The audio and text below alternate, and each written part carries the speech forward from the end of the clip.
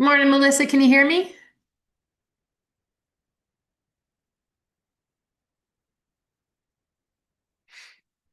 Morning, Melissa. Can you hear me?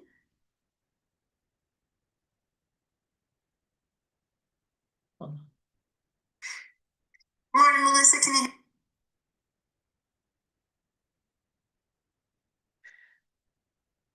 Good morning, Melissa. Can you hear me?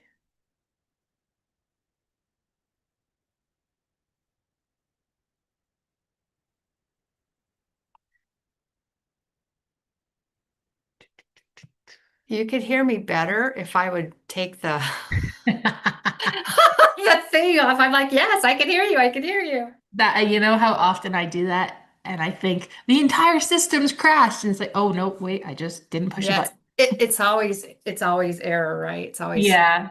yeah. Okay, I got the transcript link. Thank you for your patience with scheduling for this. We were a little all over the place with this one, so No, I I appreciate your know. No, accommodation. it's no problem. And I just talked to or had some correspondence, or Christina did, with Cumbre. They might have someone available. Probably Okay. won't be David, but it would Michelle. I don't think she does real time, but that would probably be better than just recording it, but as a last ditch, we'll do whatever. Yeah, So, let's see how today goes. Again, I yeah. mean, you've done enough of these to know 6 hours of cross-examination can be a 4 hour hearing or a 10 hour hearing, just depends. Yep. So we'll see, and then we'll work it out at the end of the day. Okay. And we've got the just straight recording as backup if we need it. If Yep. David has somebody, that's great too. We will figure it out. All right. All And right, I'm then gonna go. Go ahead. one more question. Are you the lead examiner, or is Mr. Ryan the lead examiner? It'll be me today. It'll be you today. All right. I want to make sure I get Ma'am. that right. Okay. All Thanks. righty. Bye. Bye-bye.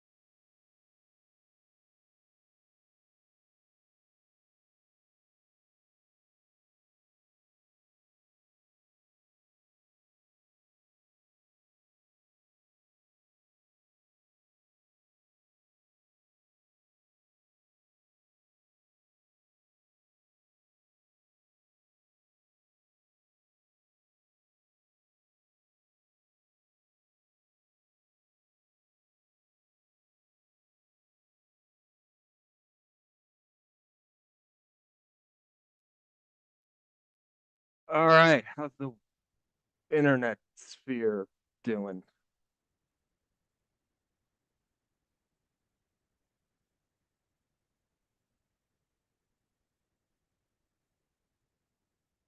Right.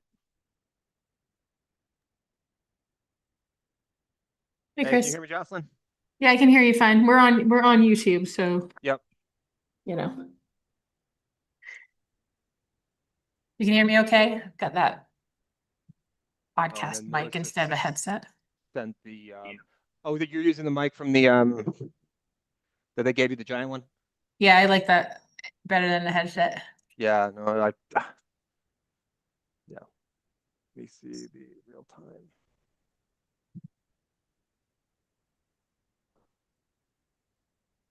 Oh, there we go. Yeah, because I don't have an office. I keep all the equipment packed away, and then I set it up last night and said to Leo, "There's a 5 foot barrier around this whole area. Don't even look at it." I've been working on my laptop principally inside my house, and then I'm in my casita now where there's like the desktop machine. I haven't used a desktop machine in like a couple months, Yeah, and it updated for like 6 hours. yeah, It's you crazy. gotta. Mm. Yep. Every time I do one of these hearings, I always run all that stuff because I think one of the first ones Yep. I did with John, the whole system shut down 5 minutes Right. in and decided it was gonna Update. run 26 uploads. So, Yep. okay.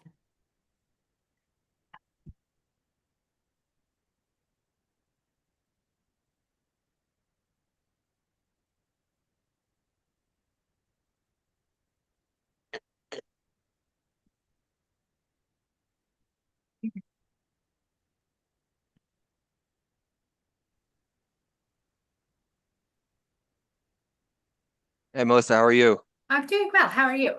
Doing good, thanks. I'm gonna grab a couple cough drops in case you hear me start. I think I'm over the cold, but you know how you can just get dry? So I've got Yeah, yeah. water. So I'm gonna grab a couple of those. I'll be right back. No problem.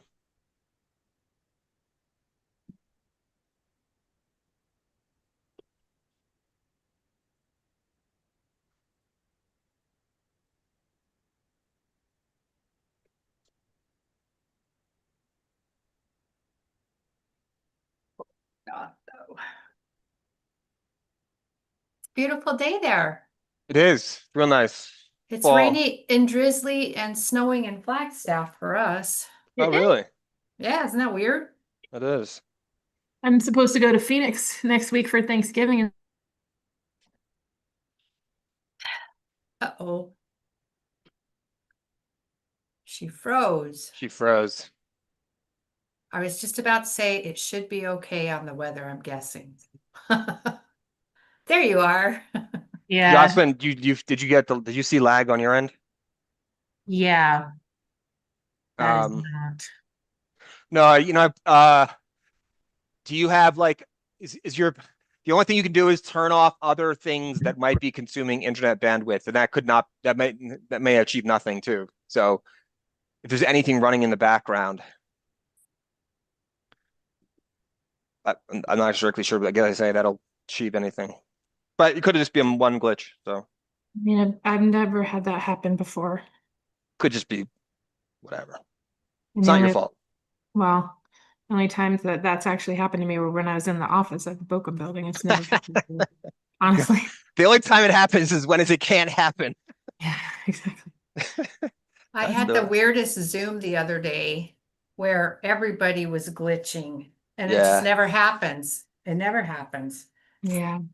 It's beyond Well, our control. Whatever. It is what it is. we will do our best. What am I looking for here? Delsner and Nick Rossi in the mating room. So they're assembling. Yeah.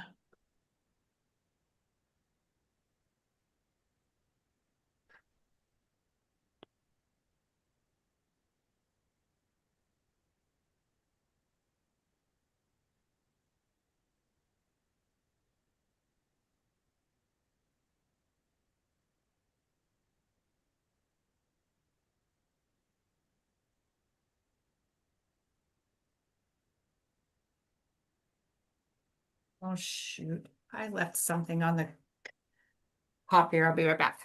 No worries.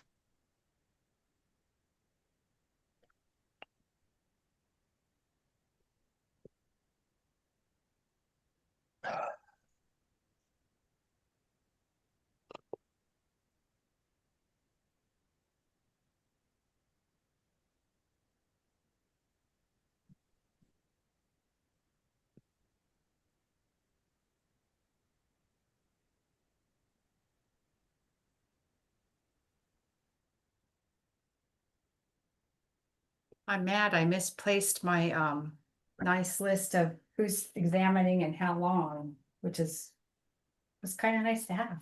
Yeah, Jocelyn can send you another copy. Hey, Oh, Jocelyn, can you sit? I Do you have have it? it. I'll have it, have okay. it. I just don't know why Copy of where I put it. It's so annoying. The exhibit, the witnesses, and then the time for cross and all that stuff. oh, the spreadsheet. Yeah, Yeah, it's really, it's very helpful. She can't find it. Can you email it to her again? Yep. Could you email me too, Jocelyn? That'd be, I'm not sure you might have sent it, but I haven't. Well, I actually printed it. Yeah, I gotcha. Put it somewhere. The heck did I do? Oh. I'll send it to both of you. Just Thank so you.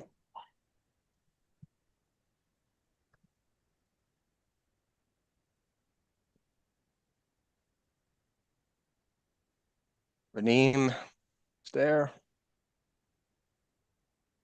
Must take longer to get to Phoenix. Yeah.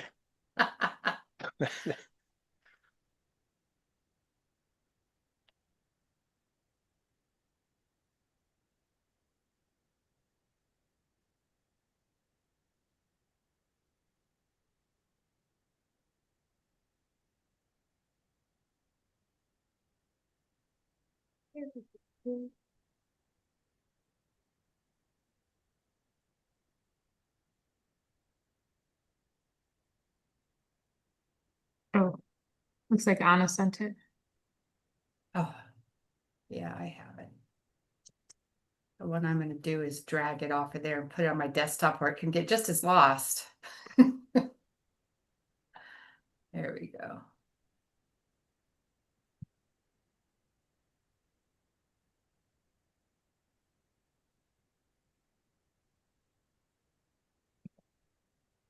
Jocelyn, do you, it's entirely up to you, but I can run the clock.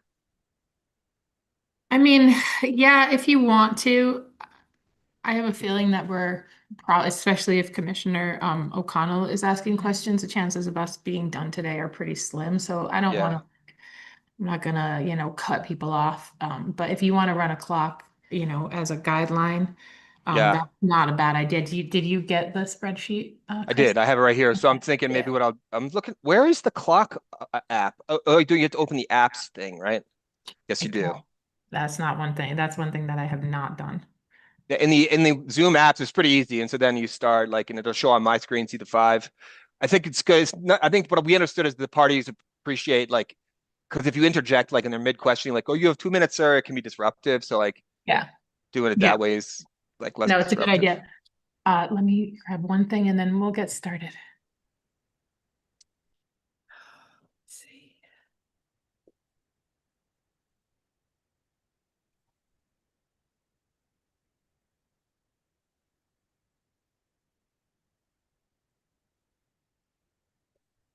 Ryan Harris, Julie Park, Sydney Beatles, Stephanie. PRC YP973YK2JN. That's an interesting.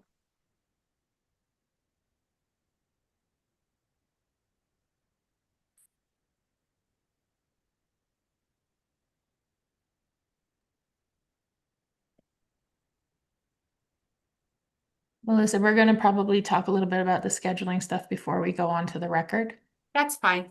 Okay. Just say the words on the record and I'll snap to attention. Because what I'll do right now is just put who's here. Great. That helps me see it with my yellow highlighter. Should we admit? Yes.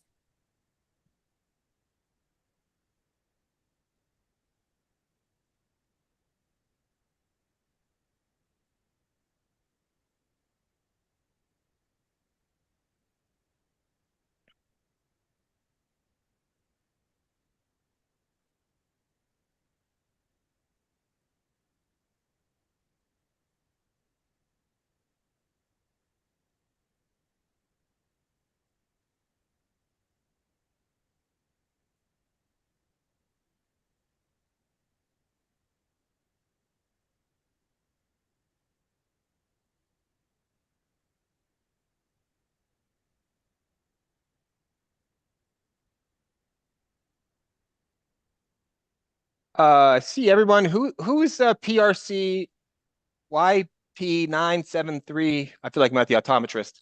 I think Um, it's Greg Nybert. oh, it is. That's Okay, me. great. How If about you'll if you'll tell me how to change the name, I'll try I'll to do it. do it. No problem. Boom. That was easy. The host controls.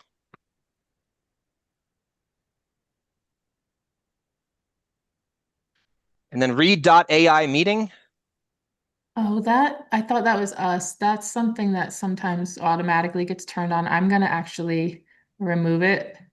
We are recording this, and that will be available. The only question I had, Jocelyn, was that the thing that was going to be necessary to be up to have this? No, I don't believe You so. don't think so? Okay. No, that was somebody else's. All right, we see Mr. Verhul is in the waiting room. Yeah, sorry.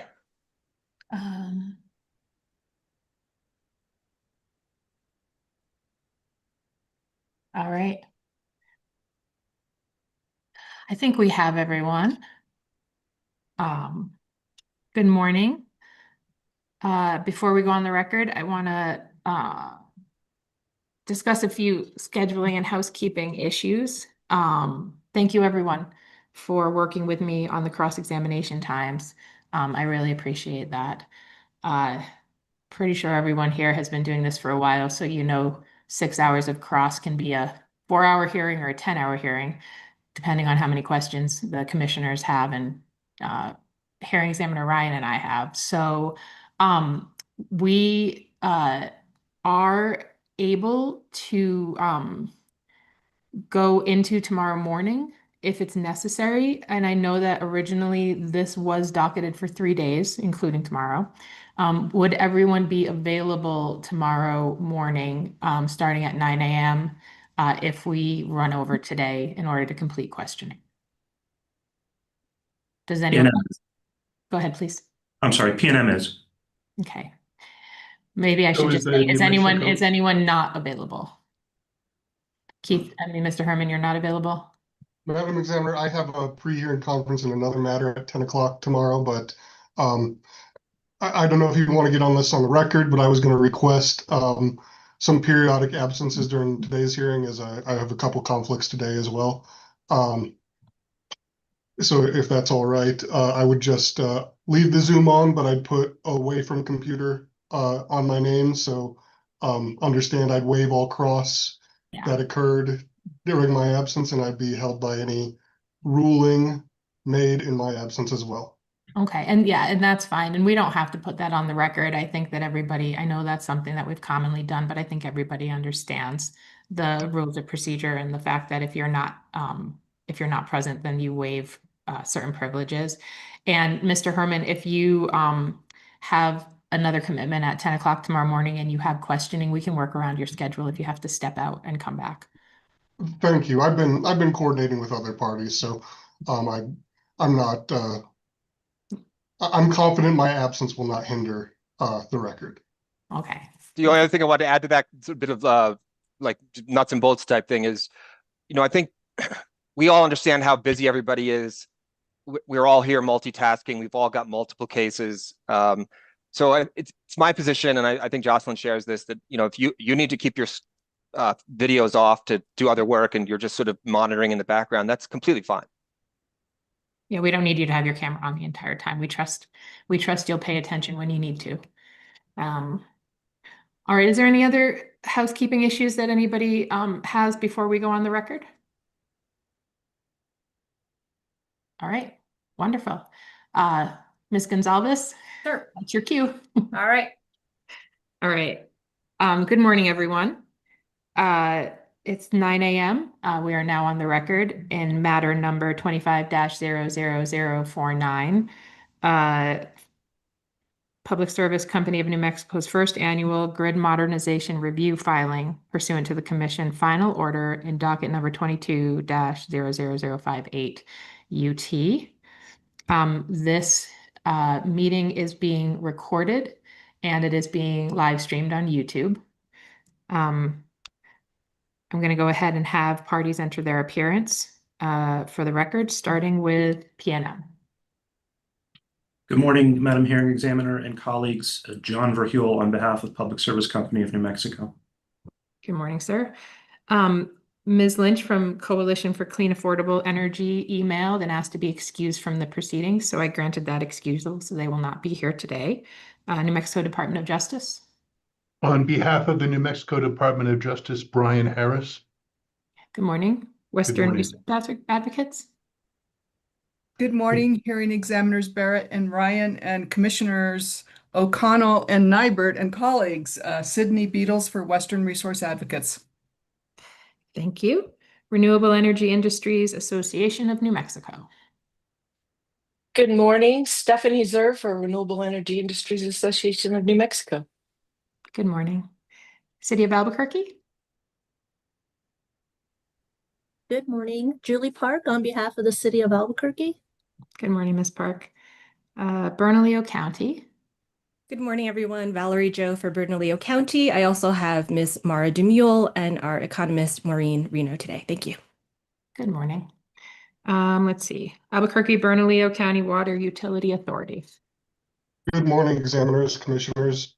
Keith Herman on behalf of the Albuquerque Bernalillo County Water Utility Authority. And PRC staff.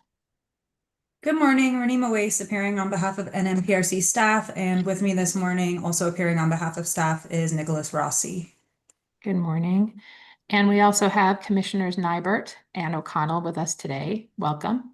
As you are all familiar with, the commissioners have busy schedules, and if either of them or Commissioner Aguilera joins us and has questionings, we will do our best to work around their schedule to allow them to ask the questions that they need. I will note for the record that there were no individuals or entities who signed up for public comment in this hearing. And as I discussed with the parties before we went on the record, this is docketed for a one-day hearing. However, if it's necessary to allow the parties to get in all the questioning that they need, we will go over and do a few hours tomorrow, Thursday morning, if that's necessary. I think we'll know by about 3 or 4 p.m. whether or not we're going to have to do that. We'll take a morning break and an afternoon break and a slightly longer lunch break. Are there any other preliminary matters from the parties that we should address before we get started with the evidentiary portion of our hearing? All right, wonderful. The parties were kind enough to send me an order of cross-examination and an estimate of the amount of time for cross. We'll be holding you to that time, loosely. And again, I do appreciate you working with me around the times on those. According to my spreadsheet, the first PNM witness up is Mr. Jones.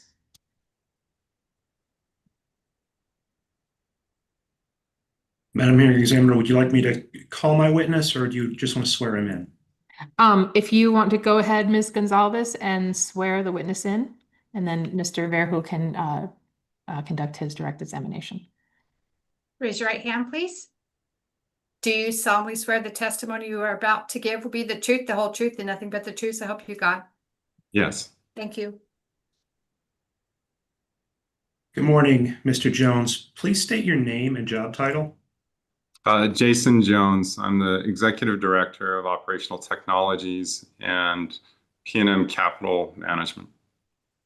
And do you have before you what's been labeled PNM Hearing Exhibit 3? This is your direct testimony. I do. And was this prepared by you or under your supervision? Yes. Is it a true and accurate account to the best of your knowledge? Yes. Are there any additions or corrections to it? There is one correction on my rebuttal testimony. We'll get there. So okay. on your direct testimony, are there any additions? There are no corrections. Okay. If I asked you the same questions today, would the answers be the same? Yes. Madam Hearing Examiner, move to admit PNM Exhibit number 3, direct testimony of Jason Jones. Any objections to the admission of PNM Exhibit 3? Hearing none, the exhibit's admitted. Mr. Jones, do you have before you what's been labeled PNM Exhibit 4, the rebuttal testimony of Jason Jones? Yes. Was this prepared by you or under your supervision? Yes, Is it a true and accurate account to the best of your knowledge? it is. Are there any additions or corrections to it? There is. On page 3, line 19, I need to change the word from witness lane to witness Reno. Okay, thank you. Any other corrections? No. Madam Hearing Examiner, I note that the version that PNM uploaded to Dropbox yesterday was a corrected version with the correct word in there.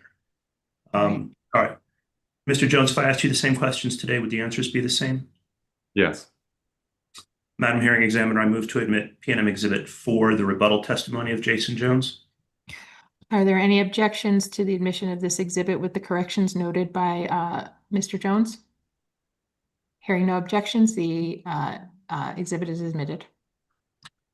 Madam Hearing Examiner, before I offer the witness for cross-examination, PNM uploaded to Dropbox the application in this matter as well as the public notice. Hearing examiners differ on whether they would like those moved into evidence via a witness. If you would like that, I can do it via Mr. Jones. If not, certain hearing examiners consider them part of the record regardless of whether they're brought in via a witness. Why don't we go ahead and admit it as an exhibit? I think it makes for a cleaner record. If you'd like to do that through Mr. Jones, that's fine. Okay. Mr. Jones, are you generally familiar with PNM Exhibit 1, our application in this matter? Yes. And that was prepared by your counsel, is that right? Yes. And you reviewed it? Yes. And does it state what PNM is seeking in this matter? It does. Madam Hearing Examiner, at this point, move to admit PNM Exhibit 1, which is PNM's application. Are there any objections to the admission of PNM Exhibit 1? Hearing none, it is the exhibit is admitted. Right. At this point, I offer the witness for cross-examination. All right, thank you, sir. So as I mentioned, CCAE, who was first on the list for cross, has excused themselves from the hearing. So I believe, according to the spreadsheet, that puts you, Mr. Harris, from NMDOJ first for cross-examination of Mr. Jones, and you've reserved 20 minutes. Thank you, Madam Hearing Examiner. And good morning, Mr. Jones. Could I ask you to turn to page 6 of your rebuttal testimony, please? Yes. I'm looking at the question that starts at line 11.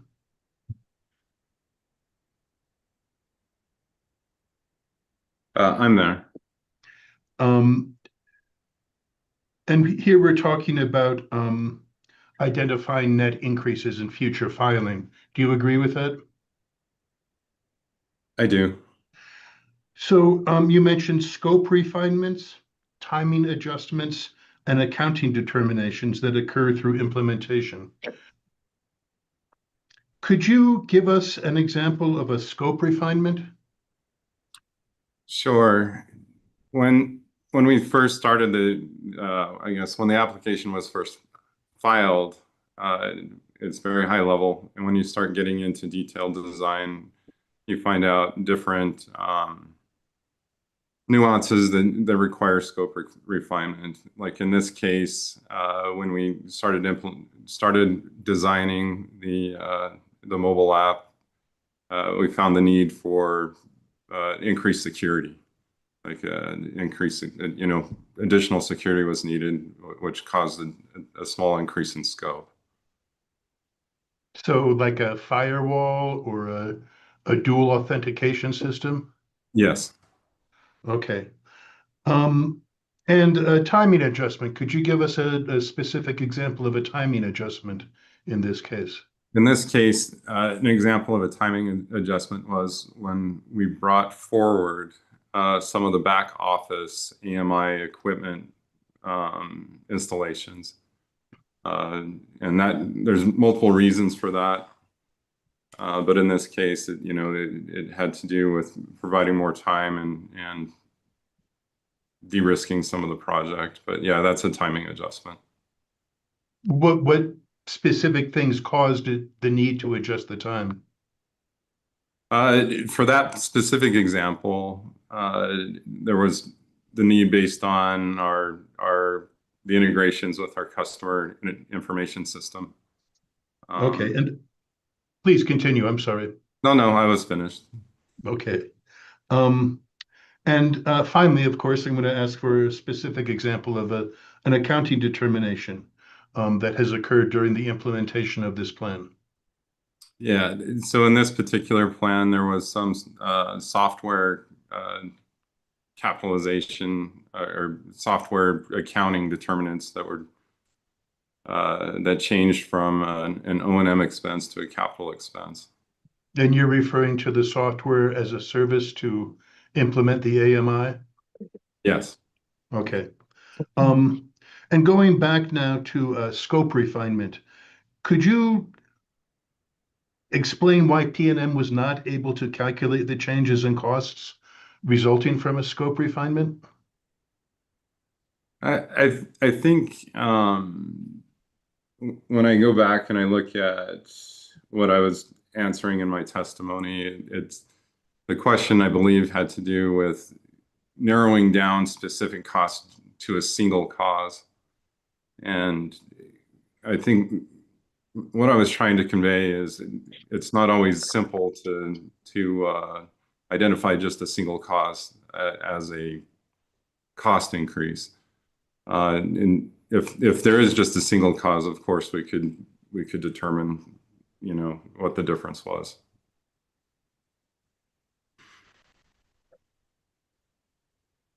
But you developed a specific scope during your initial discussions for the grid modernization plan, and that was set out in the initial filing in the previous case.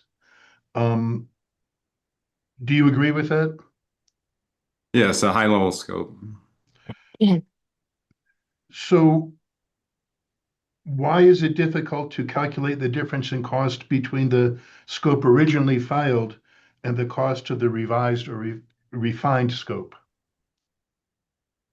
I think what I'm trying to convey is it's difficult to solely attribute it to scope if there's a difference in cost. If all things are the same, if schedule and everything else stays the same, accounting treatment stays the same, then it's straightforward to do that. However, in a project like this where there's so many variables, attributing it to a single cause can be challenging.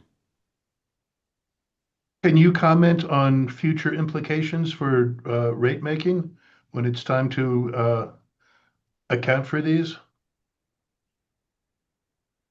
I guess, can you rephrase your question? I don't quite understand it. Well, these costs started in the original plan. After 1 year, they've changed due to scope refinements. Do you anticipate any difficulty in making sure that it's put into the rate base correctly? Madam Hearing Examiner, objection. Basis for your objection?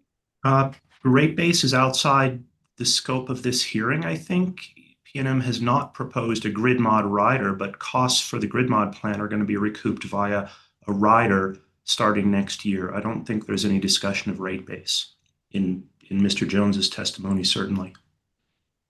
Well, if I may, Madam Hearing Examiner. Go ahead. That's the ultimate goal that we're doing here is figuring out how these costs are going to be recovered. And that includes a discussion of a rate base. I believe Mr. Jones is qualified to address that issue. And if he's not, that's fine. I don't think it counts. I don't think it's objectionable. I'm going to go ahead and allow the question. Mr. Jones, you can answer if you're able, and if not, just let Mr. Harris know.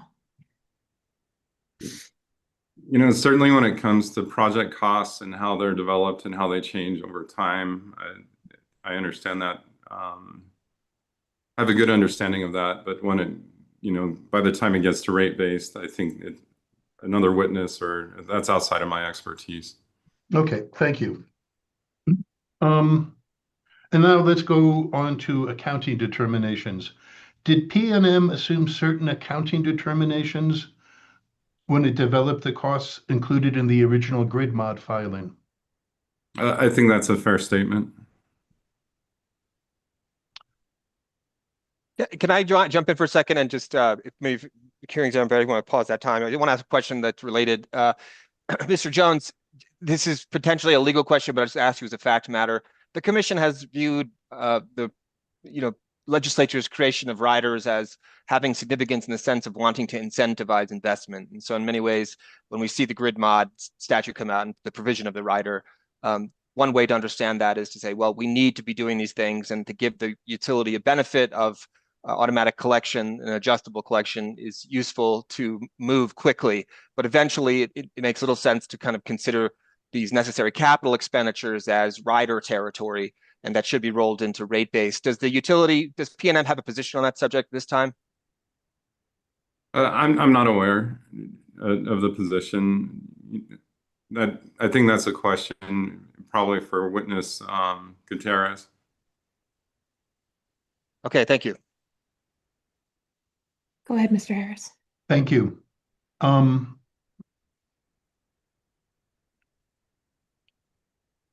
I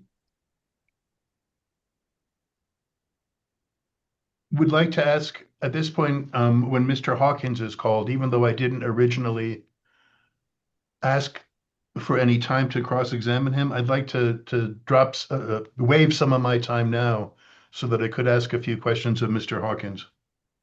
That's fine. Okay.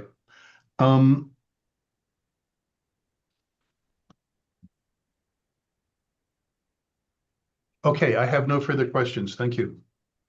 Thank you. And you have about 11 minutes left that you didn't use with Mr. Jones that you can allocate to Mr. Hawkins or other witnesses if you'd like. Thank you. Mr. Harris. All right.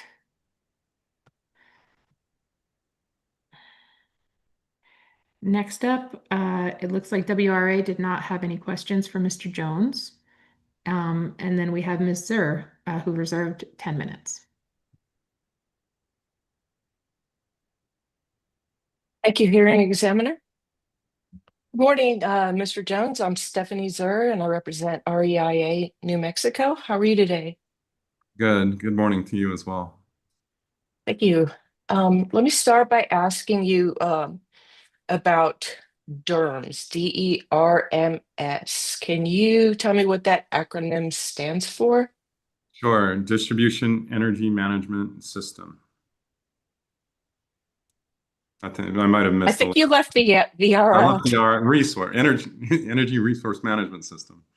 Okay, so I looked in the application and testimony, and the only mention I saw of DERMS was that it will occur in years 4 through 6. That's when you expect to add and integrate DERMS. Does that sound right? That sounds correct. Okay. And I would like to refer you to another witness's testimony, and you don't have to pull that up necessarily, but in Mr. Bobet's testimony, he is asked what the expectation is for expansion of demand response programs and the use of new technology and so forth. And he basically states that he expects all this new technology will help enhance the demand response program, but PNM is not contemplating any new or further demand response programs. Is that also your understanding? Well, just to be clear, those type of programs are probably better suited, or the question's probably better suited for the witness, Alaric Babbage. But I wouldn't characterize that we're not considering, the new advanced, demand response programs. I don't know that that's a fair characterization. Are you aware of any programs under consideration right now, or at least being studied? I'm going to defer that answer to the other witness. Okay, I think I will conclude my cross-examination with you at this time then. Thank you. All right, thank you, Ms. Zur. And if you so decide, you have some time left over if you decide that you'd like to expand questioning or ask some questions of another witness going forward, just let me know. Clarifying question that I'd like to ask Mr. Jones quickly. Mr. Jones, Ami Warner was sort of the holistic presentation witness in the 2258 case. He's not here. Have you sort of stepped into his shoes? Is that the idea? In some ways, that's true. But in what ways would it not be true? So in my role, I'm overseeing the implementation of the program. With Omni and Warner, I believe his role is more holistic, even setting policy or strategy and things like that. My current role, and at least in this role, is more on the execution and implementing the programs. Okay, thank you. Mr. Warner still works for the company, so he's still doing those sorts of things. So that's fine. I just wanted to clarify, sort of, we have witnesses that come for specific purposes in these proceedings, and sometimes it's not entirely clear what they all are. So I just wanted to clarify that is my understanding of your position here, is you're sort of standing in Mr. Warner's shoes to the extent to which you are doing the execution of the programs proposed in 2258. And that's what I heard you say. Yes. Yep. Thank you. All right. Next in order of cross-examination is Bernalillo County. Ms. Joe, will you be conducting cross? Yes, Madam Hearing Examiner. Thank you so much. Mr. Jones, it's lovely to talk to you today. My first question is, do you have your direct testimony in front of you? Exhibit 3. Give me just a second. Sure. And I'm looking at page 5.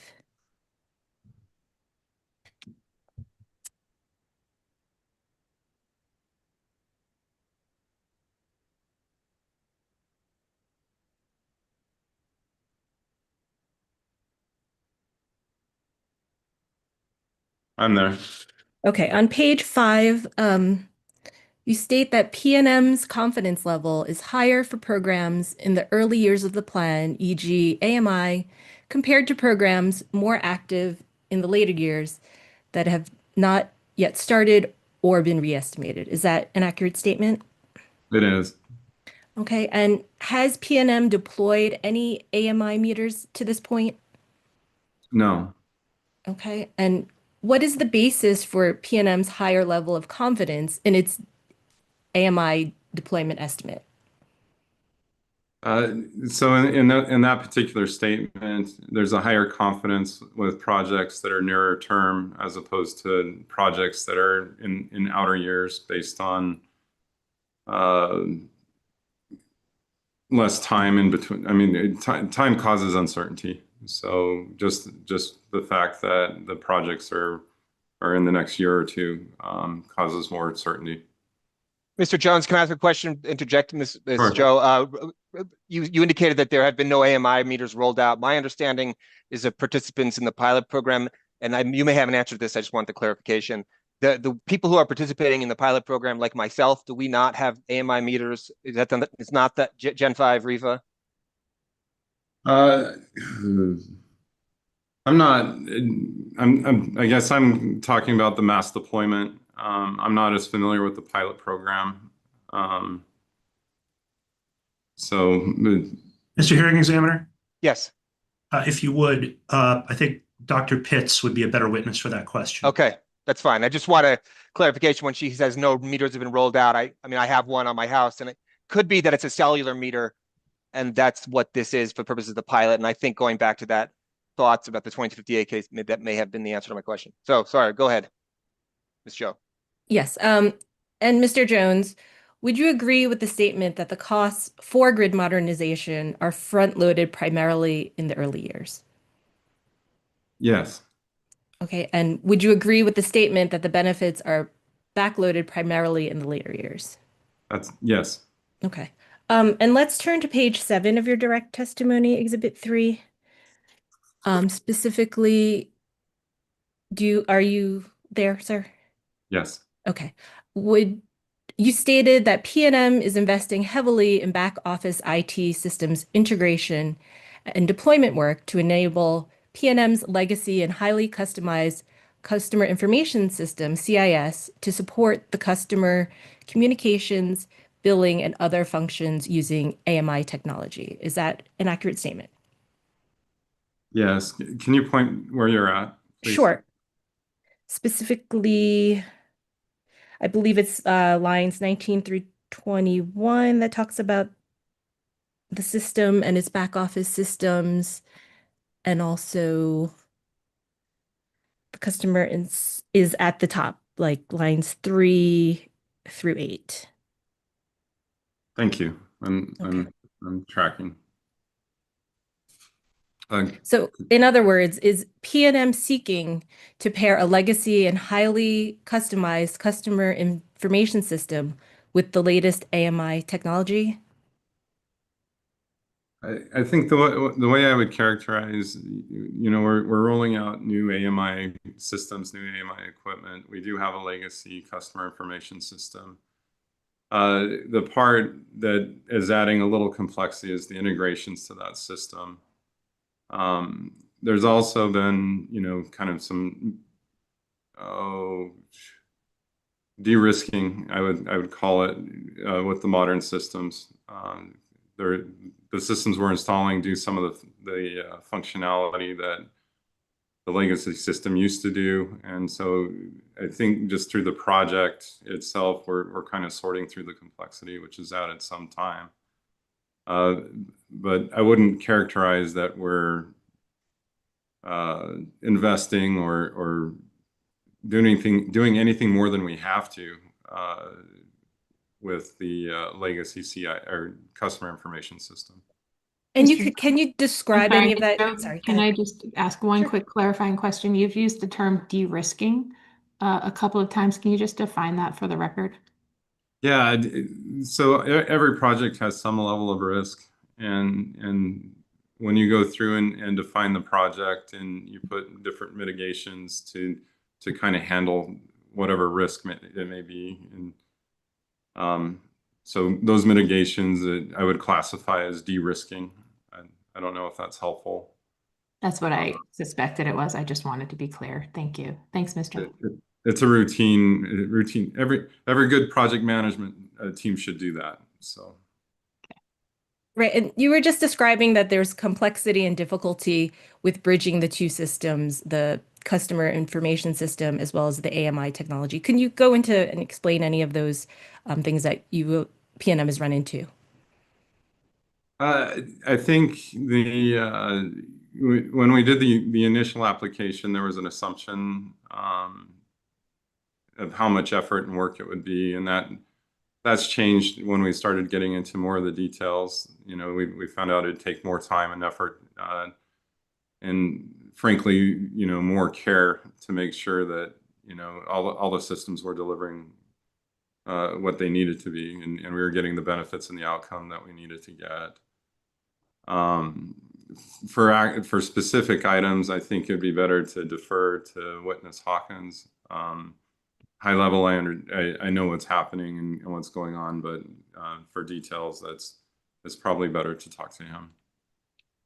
Okay, and then the customer information system, is it going to be the same one now that will be used in the future with this AMI technology, or can you just elaborate on that? I don't know.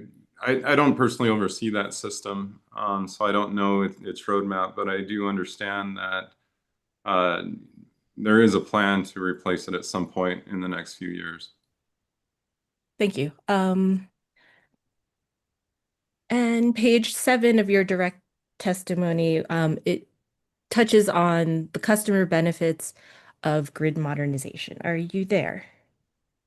On page 7 of my direct? Yes, that's correct. I'm Okay, there. and can you explain what those benefits would be?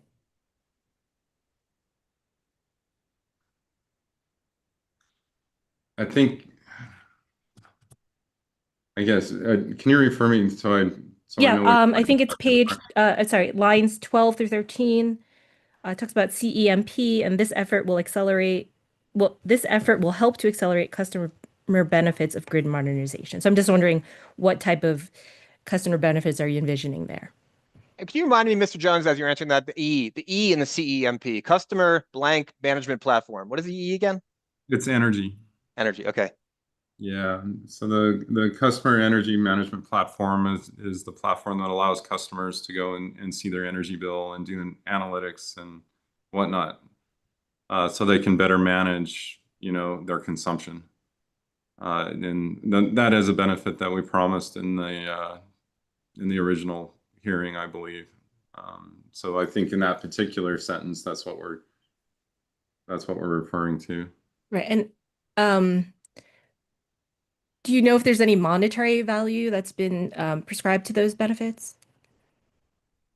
I don't know. I know there was cost benefit analysis that were done, but I don't have that in front of me, and I'm not familiar with that. And do you know whether any of those customer benefits have been realized so far? No, the customer benefit, Okay. this has not been deployed yet, so there's no customer facing benefits yet. And in your preparation for this case, have you reviewed the final order in the grid modernization case number 22-00058-UT? I did read through it, yes. And do you happen to have a copy of that order in front of you?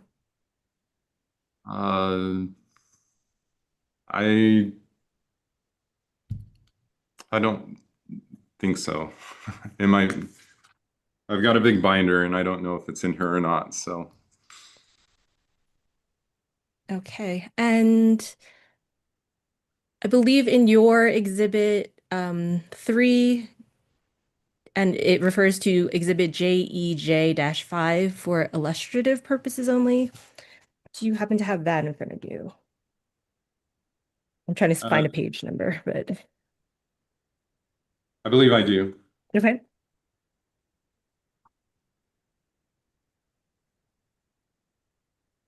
And why is that considered for illustrative purposes only?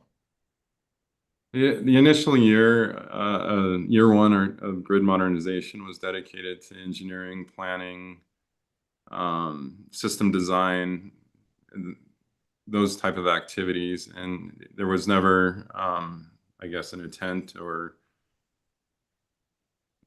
intent's the wrong word. And it wasn't expected that we'd have benefits or customer facing benefits at this point in the program. Okay. So in discussion of how to display benefits, this is what we landed on. All right. And okay, go ahead. Sorry. No, go ahead. Sorry, I'm finished. Okay. And let's turn to exhibit 4, your rebuttal testimony, specifically on page 4.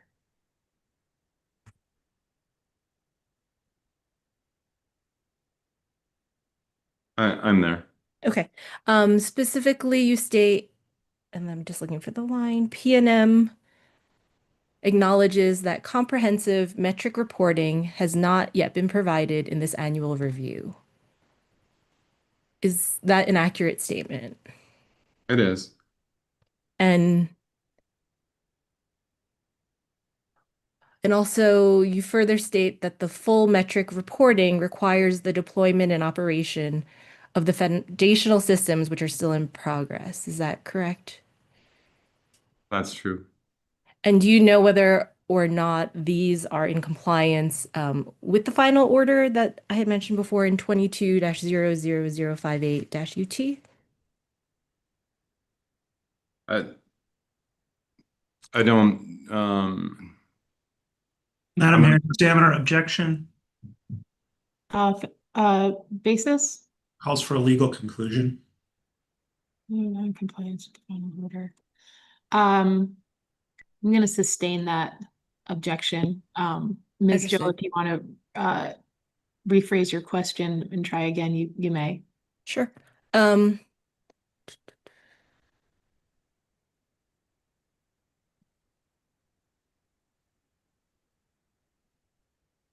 okay.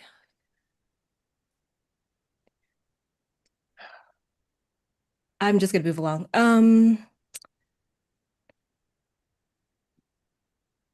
On page 5 of your rebuttal testimony, there's the statement, the plan is structured with costs concentrated in the early years, while benefits will be realized progressively in later years as components are implemented and begin to work synergistically. Do you see that? I do. Okay. And specifically, what are the risks that the benefits will not be realized?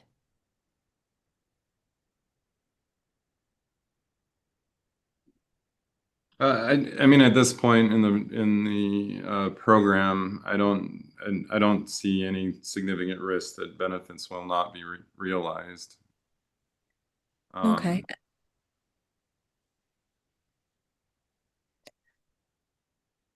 And in this statement, is it fair to say that you're assuming that the components will be successfully implemented and that the components will work well synergistically? Is that an accurate statement? I believe so. Okay. And on page 6 of your rebuttal testimony, and this is my last question, you state that many benefits depend on multiple technologies working together. Is that an accurate statement? That's an accurate statement. So would the corollary be also that those benefits may not be realized if the technologies do not work well together? I think that's accurate as well. Each of the technologies do bring benefits on their own, but to get the total benefit, the systems do need to work together. All right. I'll pass the witness. I have no further questions at this time. Thank you. Thank you. All right. Moving on, it looks like next in line for cross-examination is Mr. Herman, who reserved 10 minutes.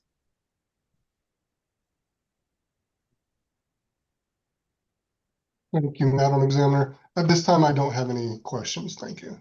All right, great.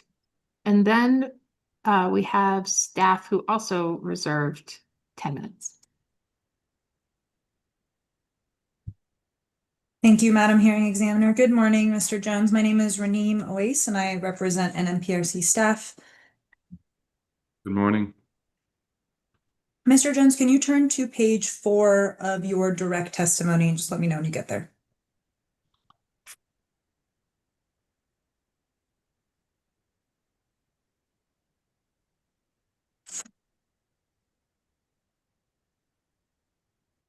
I'm there. Okay, and in this portion of your testimony, you discuss the general timeline changes in the AMI systems installation. Is that correct? That's correct. Are you aware of any delays that could impact year 2 deployment of the AMI meters? At this point, outside of what's been explained in my direct testimony, I'm not aware of any delays. And does the AMI deployment schedule currently account for any unexpected field issues?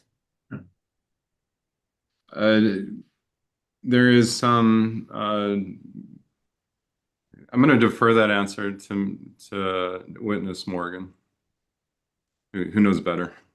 I'm generally aware of it. It's best if he spoke to it. Okay, thank you. I'll be sure to save that question for him then. And I imagine that my next question might be best directed at him as well, but are there risks that the AMI deployment schedule could delay or prolong due to resource constraints or supplier delays? It's best if you save your question again. So. Okay, no problem. Those are all the questions that I had then. Thank you. Thank you. Thank you, Ms. Weiss. All right. Hearing Examiner Ryan, do you have any questions for Mr. Jones? Yeah, just Mr. Jones, in light of the response about sort of you functioning as sort of the high-level witness for the execution aspect of this, my sense of reading the testimony is, in this case, indicates, and I think unsurprisingly, that there have been cost increases in varying aspects of this program. Is that correct? That's true. Can you maybe explain to me what is the principal cause of the cost increase, if you're capable of generalizing? Yeah, and I think when we talk about the overall cost, and we're not talking about the timing shifts or the accounting treatment, those variables. I think the main issue has been when we first filed, in 2022. It's been almost three years since the initial estimates were done, and so you fast forward, and when it comes time to actually ink the contracts, you end up with different numbers that have been escalated through time. So that has happened, and then I think I mentioned it once already. There have been some items like the dual authentication that needed to be added that increased the cost as well. When you say sorry, let me just clarify a question. When you escalation of time cause increases, are you referring effectively to the phenomenon of inflation? In other words, the cost for all services and goods have increased, and therefore it should not be surprising that the cost and services in this particular instance have increased? Yes, yeah, inflation, supply chain.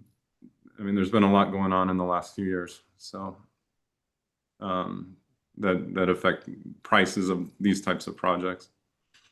Okay, and then you were going to add something else when you were I jumped in there to clarification. I don't. I lost my. Okay, that's fine. So. I guess one question that the commission has, and I'm sure many of the interveners here have, is how can we be certain that cost overruns won't become burdensome and sort of grow out of control? We kind of expected that there would be kind of more of an adjustment or cost adjustment this first kind of go around, as just because of the length of time. I think as the project goes forward and we do these type of check-ins and compliance filings, I think that price increases are going to be much less dramatic, I would say, much more predictable. So I think there'll be plenty of time to, I guess, get ahead of any major changes, which we don't foresee that right now. Okay.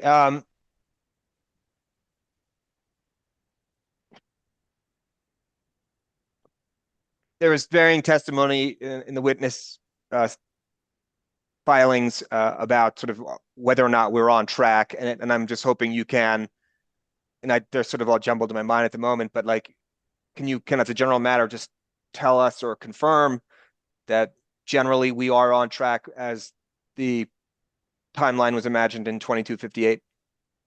Yeah, generally we're on time. There's been some, some certain items have moved forward, some things have moved back, but particularly with AMI, the deployment, as you'll hear from other witnesses, the deployment is still on track to be finished when we committed it to be. So we're generally speaking, even though there's been movements in the schedule, we believe things are on track.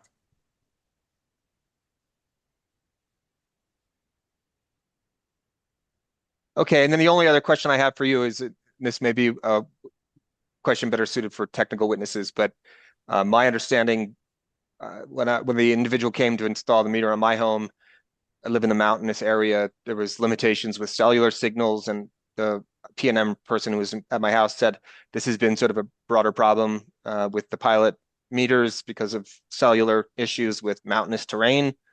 Are you familiar with any of that, or should I ask a different witness that question? I'm broadly familiar, but it's best if you talk to witness Hawkins about that. It's fine. What would you your general comments? I would just say that we're aware of the kind of the telecom issues that exist in the state of New Mexico, and working to mitigate and de-risk those. I would say that, not to say that word again, but And is that work that, I mean, it seems if you're talking about telecom issues, that's PNM doing collaborative work with the other public service providers in the state to have the infrastructure necessary to pull off some of these, high-tech communication networks, right? right, there's collaboration with others, and then we're installing equipment as well. So, And is that equipment being installed, costs that are appearing now or not appearing in the grid mod sort of cost tracking buckets, for lack of a better word? yeah, there'll be telecom. There are telecom costs in our buckets. There are, that were okay. planned for. Yeah. And Witness Hawkins is your guy for that.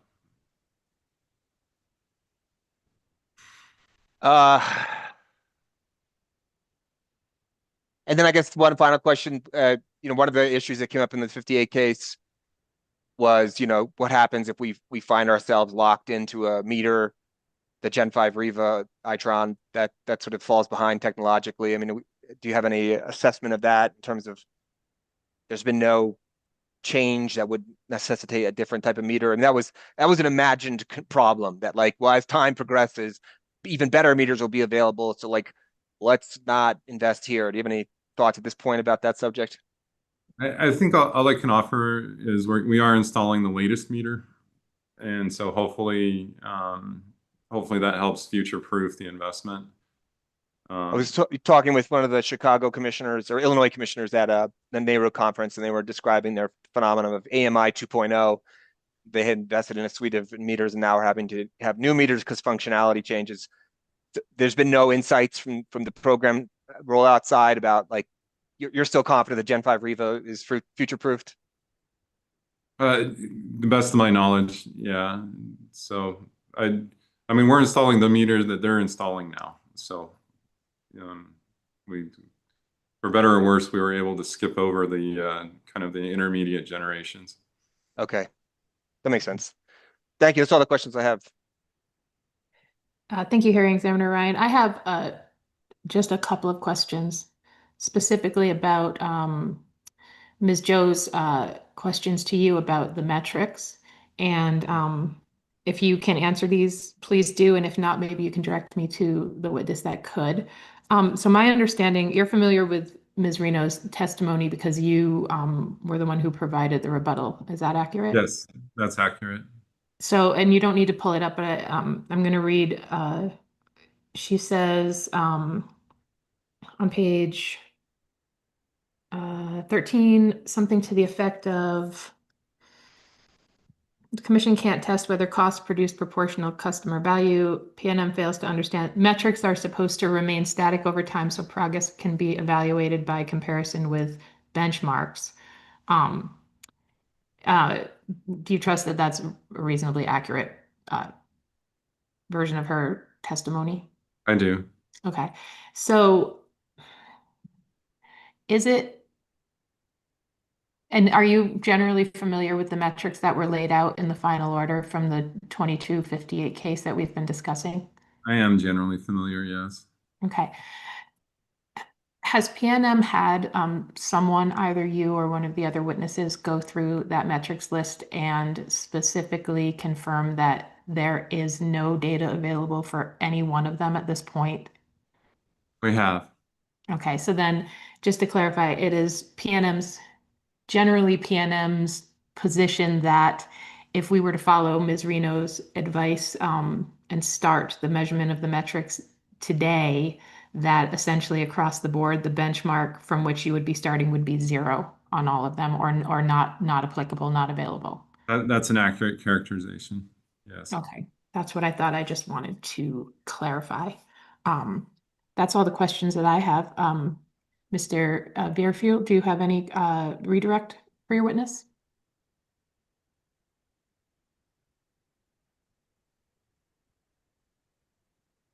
Sorry, finding the mute button.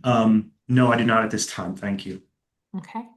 And do any of the parties have any limited questions based specifically on the questions that Hearing Examiner Ryan and I asked? All right, hearing nothing. Mr. Jones, thank you for your testimony today, and you may be excused. Thank you. And as we swap out witnesses, is it okay if we take like a 5-minute break, for bio purposes?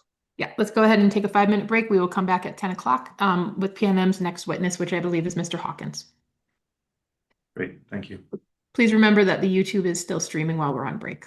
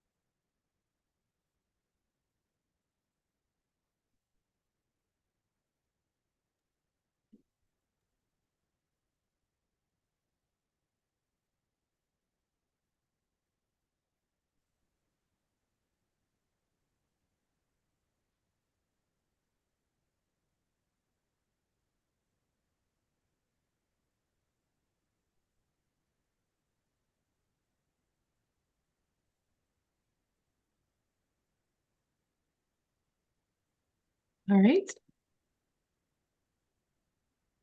Ms. Gonzalez, are you ready to go back on the record? Yes, I am. Thank you, ma'am. Mr. Verhul, you may call your next witness.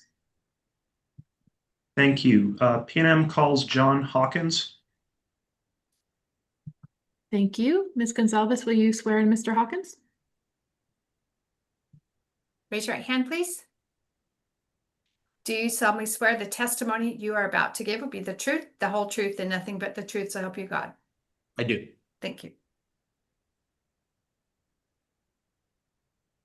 Mr. Hawkins, please state your name and job title. Jonathan Hawkins. I'm the Associate Director of Grid Modernization. And do you have before you what's been labeled PNM Exhibit 5? That's your direct testimony. I do. Was this prepared by you or under your supervision? Yes, it was. Is it a true and accurate account to the best of your knowledge?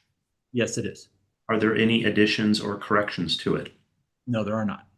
If I asked you the same questions today, would the answers be the same? Yes, they would. Madam Hearing Examiner, move to admit PNM Exhibit 5, the direct testimony of Jonathan Hawkins. Are there any objections to the admission of PNM Exhibit 5? Hearing no objections, the exhibit's admitted. And Mr. Hawkins, do you have before you what has been labeled PNM Exhibit 6? This is your rebuttal testimony. Yes, I do. Was this prepared by you or under your supervision? Yes, it was. Is it a true and accurate account to the best of your knowledge? Yes, it is. Are there any additions or corrections to it? No, there are not. If I asked you the same questions today, would the answers be the same? Yes, they would be. Madam Hearing Examiner, move to admit PNM Exhibit 6, the rebuttal testimony of Jonathan Hawkins. Are there any objections to the admission of PNM Exhibit number 6? Hearing no objections, the exhibit is admitted. I offer the witness for cross-examination. Thank you, Mr. Verhul. So we have Mr. Harris, who reserved, I think that you wanted to swap 11 minutes from Mr. Jones to Mr. Hawkins. Madam Hearing Examiner, that is correct. Okay, please proceed. Good morning, Mr. Hawkins. How are you? Doing great. Thank you. Thank you. Did you listen to my cross-examination of Mr. Jones? Most of it, I didn't catch. No, I think I did hear all of it. I apologize. Yes. Do you remember we discussed investment costs? Yes. And PNM's ability to identify them? Yes. Do you have your direct in front of you? Could you turn to page 2, please?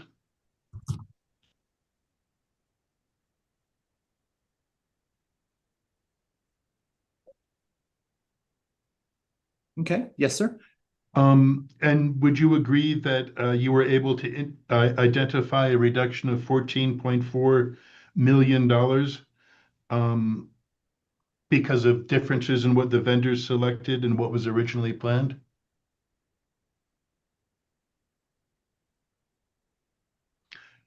I'm at line 16 through 23, if that helps.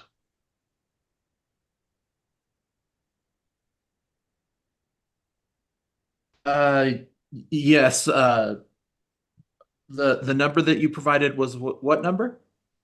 I'm sorry, 15.4 million. Okay, sorry, that clears my confusion. Thank you. Okay, so that's one difference that PNM was able to identify. Yes, correct. Could you turn the page to page 7, please? Lines 3 through 6. Okay. And there you discuss the costs for both PNM's mobile app and the Green Button Connect My Data program. Do you agree? I agree. And there you identified 0.9 million and 0.3 million respectively for those two programs. That's correct. Thank you. I have no further questions, Madam Hearing Examiner. Okay. Thank you, Mr. Harris. Next up, we have Ms. Zur, who I believe reserved 10 minutes. I'm gonna skip this witness if it's okay, Madam Hearing Examiner. Absolutely. That would move us on to Bernalillo County, who reserved 10 minutes. Yes. Hello, Mr. Jones. I'm sorry, Mr. Hawkins. Good morning. My notes are a little all over the place. Um, all right. Let's turn to a question that I had asked Mr. Jones, which I guess why he was on my mind. We were talking about the bridge between the legacy and the customized customer information service system. Are you familiar with that? Yes, but I don't know if yes. Okay. And that's a system that's planned to be, I guess, integrated with the new AMI technology. Is that an accurate statement? That is correct. Okay. And specifically, with the integration of a legacy or customized customer information system with the AMI technology, has that integration already begun? Yes, it has. Okay. And is that in the customer energy management program and mobile app realm? No, it is not. No, that's not. Okay. Can you explain where that has taken place then? So currently the AMI systems, the systems that read the meter, the systems that send that information over into our meter data management system where data is quality checked. And those systems have started the integration work into our current customer information system banner. And are there plans to update that customer information system or move to a new program with that? Is that an accurate statement? To my knowledge, it will be changed out over time. I do not have a schedule on when that will happen. Okay. And with the customer energy management program and mobile app, does that integrate at all with the customer information system and the AMI? Or if you could just explain that a little bit more. Yes, the customer information system will provide the data that will go into the customer energy management portal. Okay. And that will eventually be tied to like a mobile app and ways for customers to interact with that as well. Is that correct? That's correct. Okay. And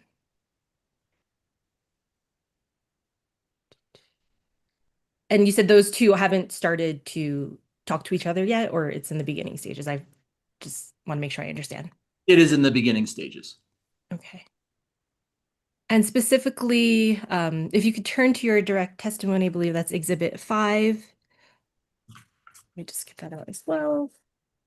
You discuss approximately 15.4 million in cost savings in years 2 through 4. Can you please explain the data used to make that calculation? And which page are you? Page 2. Okay. I believe it's down at the bottom, 20 through Yes. 23. Yes. And can you please restate the question? Sure. It talks about that 15.4 million cost reduction from years 2 through 4. Can you please explain the data that was used to come up with that statement? Yes, and so it's under the heading of AMI meter installation labor. And so this was based on us getting a final quote and a final contract with our installation vendor. Okay. And it came in less expensive than we had filed originally. Right. So the data you used was from the contractor's bid. Is that accurate? That is correct. Okay. And do you know if there are individual line savings included in that? I don't have that in front of me right now, Okay. so I don't know exactly where the individual savings are. But PNM does have that information. We do have that Okay. information. And have you validated these estimated savings based on peer utilities experience?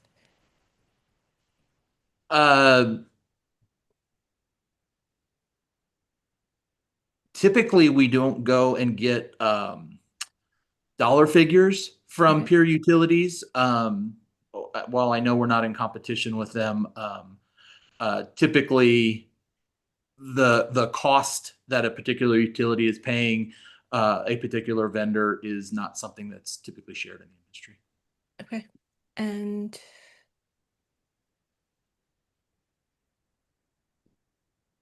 And this is one last question. I'm just wondering if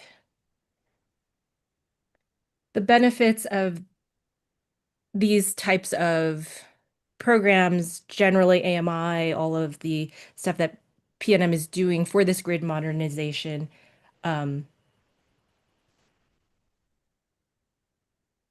what would PNM do if they realize some sort of savings, but it's not directly reported in some other metrics? Would that be reflected in this grid mod filing, this report for the grid mod?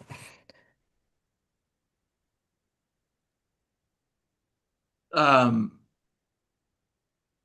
don't know if I understand the question. You're asking if I could speculate on if it wasn't achieved?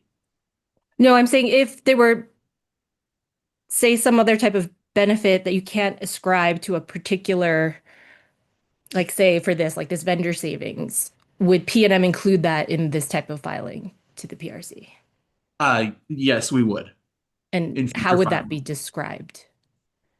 So in future filings, we would update both costs and other information used to make our analysis, and we would provide that in the next either the next compliance filing or whatever the next filing might be as part of the overall program. Right. And in this particular case, for this first year filing, there weren't any of those types of benefits to report. Is that accurate? So currently we are still in the first year. The first year doesn't end until December. And so that type of information could potentially be added in our compliance filing at the end of year one. Okay. Thank you all. That's all the questions I have. Thank you so much, Mr. Hawkins. Thank you. Mr. Hawkins, I want to add some follow-up questions just on that subject real quickly. If you don't know the answer to this, that's fine. When we're talking about the capital clearings for the years, I think my understanding that gets rolled over into the rider that will be, in effect next year, right? That is my understanding, yes. Those operation and maintenance costs that, got moved up, do those pass through the rider as well, or are those collected elsewhere through PNM's regulatory filings? I would probably defer that to witness Pitts. Not a rate. I'm not really an expert at how the rates are created. That's fine. Okay, go ahead. Thanks. Sorry. All right, thank you. Next up, we have Mr. Herman, who reserved 10 minutes for Mr. Hawkins.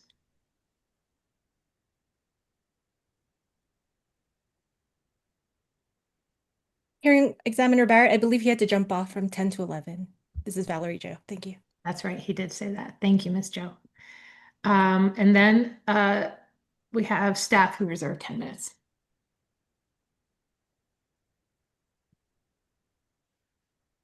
Madam Hearing Examiner, staff does not have any questions for this witness. Thank you.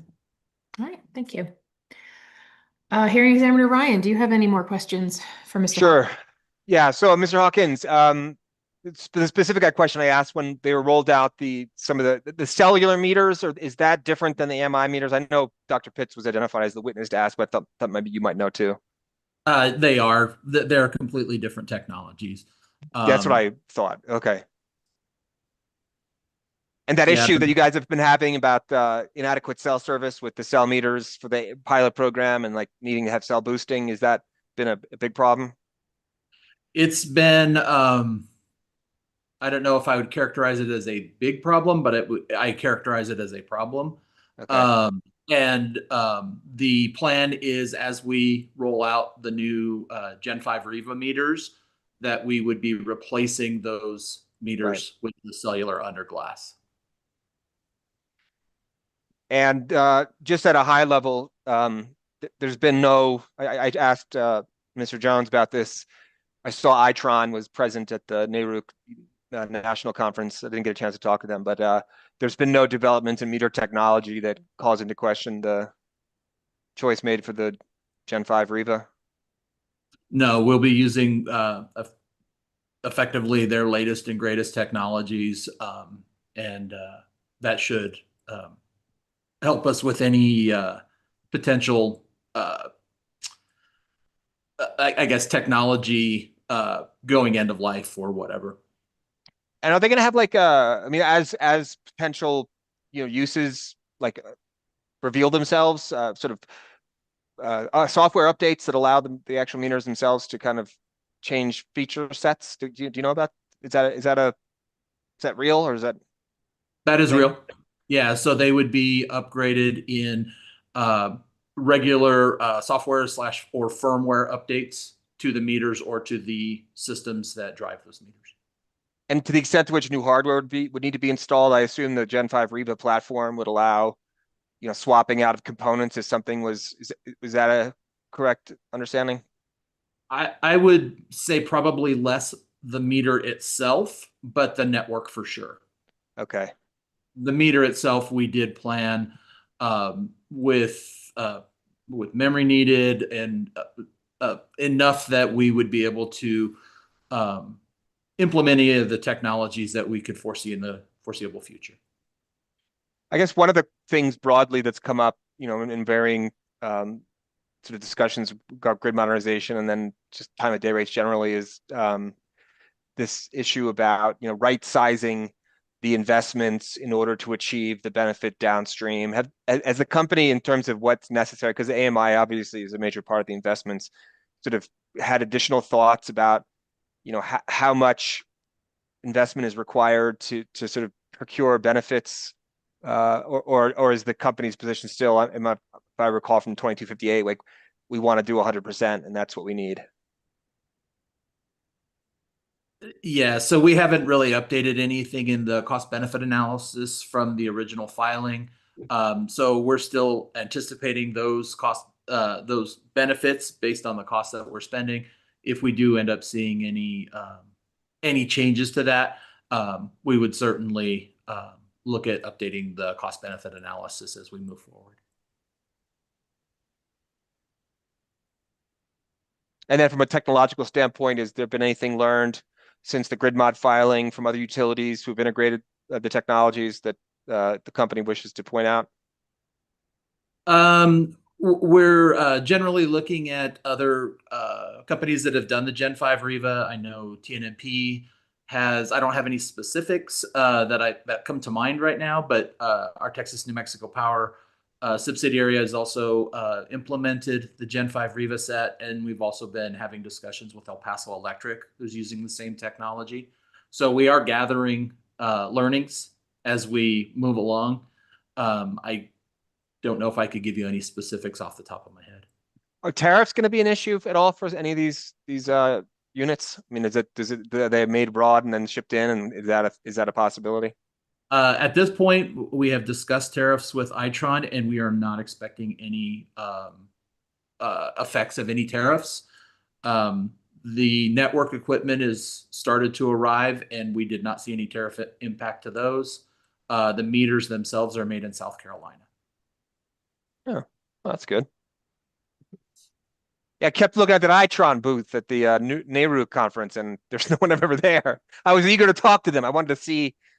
I got someone gave me an example of an advanced conductor. That was interesting. And I brought it back on the airplane, and I was sure that TSA agents were going to be like, what is this? So anyway, that's all the questions I have for you, Mr. Hawkins. Good to see you again. Good to see you again. Thank you, Mr. Ryan. Thank you, hearing examiner. I just have a couple of quick questions. Mr. Hawkins, will you go to page 13 of your direct?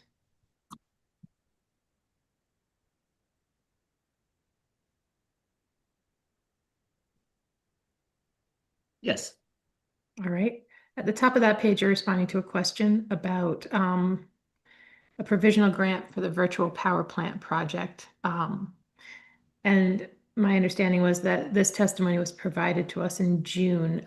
Can you tell us more about that provisional grant and if there's been any movement on it and where it stands now? Yes, the latest update on that is information we received probably within the last 2 or 3 weeks. The DOE did cancel that grant. However, based on statute, there is an appeals process, and we did submit a letter for an informal appeal to that decision, and we're waiting response on that. When you say they canceled that grant, do you mean that they removed it altogether or that they denied PNM's application? No, they canceled that. Well, I don't know if they canceled everything that was awarded within that grant nationwide. All I know is that PNM's application did not appear to them at the time to meet the priorities of this administration. Okay. That is all the questions that I have for you. Do any of the parties have any? Oh, I'm sorry. Mr. Veerhill, do you have any redirect for your witness? I have just a few redirect questions, if that's all right. Please go ahead. Mr. Hawkins, do you remember when Ms. Joe from Bernalillo County was asking you if you had validated any of the cost savings from the AMI installation vendor? I think that was something on the order of 15.4 million. Yes. And she asked if you had validated those savings with any other utilities. Do you remember that? Yes, I do. Mr. Hawkins, how long have you been working for PNM? 23 years. And how many of those years would you say you've worked in an area where you've gone from reviewing bids or estimates from a vendor through to final contract execution?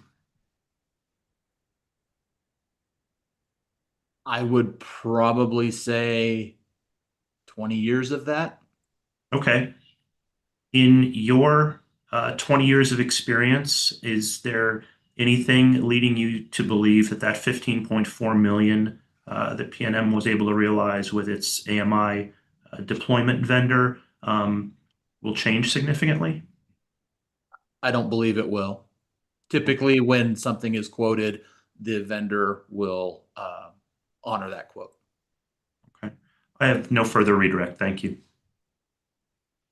All right. Thank you, Mr. Veerhill. Do any of the parties? Go Well, ahead. Ms. Barrett, just one question real quick. You know, the point, Ms. Barrett, the question you asked about the virtual power plant, I mean, that's a really good question. And in so many ways, like Mr. Hawkins, what I'm hearing, and you say that at least PNM's component of that. I mean, there was lots of discussions about the utility of demand response to, reduce peak load expenses. And I guess, do you have any further comments just about, like, it just strikes me as terribly unfortunate that grant money was taken away. We feel the same way. I mean, is there anything that the commission or the state can do in order to make up for that? Or, I mean, how do we? We haven't really analyzed if there's anything either the commission or the state could do. This is fairly recent, and we are following the appeals process right now. But we would certainly welcome to reach out if there's something we feel that we could collaborate on. Yeah, good. I mean, it just strikes me that's a very short term kind of. I mean, the virtual power plant thing is something of the future, and our presentation from CAISO, they talked a great deal about those subjects. When you're regionalizing your energy generation, right? Like you need to have pretty clear pathways and the technologies in place in order to manage a whole bunch of complex systems, and virtual power plants are part of that. Is that the correct statement? That is correct. It just seems a shame. Anyway, that was all. Do any of the parties have any questions based specifically on the questions that hearing examiner Ryan and I asked? Ms. Sir? Yes, I just have a brief follow-up.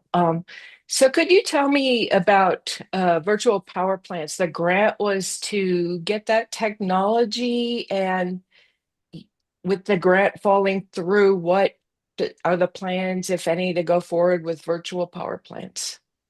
At this time, it's undetermined. Many of some of the technologies that would support a virtual power plant, because it's a series of various technologies. Some of those are already in this grid modernization filing. The actual software for the virtual power plant implementation, those types of things are not. And so we would have to explore how we might be able to do that, as the needs arise here. Does PNM anticipate studying that issue and determining if the technology should still be added through a future plan despite losing the grant money? I think we'll evaluate it once we get a determination back from the Department of Energy on what their final decision on that is. And I think we'll have to make an evaluation at that point. Okay, thank you. Thank you. Anything more for Mr. Hawkins? All right. Thank you, Mr. Hawkins. You're excused. Enjoy your day. Thank you, Madam Hearing Examiner. Mr. Virhul, I believe Mr. Morgan is next on the list. He is. We're doing our little witness changeover, so as soon as he appears on video. So it's 10:30. Would you want to take the first morning break?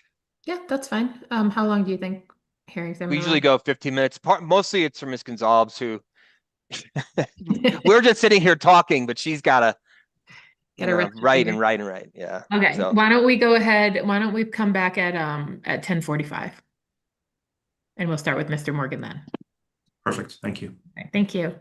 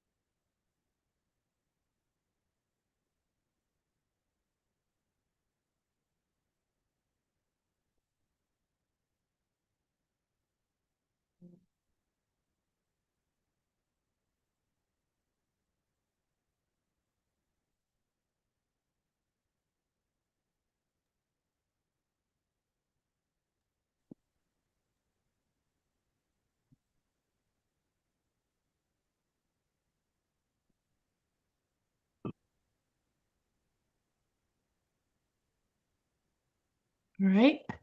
Ms. Gonzalez, are you ready to go back on the record? I am. All right, go ahead. Mr. Verhul, you may call your next witness.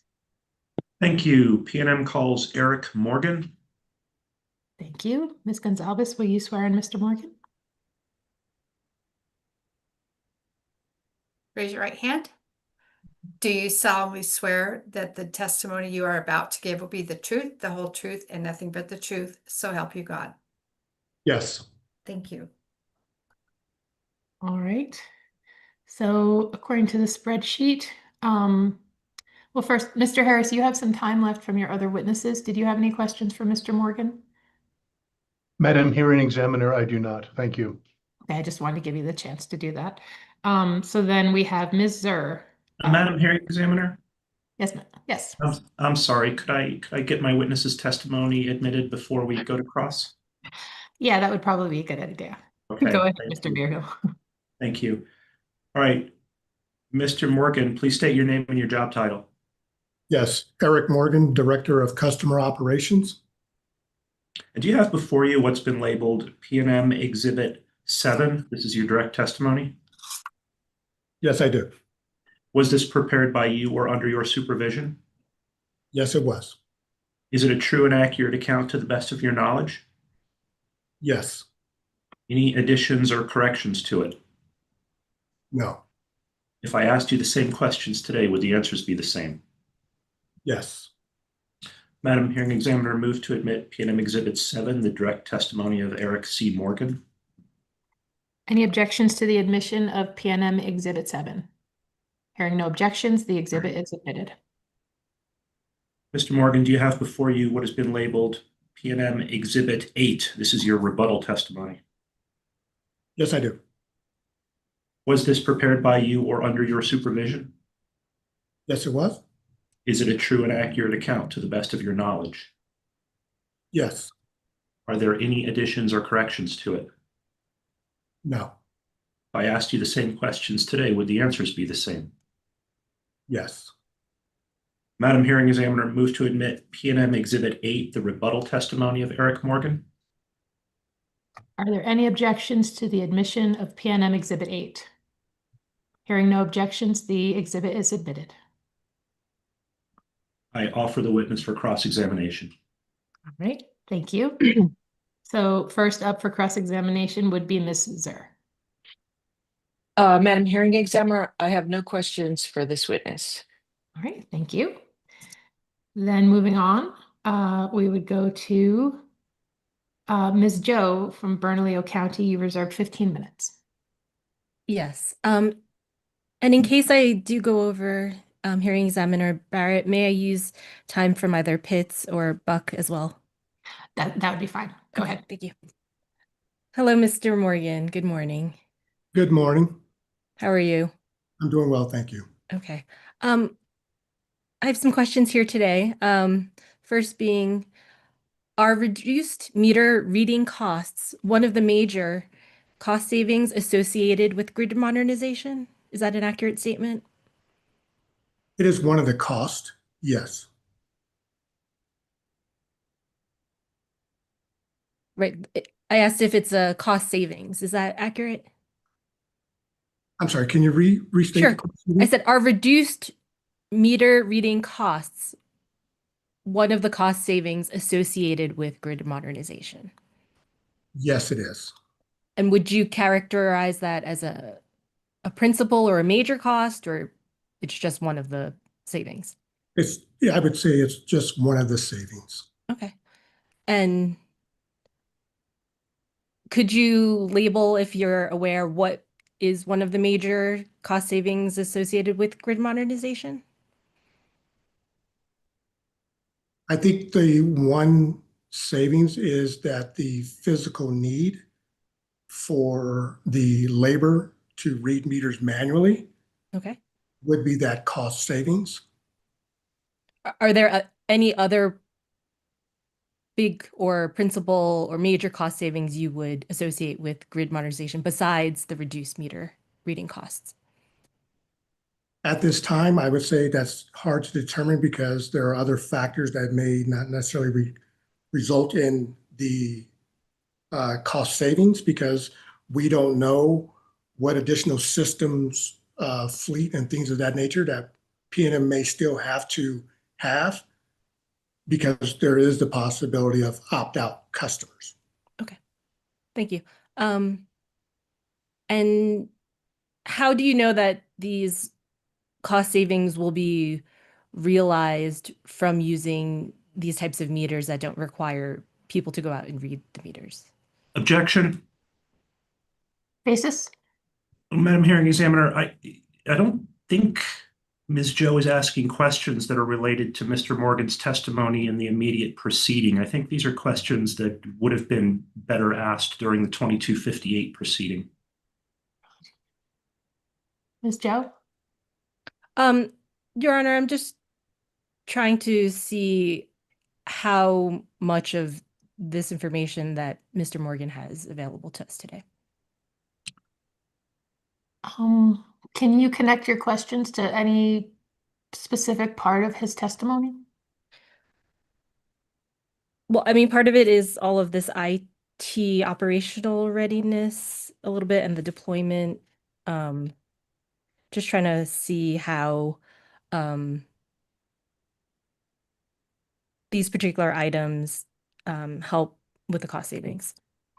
Okay. I'm going to allow you to ask these sort of general questions of Mr. Morgan, and Mr. Morgan can answer to the extent that he is aware. Thank you, Your Honor. Go ahead. So Mr. Morgan, do you remember the question or should I rephrase it? Can you rephrase or restate the question? Sure. So in particular, how has PNM or you yourself, how have you determined that these cost savings will be realized because the people do not have to go out to read the meters? Objection. Your Honor, this is unrelated to Mr. Morgan's testimony.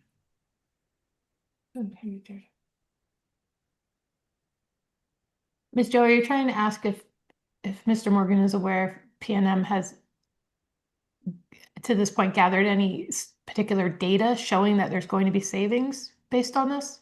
Yes, that's correct, Your Honor. I'll allow Mr. Morgan to answer that question and then maybe we can move on. Okay, understood. Mr. Morgan, did you want to restate the question? I'm sorry, can the question again, specific again? Yes. The question is, how has PNM determined that not having people to go out and read the meters will result in cost savings? Specifically to the meter readers themselves, that's the labor workforce, and that's something I can speak to that I am aware of would result in, because we don't have that field personnel performing that line of work because of the technology that's being placed in the field. And related to that, are you aware if utilities across the country have utilized AMI meters for this purpose? For that purpose, I am not aware. For the purpose of not having people to go out read meters? I am not aware. Okay. And just real quick, I want to, just for clarity of the fact finder here. So Mr. Morgan, I think what I would assume your answer to the question would be that in the 2258 case, the BCA, the AMI meters, you guys projected certain cost savings and reduced manual meter readings. And that was a specific number we could identify. X number of trips won't be necessary. My understanding would be at this juncture in the program, we're in too early stages to actually have experienced any of that because we're not doing any of that. Is that right? That is correct. We have not deployed any meters, so we're still manually reading. Thank you. Okay, which goes to my version of Ms. Joe's question, and the answer is probably exactly what you said to Hearing Examiner Ryan, but has PNM collected any data showing that there are any cost savings at this point based on not sending people out to read the meters? We have not. Okay, thank you. Thank you for that clarification. Mm-hmm. And Mr. Morgan, in your experience or in your PNM's developing the use of AMI meters, Do those AMI meters have a different lifespan than traditional meters? I'm not qualified to answer that question if there's a better lifespan of the meter, but yeah, I don't have that knowledge to be able to state it correctly. Right. No, I'm just trying to understand the difference between a AMI meter versus the ones where the meter people have to go and read them, but you're not aware. Is that accurate? That is correct. Okay. And I think you've already stated this, PNM has not deployed any AMI meters at this time. Is that correct? That is correct. Okay. And let's move along to your direct testimony on page 2, Exhibit 7. Let me just get there. States that there's a target of late third quarter or early fourth quarter of 2026 for a test period of AMI development. Is that accurate? We're at which line? I'm sorry. Page It 2. discusses 7 through 10. Okay. It says, assuming the test period is completed successfully, full deployment. I'm sorry, please read it a little slower. Okay. Line 7 through 10, it says, assuming the test period is completed successfully, full deployment of AMI meters will begin in late fourth quarter 2026 to early first quarter 2027, with plans to complete full meter deployment for customers who did not choose to opt out by 2028. That is correct. Okay. That it's December 2028, just for the record. Yes, December 2028. Okay.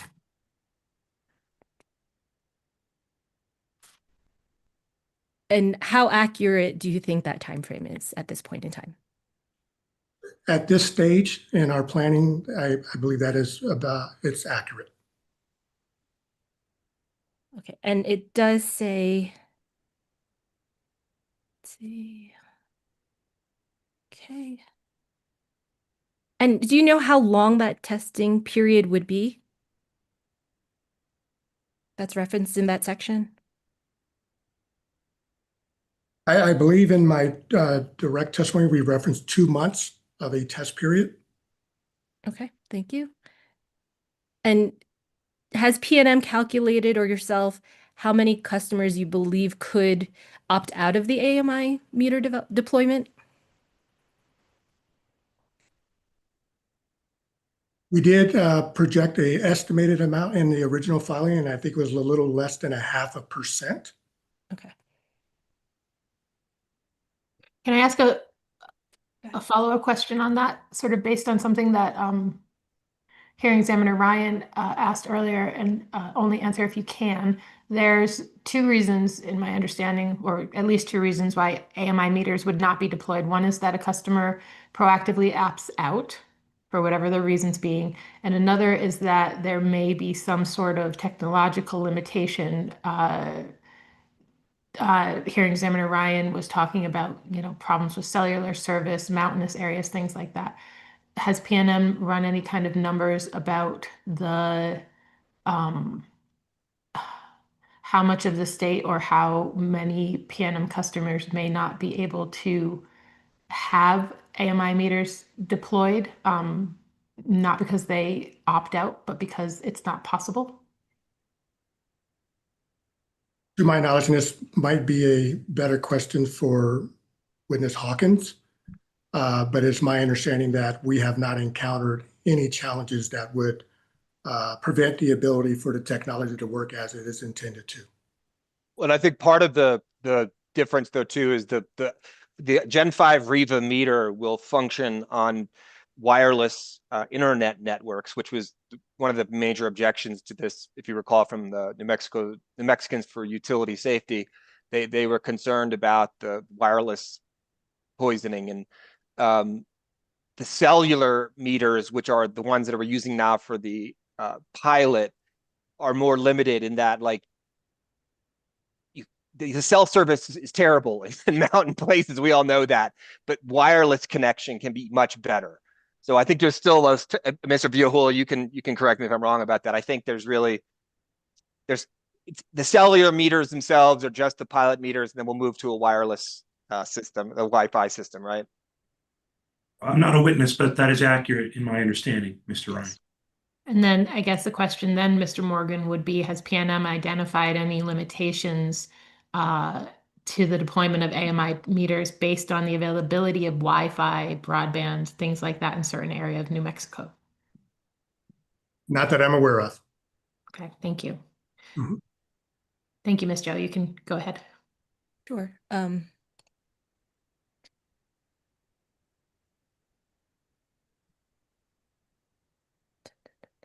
And Mr. Morgan, has PNM evaluated any of the risks associated with this compressed schedule for the AMI meter deployment?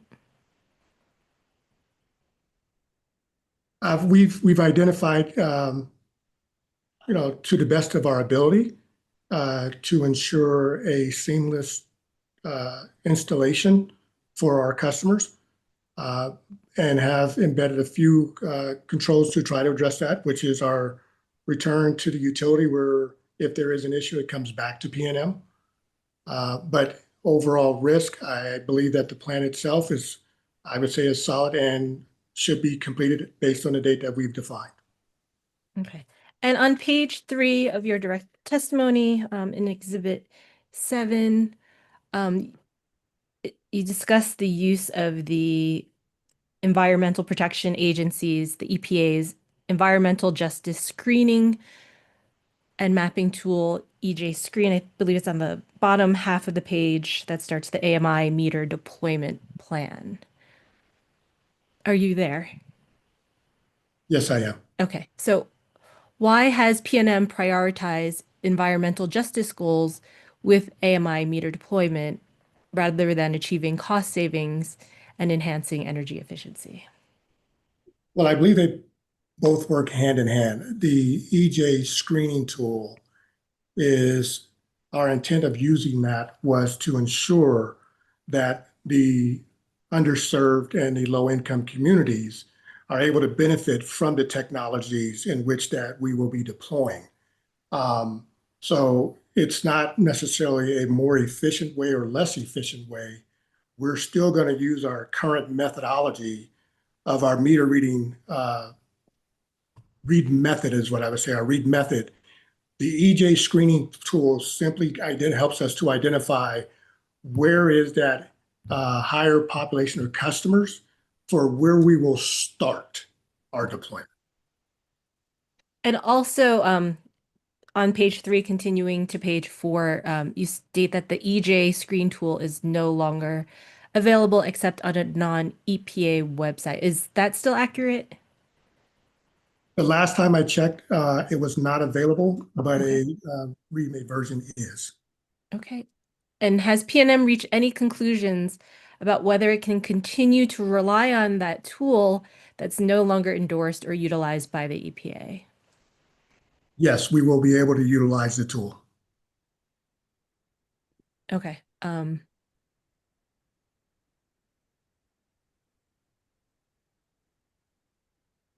Right. So you're still going to use the tool even though it's not hosted by the EPA. Is that accurate? That is correct. Yes. Okay.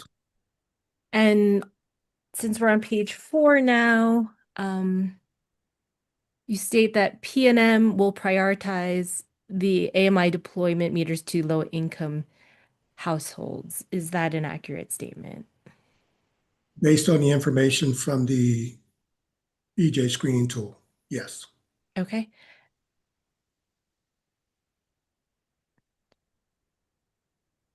And do you have any data to show that this deployment plan will result in cost savings and enhance energy efficiency for these low-income households where the meters will be deployed? I do not. Okay. And again, we have not started deployment. All right. And on the same topic, you've stated that the deployment of these AMI meters to the low-income households, that the plan is for PNM to deploy these AMI meters in the most efficient way possible. What does that mean in particular? I'm trying to walk you through this if I can. Sure. So our meter read territories are broken up by meter read areas. Okay. And within each meter read area, for example, there is Albuquerque, there is Las Vegas, there is Santa Fe. There is a larger population of customer base, of course, in the Albuquerque area. The EJ screening tool provides us an overlay of identifying where the underserved low-income customers are. And it's just a heat map to kind of give us an idea of where we start. But deployment will work in a manner similar to our meter reader methodology, by route, by cycle. So whether we were using the EJ screening tool or not, it would still be the most efficient way to deploy meters, rather than I'm going to put 150 meters in this area and then I move to Las Vegas.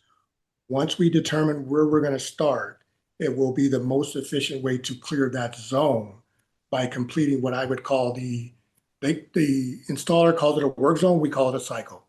And they will work through that entire cycle and clear that zone. And just for the record, I think it's important to note that 62813B3, when considering applications for approval of grid mod projects, the commission should consider whether they are reasonably expected to increase access to and use of clean and renewable energy, with consideration given for increasing access to low-income users and users in underserved communities. So I thought it was unfortunate, Mr. Morgan, to see that the feds have pulled back, but it sounds like from your testimony, you have alternative ways to identify how to prioritize underserved communities with these technologies. I don't know what that noise is. It's the timer. Go ahead and just. Oh, sorry. That was wild. Yeah, The question, that is correct. it's disorienting. You can continue. And I thought there was a parade. You can take whatever time you need to finish. I think there's some aggregate time left over from. Yes, I only have a couple more questions. Thank So, you. Hearing Examiner Ryan, you can finish. Yeah. So, but Mr. Morgan, please, can you just address that? That's one of the questions I have, and we're at a natural place for it. You have meaningful alternatives to identify underserved communities apart from the EJ screening tool, and you're still going to be able to do that. That is correct. Thank you.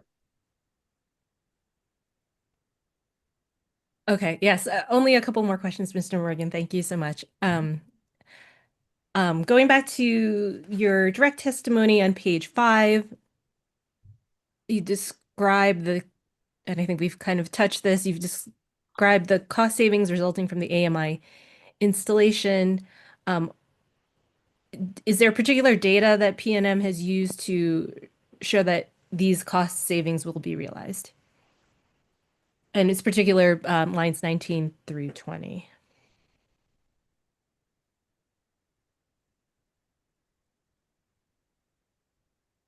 And I'll just read that in. It starts at, I think, line 18, the AMI meter installation forecast in the application in case number 22-00058-UT included both the cost to install the meters based upon peer utilities experience, as well as a separate estimate for warehousing the meters. And it says at that time, a specific meter installation vendor partner had not been selected. So again, the question was, is there specific data that PNM or you have to show that this will realize in cost savings? I would say we have not necessarily, because we haven't started deployment, but in regards to the cost and what was initially filed, we have identified that it was potentially overstated because we had included the warehousing as a separate line item cost, and our vendors have quoted us at warehousing as part of that. So that immediate savings is because the initial estimate included a separate line item for warehousing. And in this statement, it referred to based on peer utilities experience. Could you speak a little bit more about what that means? Yeah, so based on our subsidiary TNMP, who utilized a contractor for their installation, that was kind of our estimate for how we determined what we thought our cost would be for installation of meters. And you utilize the term TNMP. I'm not familiar. Can you explain that? Texas, New Mexico Power. Okay. And that would be the peer utility that you're speaking of, is that? Yes. Okay, just so I understand. And do you know how much cost savings that particular utility realized based on this, based on what you explained?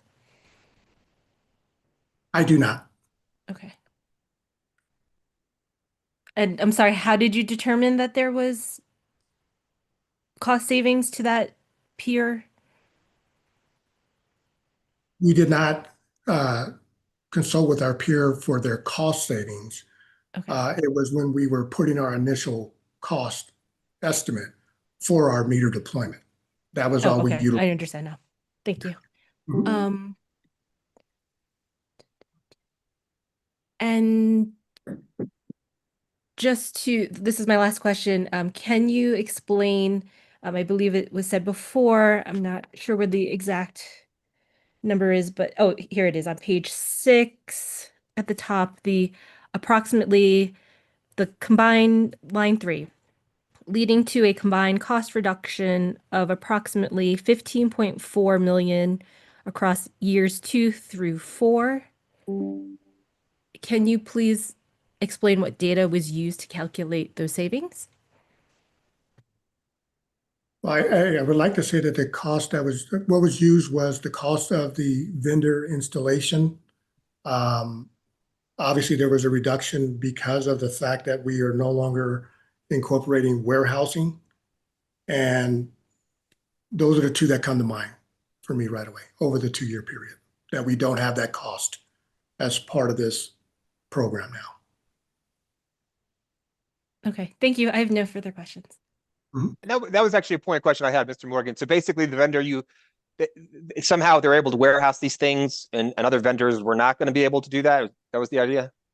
It was uncertain as to whether or not we would have to warehouse. So as the quotes were coming in, we were realizing that warehousing was part of the pricing, where we had it as a separate line item in our initial filing. And so if I understand correctly, then when you're buying these meters, you're buying them in bulk. You probably won't get all at the same time, but you'll have overflow effectively, and then you'll just have to go to the warehouse and collect them all and put them in as you go, right? The intent is that the vendor will actually stand up their own warehouse and meters will be shipped to them directly. Okay. But not all at once. I mean, presuming No. you'll buy meters in tranches or something, right? Correct. Based on the deployment schedule, that's how meters will be delivered. Yes. Okay. Thank you.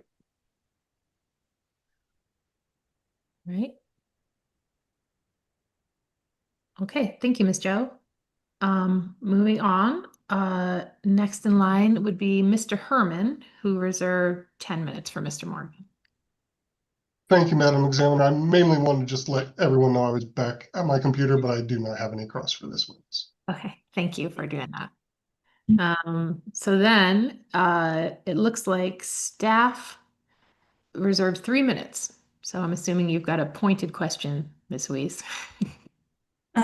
Yes, Madam Hearing Examiner, if I could reallocate some of the time that I had allocated to the first witness, who I believe was Mr. Jones, who had deferred some of these questions to Mr. Morgan, I would appreciate that. Yeah, take whatever time you need. Thank you. Good morning, Mr. Morgan. My name is Raneem. I'm the attorney appearing on behalf of commission staff. Good morning. Okay, I'll just give you a moment to turn to page 2 of your direct testimony. Let me know when you're there. I am there. And at lines 16 to 17, you discussed that the AMI deployment period has been shortened to 24 to 26 months, correct? Yes. And does the AMI deployment schedule currently account for any unexpected field issues? Yes, it does.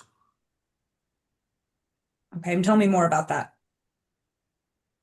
Yeah, so from what I have seen from our vendor is that they anticipate that they could complete potentially within an 18 to 20-month timeframe. So we've added cushion in case there were any challenges or they encounter any issues as part of their deployment schedule.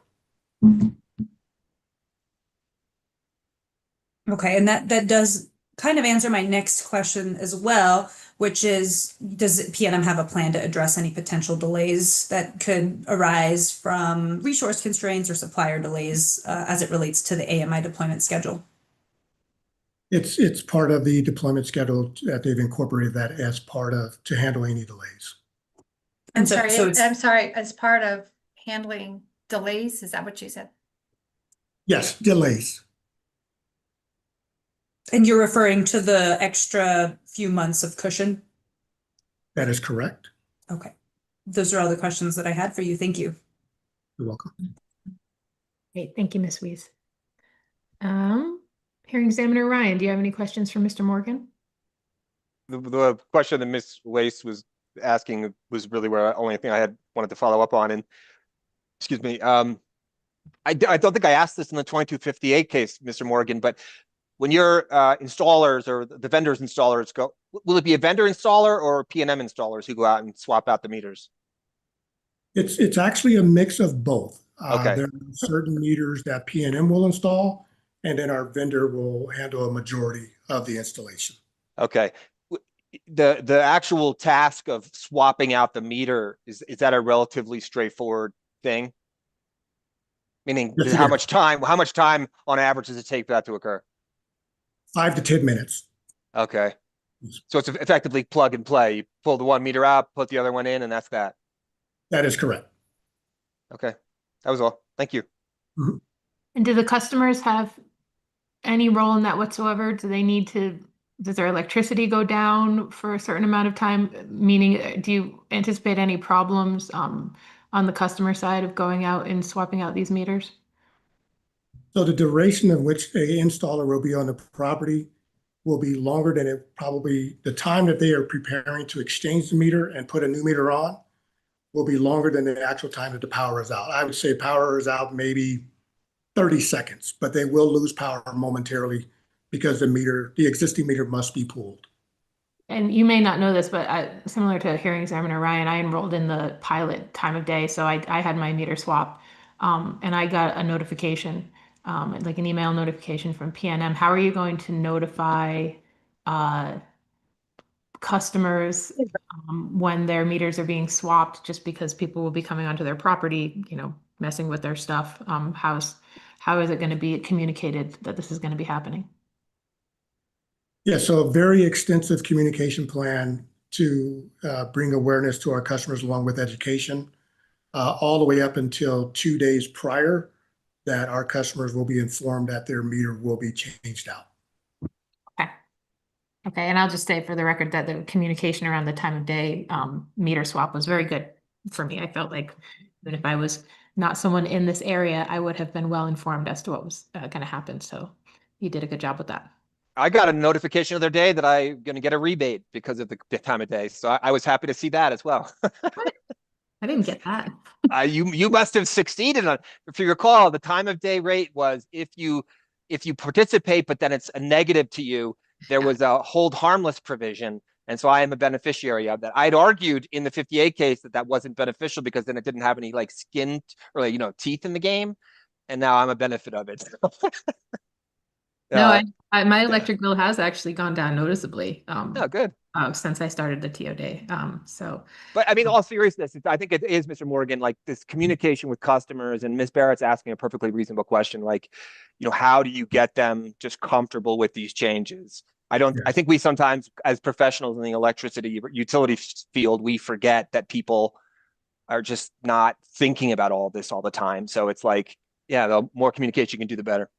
Yeah, I believe the success of this program will be almost to the point that you over communicate what customers should expect, especially with the changing out of the meter. Obviously, no one wants to lose power, but if I know well in advance and up to 2 days before, I can prepare for that momentary outage. Yeah. And again, that will be important because even a 30-second outage for certain, people who have medical equipment, things like that has to reset is going to be important. So I'm sure you've taken all that into account. Mr. Virhill, do you have any redirect for Mr. Morgan? I do not. Thank you. All right. Do any of the parties have any questions based specifically on the conversations that hearing examiner Ryan and I were having with Mr. Morgan? Not seeing anybody? All right, thank you, Mr. Morgan. Your testimony's been really helpful. You may be excused. All right, we have Cindy Buck, who adopted Mr. Hakimian. Is that how you say it? Hakimian, that is how you say it, yes. Yes. Ms. Buck, who's adopting Mr. Hakimian's testimony, is up next. And we're doing the witness change. She should be there momentarily as soon as her camera comes on.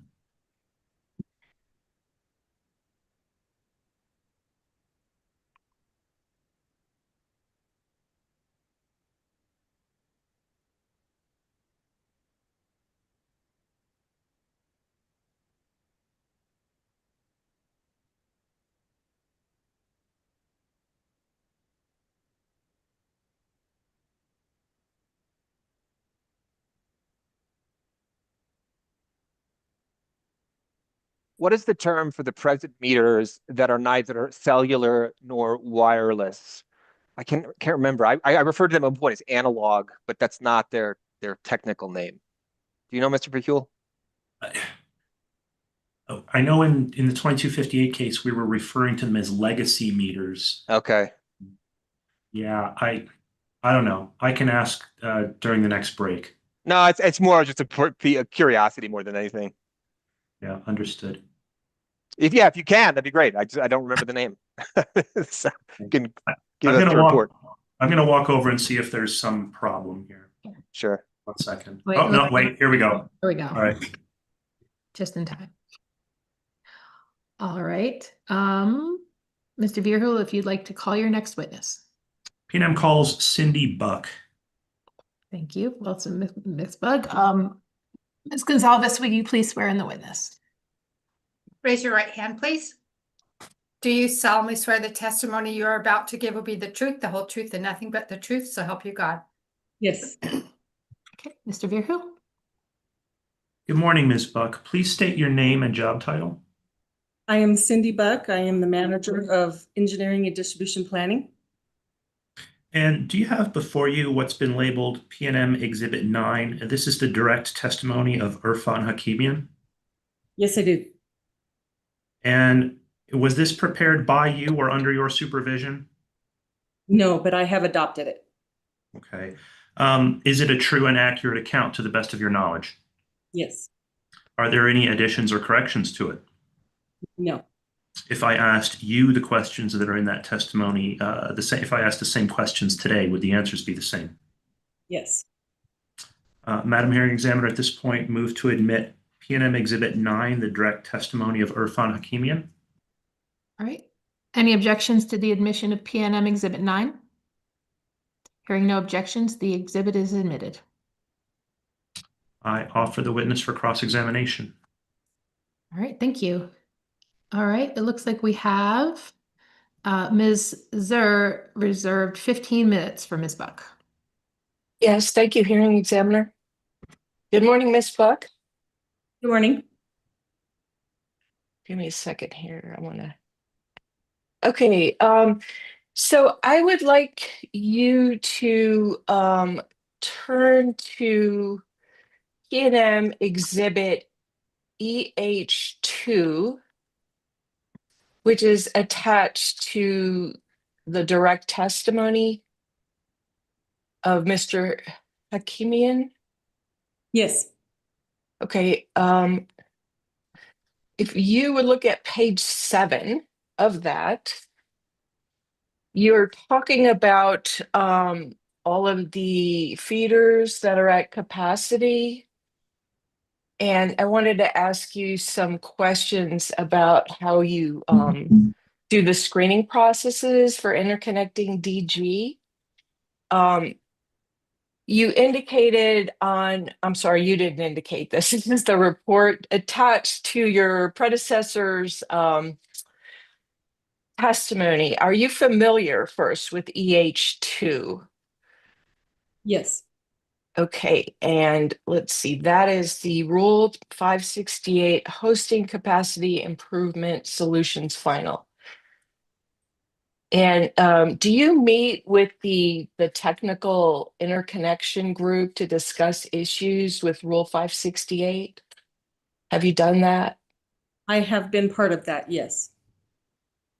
Are you aware of the increase in the number of supplemental reviews that are being triggered by interconnecting DG on what you call saturated feeders? Yes, I'm familiar with the increase.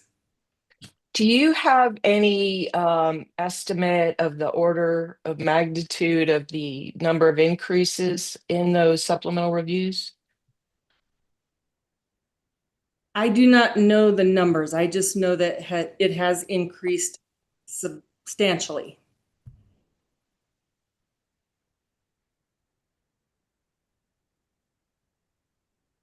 On page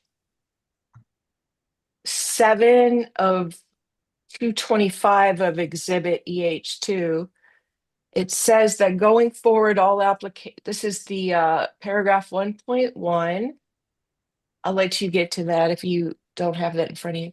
Since these feeders have reverse power flow at minimum load timeframes, they will fail the 100% of minimum load screen and require supplemental review. Under supplemental review, each application will be studied to see if there is remaining hosting capacity to safely interconnect.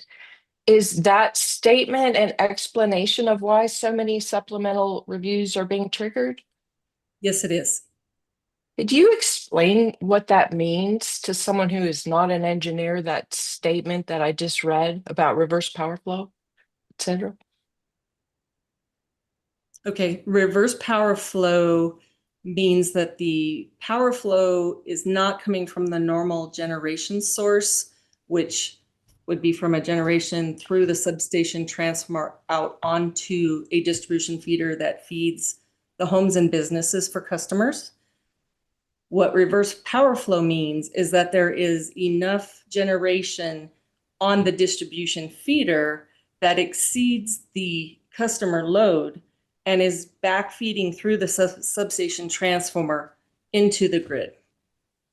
Is that you're suggesting caused by distributed generation on that feeder? Distributed generation is part of it. It's the total generation that makes it reverse power flow. What else is contributing to the reverse power flow in the distribution system besides distributed generation? Anything connected to the distribution feeder, such as a community solar site or another generation solar site. So basically distributed generation resources?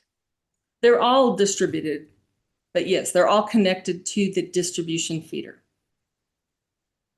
Have you studied the ability of smart inverters to mitigate that problem? Yes, we have to an extent.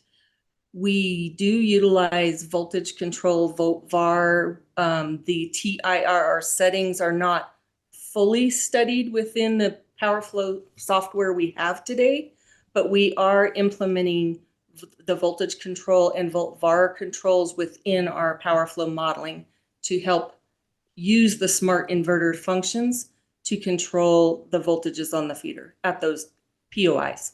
Measure, I'm pausing the time real quickly, but just, are you referring in your questioning to like inverter-based grids? Is that the notion? I'm referring to distributed generations inverters that they utilize. Yeah, my understanding is that you can have an inverter grid that kind of functions independently. Is that correct, Miss? So I forgot your last name. I apologize. For PNM witness. Miss Buck. Buck, thank you. Yes, it is. Okay. Okay, I just lost my train of thought there. Let's go back. Could you, well, all right, here's my question. Sorry about that. So are you aware that in California, they're implementing a Rule 21, or maybe they've implemented that to allow smart inverters that are used with distributed generation to allow feeders to go up to 100% of hosting capacity? Objection. Basis? Madam Hearing Examiner, I think we're pretty far afield of the testimony and just generally the subject of this entire proceeding at this point. May I respond? Go ahead. Yeah, I mean, this covers a lot of material, including how storage is the best solution and how that technology is worth $130 per kilowatt to avoid it. And my question goes to the issue of whether there's a cheaper alternative that PNM hasn't considered. And this should be directly, squarely related to this application and smart grid technology and so forth. And this witness has indicated she's knowledgeable in this area. Madam Hearing Examiner, if I may, we applied for approval of this plan in the 2258 proceeding, and we did a cost-benefit analysis, and the plan was approved.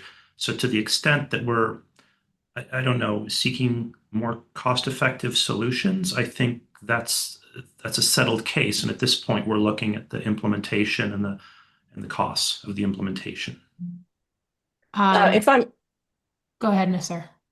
I don't think that I could have asked this question in an earlier proceeding is a legitimate objection. And furthermore, just because you've approved this doesn't mean that we are static in the sense that nothing can ever be considered or adjusted again. I don't really think that's even a legitimate objection under the rules. And I don't think that that's exactly what Mr. Bearhill's objection was. This proceeding is somewhat limited in scope. And as much as I think your line of question is interesting, I think it is outside of the scope of this particular proceeding, Ms. Sir. So I'm going to ask you to move on. I'm going to sustain the objection. You've indicated that, let's see, I'm at page 7 and 8, that since the feeders have reverse power flow, the minimum load time frame, they will fail 100% of minimum load screens and require supplemental review. So is it correct the cost of supplemental reviews are $2,500? Yes, it is. Considering the large number of supplemental reviews being triggered, is the price still reflective of the cost to PNM, or is that something PNM would consider reducing in an attempt to allow more distributed generation to partake of these reviews and be able to interconnect? Objection. Basis? I don't think the cost of supplemental reviews is at issue in this proceeding. Yes, sir. Well, I think cost effectiveness is an issue throughout this and so forth. Also, there's certain assumptions in here about the interconnection of DG. And if you have a high price for supplemental reviews and suddenly we're triggering 10 times as many as before, that's going to lower the number of interconnections. And that implicates the assumptions. I mean, we're doing smart grid technology in part to be able to efficiently interconnect more DG. So I think it's a relevant question. And if not here, I'm not sure what case would be the appropriate one to bring this up. Yeah, I actually think that because this is discussed in the report that's included in the exhibit, that I am going to allow Ms. Sir to ask these questions. Ms. Buck, did you get my question there? Or do you want me to? Yes. Okay. Given the increased number of supplemental reviews, if before there were 100, now there's 1,000, is 2,500 still the cost-based price, or is there some savings from doing so many? And that's my question. It's my understanding that the $2,500 is defined in Rule 568, and so therefore we're following it. If there is savings for the customer after we've performed a study, they are getting refunds. So is there data maybe that can be used for going forward? Potentially. But I know there's a varying cost associated with doing some of them, and it can get up to and over $2,500.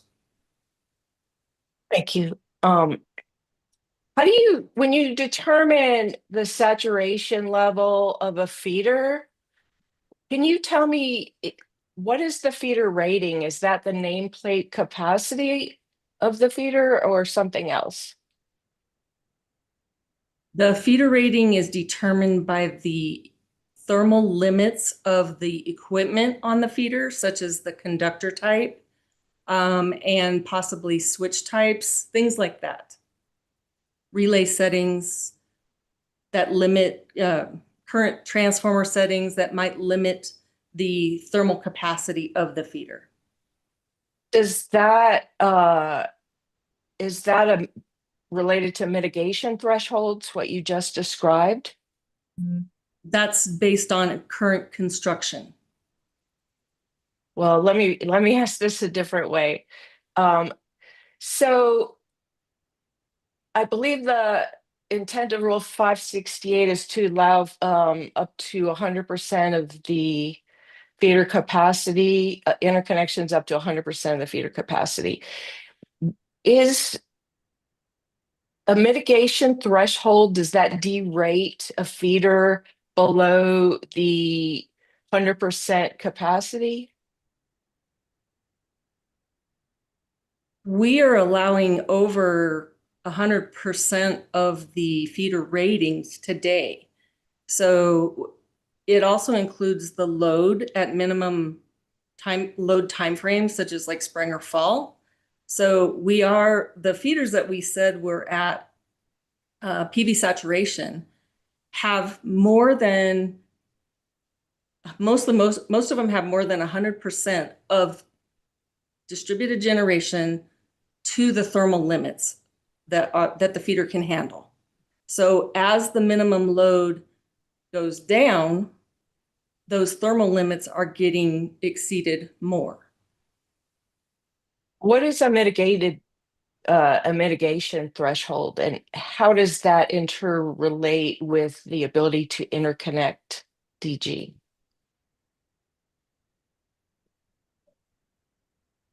I'm not quite sure I understand what you mean by mitigation, because we're doing studies and we are allowing more generation to interconnect to those feeders.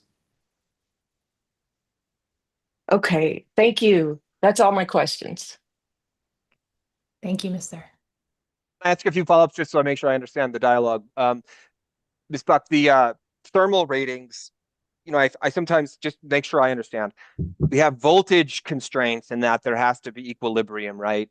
So the solar PV is producing so much voltage. There's this inverter question, and then it has to match the distribution voltage coming in. Is that basically correct? Yeah, we have to maintain the voltage on the feeders for all customers, so everything that you plug in works. Right. We also have to maintain the power flow, which is measured in amperage. Right. That's the thermal limit. And so there is a limit before the equipment might degrade or fault. And that amperage thermal limit, what part of the concern there, it's my understanding with particularly, and I'm curious if it's the same between transmission and distribution. There's sort of line sag and the structural rigidity of the actual cables themselves that comes into play. Is that part of the consideration? Yeah, that's all part of it. Okay, and then one of the way that you deal with that thermal threshold is, advanced conductors, right? So, and I'm not sure if that's something that exists for the distribution system as much for the transmission. Does that exist? Not for distribution, to my knowledge. Okay. And then the other thermal, what other considerations sort of come into play when you're talking about thermal thresholds with the distribution system? In addition to line sag and the structural integrity of the lines themselves. The thermal limits are based on like the temperatures, the ambient temperatures. It would also depend on if it was like underground, how deep it is, and how much, the heat absorption can be, how it's constructed, whether it's just in direct buried into dirt, if it's in a conduit, if it's in concrete, or if it's overhead in open air. All of that stuff contributes to it. Okay, thank you. All right, thank you, Ms. Buck. Next in line, I believe we have Ms. Joe from Bernalillo County. Hello, Ms. Buck. I just have a couple questions. And it does relate to, I believe you've talked about the feeders and the solar interconnections that have been ongoing in Mr. Hakamian's testimony in Exhibit 9. So I was just wondering if you could just touch upon, if you're aware, any overall trends in residential solar rooftop development in the PNM service territory? As far as trends, I mean, people are continuing to put in as much solar as they possibly can. And with the potential federal credits going away at the end of the year, that's also part of the increase that we have seen in the most recent couple of months. And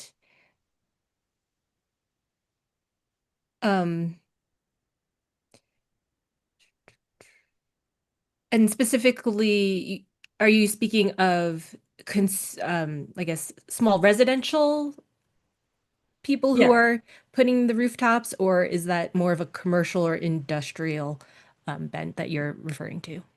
It's mostly been residential. There's been a few commercial projects come through, but it's been mostly residential. And do you anticipate that the end of those federal subsidies would impact like the commercial or more industrial solar rooftop as well? I believe it applies across the board. Okay.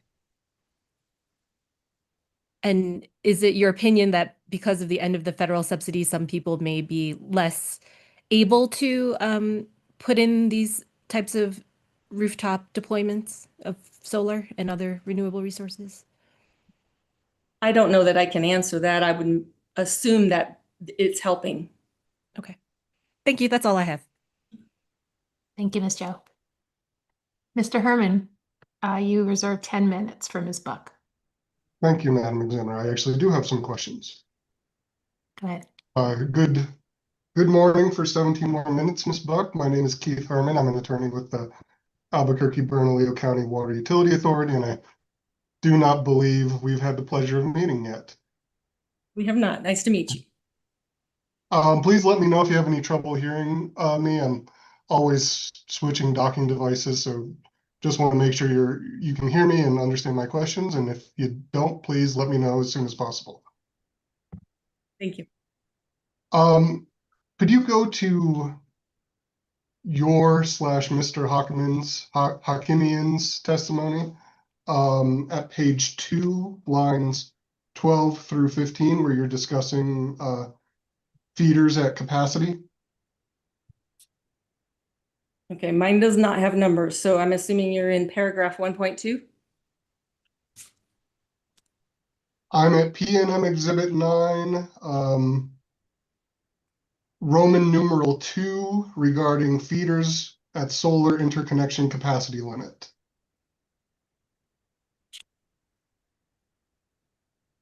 We're not in the exhibit anymore. We're in the testimony.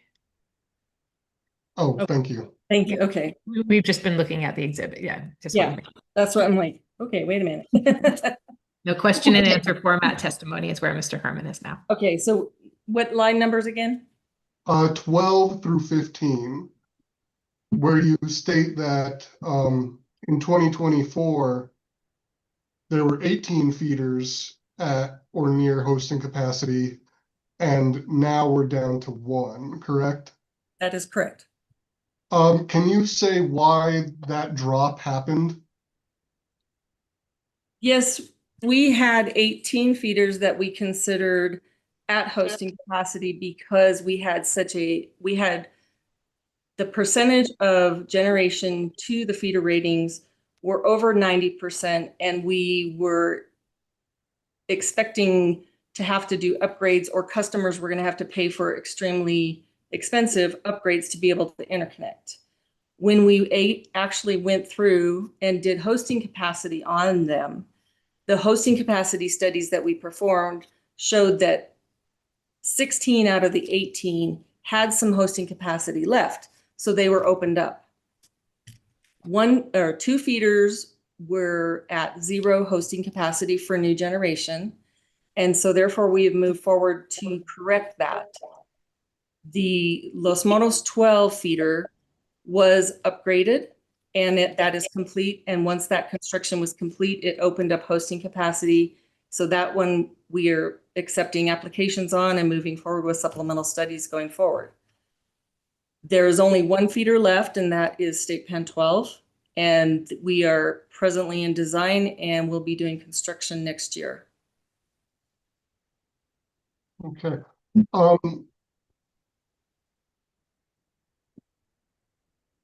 What, because at line 13, you discussed the Rule 568 hosting capacity improvement solutions. That one, was that the hosting capacity analysis that determined there was additional capacity? Yes. At the 16 feeders, excuse me? Yes, that study did. And what previously showed that the 18 were at hosting capacity? We hadn't done actual hosting capacity studies within our PowerFlow software. It had been based on the feeder ratings and the amount of solar that we knew was on it and reverse power flow that we were seeing, and the fact that we had a couple feeders that were having voltage problems. And so we determined that they were maxed out because they were very close. Okay, and then when you discussed the upgrades at line 19 on the Los Moros feeder, what upgrades were those and who paid for them? PNM paid for those. And what we had to do is increase the rating of our overhead conductor. And we did that by doing an evaluation on the overhead spans between poles so that we could reduce sag. And so additional poles were added, which gave us a higher rating. You mean the physical sag of the wires? Yes. That's interesting. Does that actually limit capacity? It can. Or how does that limit capacity? I'm curious. I'm not the expert in that. That's more of our construction department and standards department. Because the electrons have to go uphill? Yeah. It relates to the heat on the conductor and how much you can carry. Because what I learned, Mr. Herman, at the NARU conference was to advance for the transmission system. They're using carbon fiber as the interior structural component of like a transmission line. That makes it much more expensive. But previously it was stainless steel, but the stainless steel will conduct some electricity. It heats up and then it sags too much. So that's the sort of structural aspect of those lines. It's interesting. Thank you, Examiner Ryan. I guess my ultimate question is were those upgrades performed as part of the grid mod or part of PNM's regular distribution standards? That was prior to the grid mod, so we did that as part of our normal upgrading process.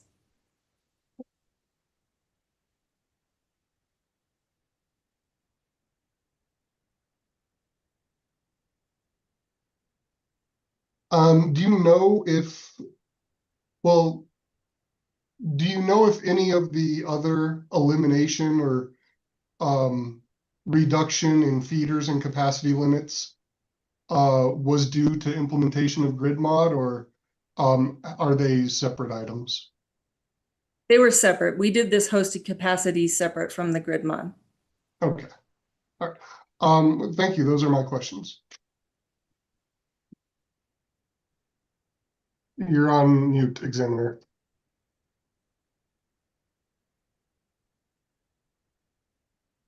Thank you. I didn't realize that I had done that. All right. Thank you, Mr. Herman.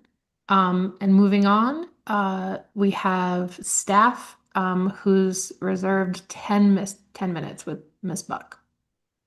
Staff does not have any questions for Ms. Buck. Thank you, Madam Hearing Examiner. Okay, thank you. Mr. Vierhul, do you have any redirect? I have some very brief redirect. Ms. Buck, if you recall, when Counsel for Bernalillo County was talking to you, if you had seen any trends or patterns in the installation of new distributed generation. Do you generally remember that line of questioning? I do. When you said you had,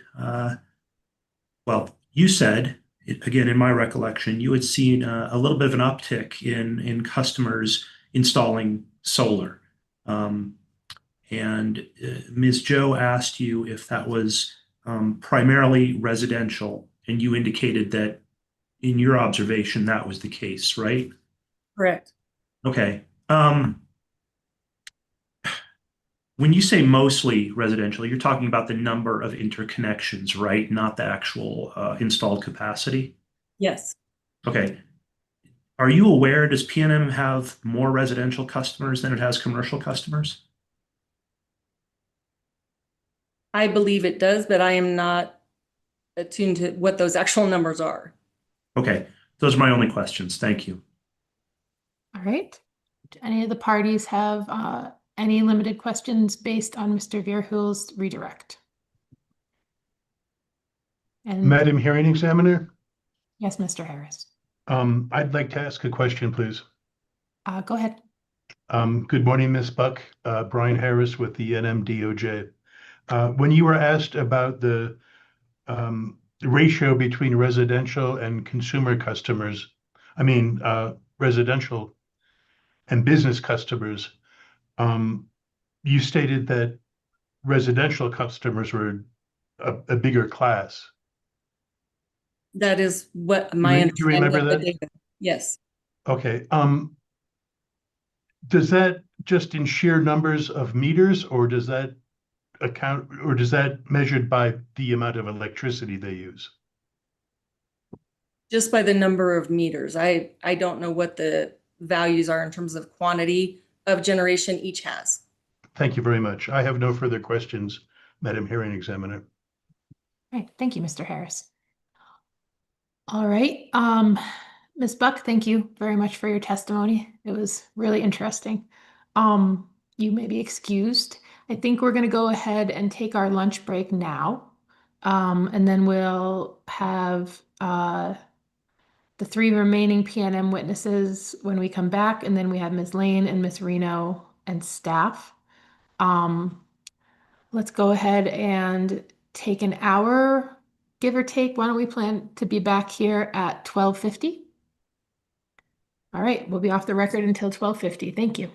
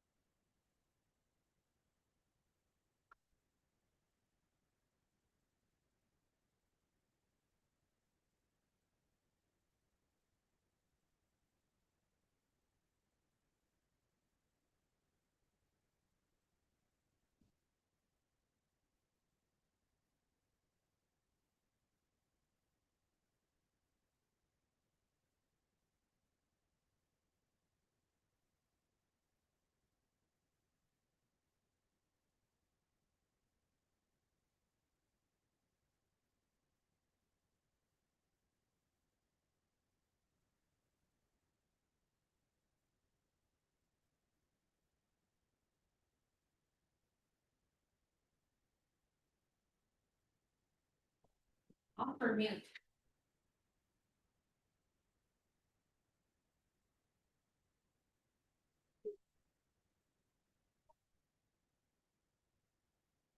Where do you turn this off?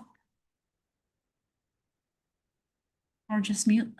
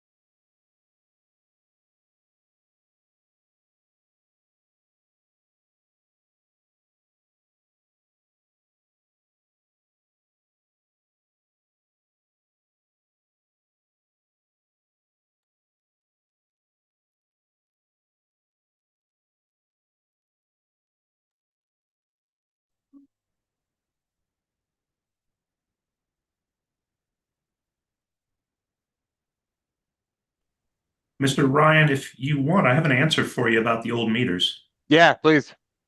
So we called them legacy meters in the last case because it's actually a mix. There's a mix of older meters that are really electromechanical. Electromechanical, right? Yeah, yeah. And then there's other meters that when you look at them, they've got digital displays on them. And so you think they might be a smart meter, but they're not. They're just called a digital meter, but they're I not see. smart. They're not smart or connected in any other way. The display just got updated, I guess, Yeah. on that. Yeah. Yeah. Yeah. I've got one of those. Electromechanical. That was the word I was. Yes. Thank you very much. Appreciate that. Sure.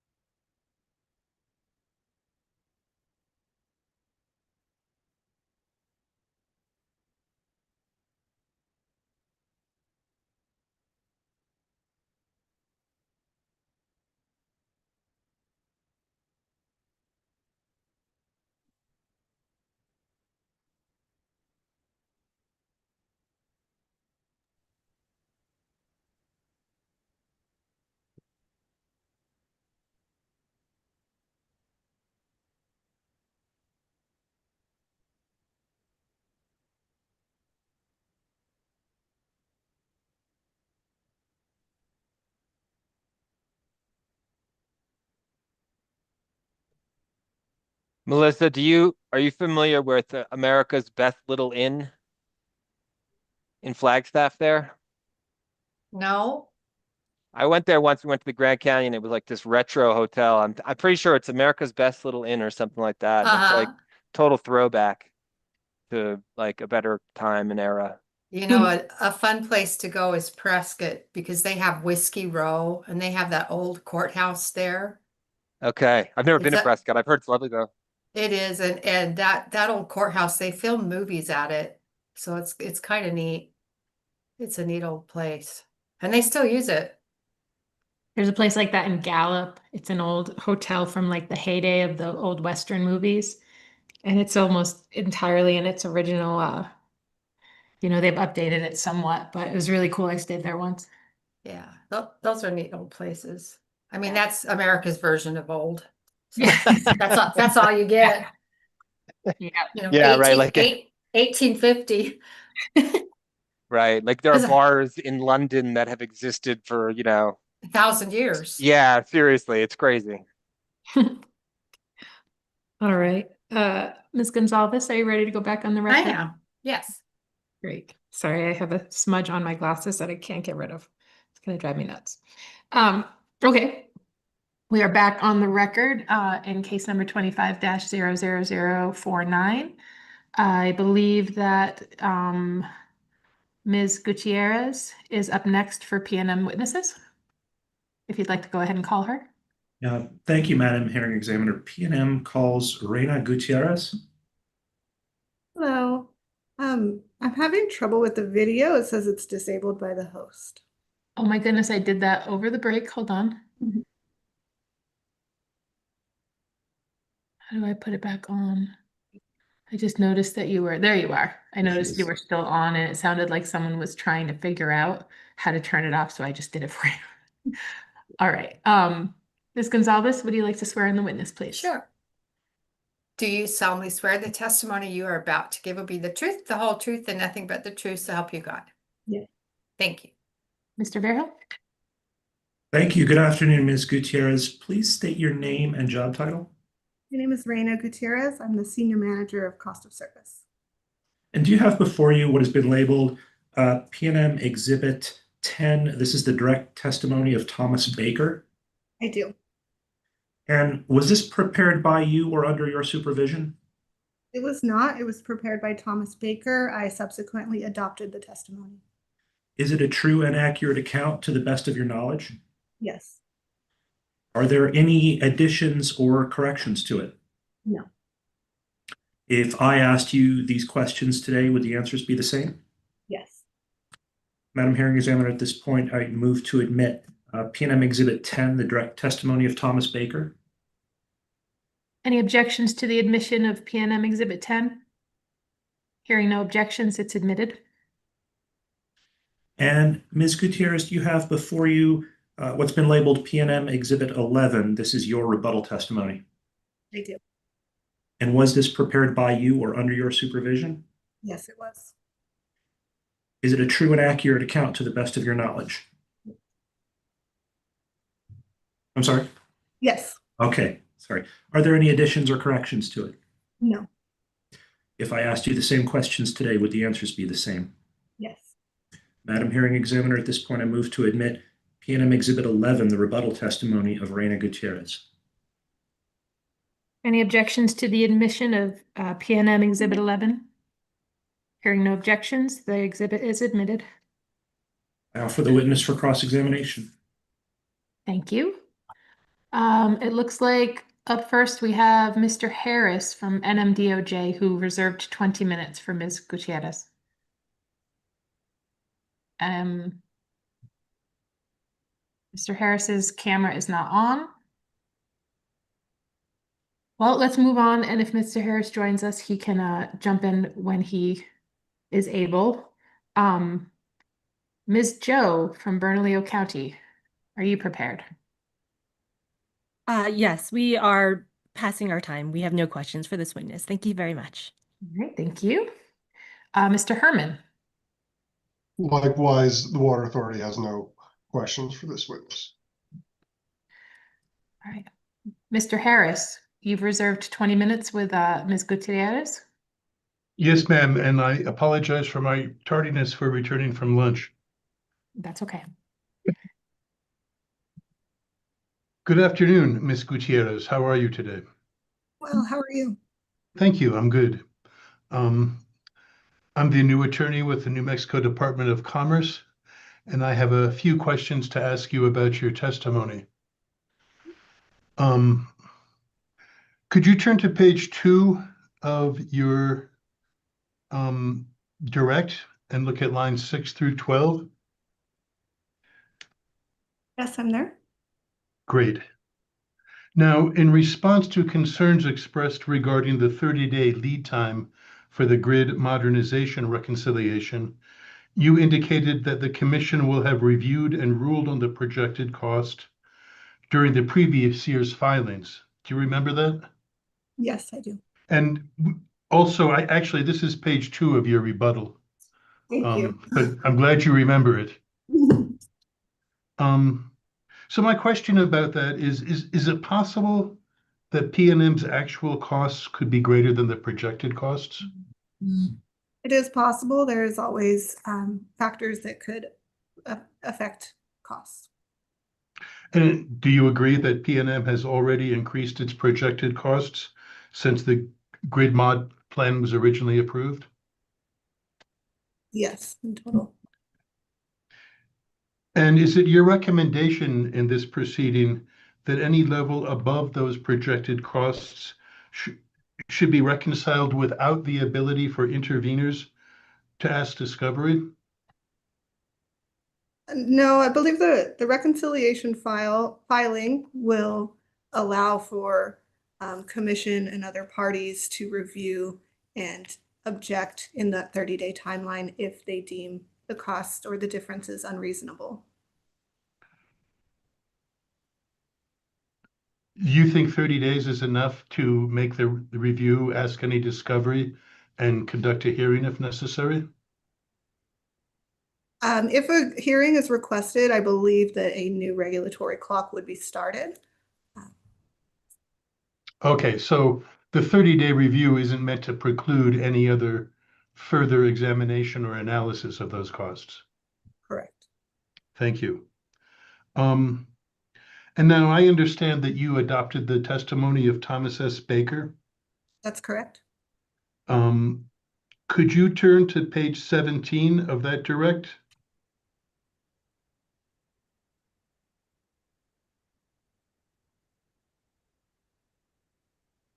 And I'm looking at lines 4 through 8. Yeah. You there? You stated that reconciliation filing is just a review of actual costs compared to the projected costs. Do you remember stating that? Yes, I do.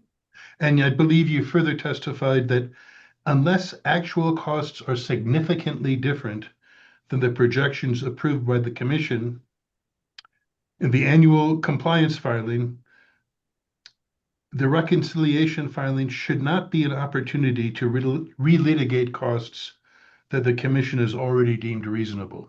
You stated that, did you not? Correct. Now, I'd like to focus on the word significantly. First, I'd like to ask, uh, would your recommendation apply to both higher and lower costs? Yes. So to rephrase that, if the costs were significantly lower, for example, we should have the ability to examine those. I think any costs that are significantly different than what was presented in the compliance filing will be addressed in the reconciliation filing, and PNM will do its best to provide background and reasoning on those differences. And we aim to be completely transparent in any differences.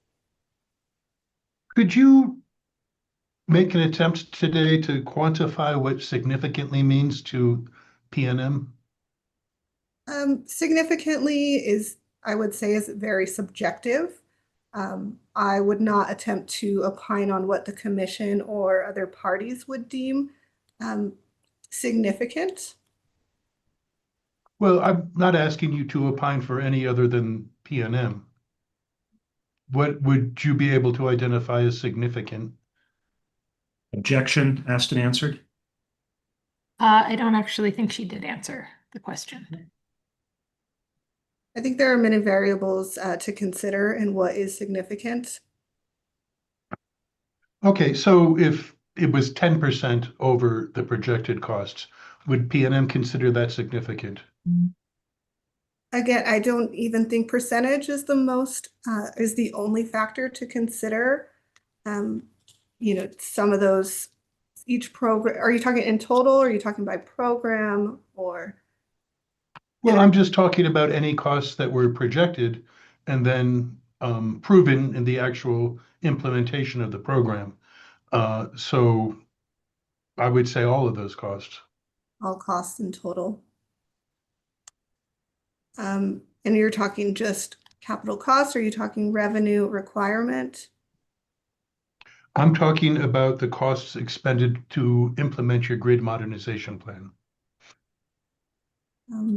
I would say 10% is a reasonable number to dig in further. 9%? Would that be reasonable? Again, it's difficult for PNM to quantify an exact number. I think there are many factors. Okay, thank you. I appreciate that. Do you think that PNM could agree to a percentage threshold variance where its actual costs are a certain percentage above projected costs? If that happens, I think you testified to this already, but would you agree that the 30-day review period should be extended? I do believe PNM is willing to work with commission and other parties.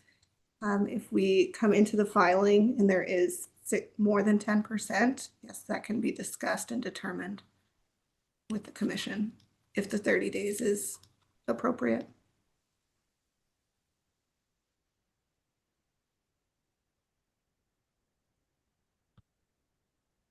Now, on page 3 of your rebuttal, just to generally paraphrase it, you compared PNM's proposed treatment of the grid mod rider reconciliation to the renewable rider energy, right? The renewable energy rider. Do you remember that? Yes. Do you know in the renewable energy rider what a typical variance might be? I know that those costs can be variable and can swing significantly. I don't have a percentage basis in front of me. I don't mean to browbeat or anything, but how do you know it's significant if we don't know the percentage basis? In terms of dollars, I know that we've seen fluctuations of 5 to 10 million in either direction on those riders. Out of the total projections of how much? I do not have those numbers in front of me. Okay. Now let's shift gears and talk about software costs. Everyone's second favorite topic. And this is still on your rebuttal, pages 3 to 4. You respond to questions posed about the capitalization of $13.5 million in software costs. Do you remember that? Yes, I do. Can you explain why PNM didn't include these software costs as capital costs in the original grid mod filing? Yes, as I mentioned in my rebuttal testimony, at the time of the original application, we did not have a contract in place for the software costs. That contract was entered into in January of 2025, at which time PNM Accounting was able to analyze the structure and the cost components and determine what is eligible for capital treatment under GAAP accounting. Thank you. Can you identify any additional costs as O&M in PNM's budget that were originally filed and could have been capitalized? No, there's nothing else that we have identified at this time. Okay. Thank you very much, Madam Hearing Examiner. I have no more questions. Thank you, Mr. Harris. Ms. Joe, you reserved 10 minutes. Yes, Hearing Examiner Barrett, we have no questions for this witness. Thank you. Great, thank you. Mr. Herman, you also reserved 10 minutes. Thank you, Madam Examiner. We have no questions. All right, that brings us to staff. 5 minutes. No questions from staff. Thank you, Madam Hearing Examiner. Okay. I actually do have some questions for you, Ms. Gutierrez, if you'll bear with me. You adopted the testimony of Mr. Baker and you provided rebuttal. The rebuttal testimony is under your name. Is that correct? That's correct. Okay. And in addition to rebutting testimony from NMDOJ's witness, you specifically provided rebuttal to staff witness, Mr. Malden, starting on page 3. Are you familiar with Mr. Malden's testimony? Yes, I am. Okay, I'm going to refer you to his testimony. I know it has not been entered in as an exhibit yet, but well, I don't actually need you to have it in front of you. And if your lawyer needs to pull it up, we can certainly pause and allow him to do that. But do you remember in Mr. Malden's testimony, he dedicated a significant amount of time to listing out the information that should and could be provided by PNM to show that the generally accepted accounting principles had been met that enabled PNM to move these costs, the software costs from O&M into capital costs? Yes. Would you agree with me that, well, first question, did you provide any of the specific information or specific documentation that Mr. Malden requested to staff through discovery or elsewise? The contract, I can't remember if it was provided in discovery.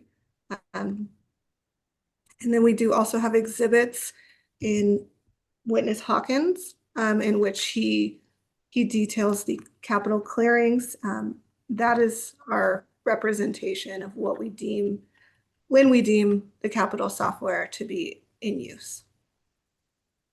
If you wouldn't mind, pulling up, Exhibit JCH-2 to Mr. Hawkins' testimony, which I believe is what you refer to in your rebuttal.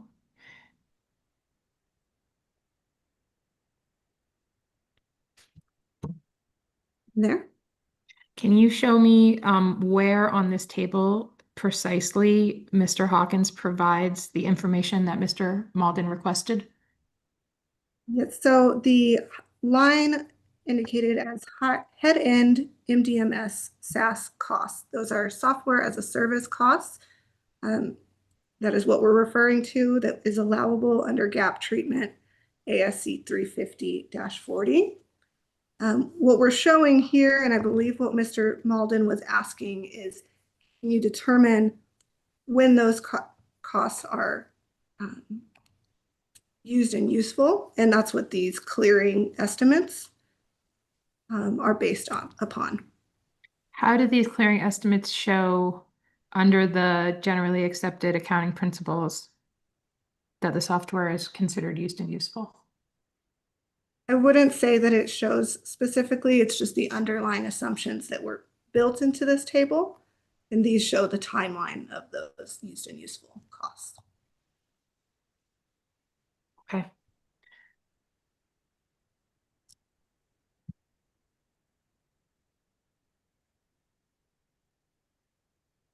Bear with me for just a moment.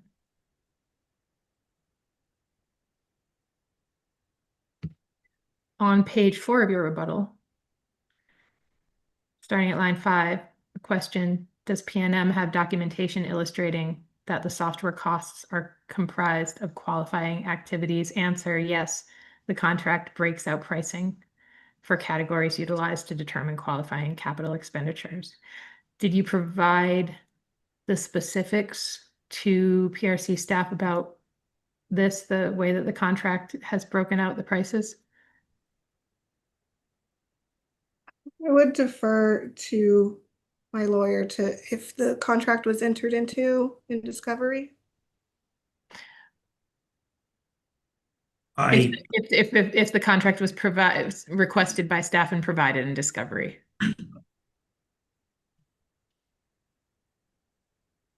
Is that something you're aware of? Are you asking me, Madam Hearing Examiner? Yes, sir. I'm not aware of it at this time. Okay. I'm going to have to review our discovery responses. Okay, that's fair.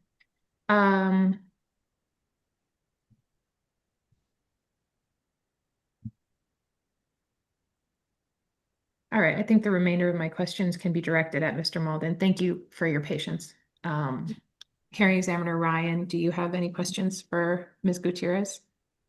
Yeah, Ms. Gutierrez, one question I had that was referred to you was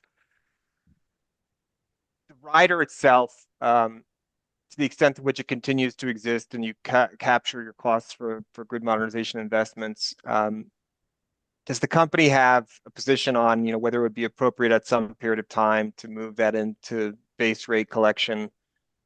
The concept that, these are really costs that are necessary for your day-to-day business rather than, sort of treatment through a rider. Any position on that subject? The PNM is not opposed to moving into the general base rates at the time of our next general rate case. Okay. And then the other question I asked, which I'm not entirely clear on, it might be a better question for Dr. Pitts, and you can say so if that's the case. But when it comes to the operation and maintenance expenses, obviously there was some money that shifted around. It was going to be O&M, but now it's cleared capital. With the O&M does not pass through the rider? Is that correct, or am I wrong? That's not correct. The O&M does pass through the rider. It does. Okay. So what's the functional difference of the fact that the numbers change, really?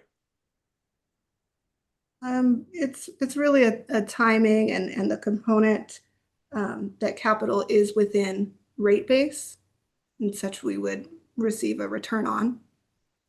Okay, so the rider itself, as you're moving forward, okay, so that you get a return on anything collected under the rider as well, and that's calculated in computing the grid mod rider and the revenues collected under it. Correct. Okay. So just to be completely clear, the amount that was shifted from O&M to capital costs for the software, if it remained in O&M, it would still be collected through the rider, but without the added return. So it would still be collected from ratepayers, but without a return. The only difference in moving it into capital is that it's being collected with the addition of the return at PNM's WAC. That's correct. Okay, thank you. That's helpful. Mr. Ryan, do you have any more questions? No, that's it. All right, thank you. Mr. Vierhoel, do you have any redirect for Ms. Gutierrez? I do, and I can actually answer your previous question first if you'd like. That would be great, thank you. The staff did not actually issue any discovery to PNM in this proceeding. Thank you very much for letting me know. Sure. And for redirect, yeah, I just have one short line of questioning. Ms. Gutierrez, do you remember when the attorney from the NMDOJ was discussing what PNM may consider significant as it regards, changes to the actual costs as compared to the previously approved costs? Yes, I do. Okay.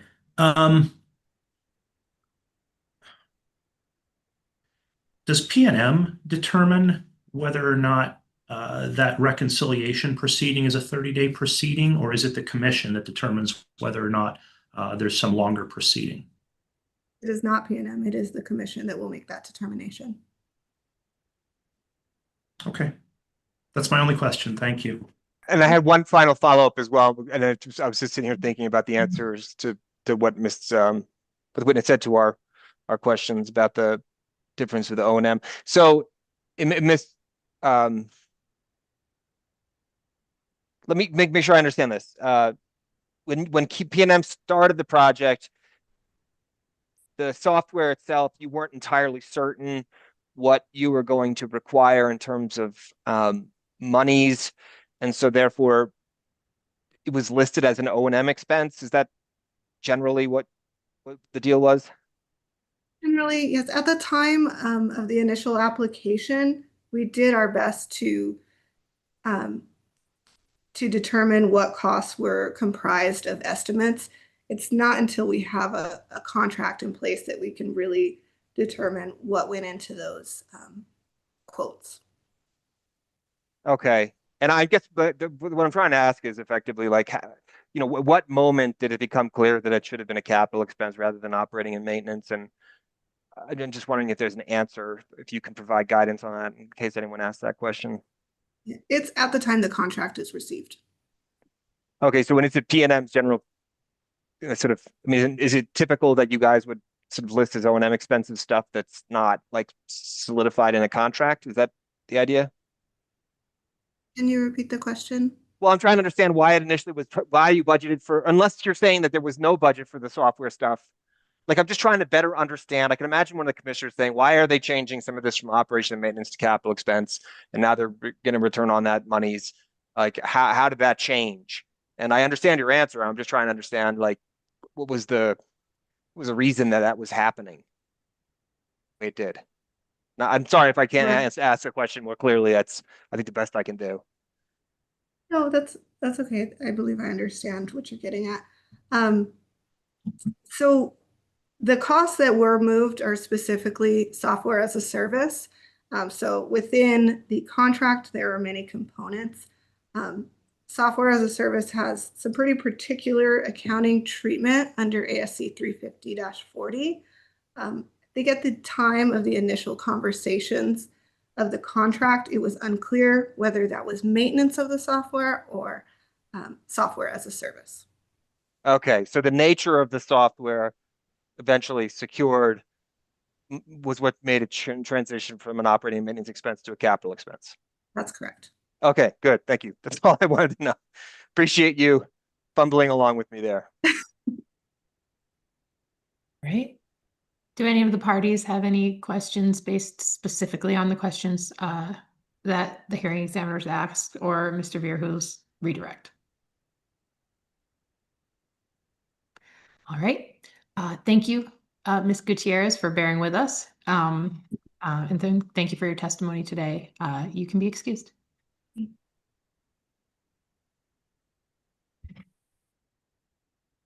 All right. Next, we have Ms. Pitts. We will have her there momentarily. Sure.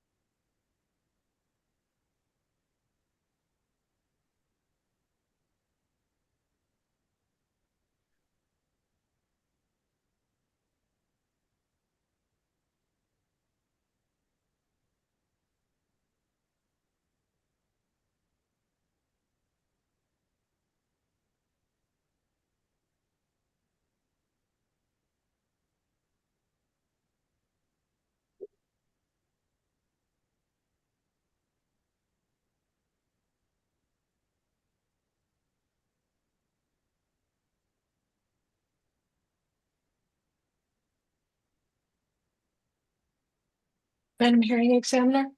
Yes, ma'am. Yes, while we're waiting, I have questions for Ms. Pitts and Mr. Bebe, but after that, may I be excused from the hearing? Yes, absolutely. All right, thank you. All right. Good afternoon, Dr. Pitts. Ms. Gonzalez, will you swear in the witness, please? Raise your right hand. Do you solemnly swear the testimony you are about to give will be the truth, the whole truth, and nothing but the truth, so help you God? Yes. Thank you. Mr. Beerholt? Good afternoon, Dr. Pitts. Would you please state your name and your job title?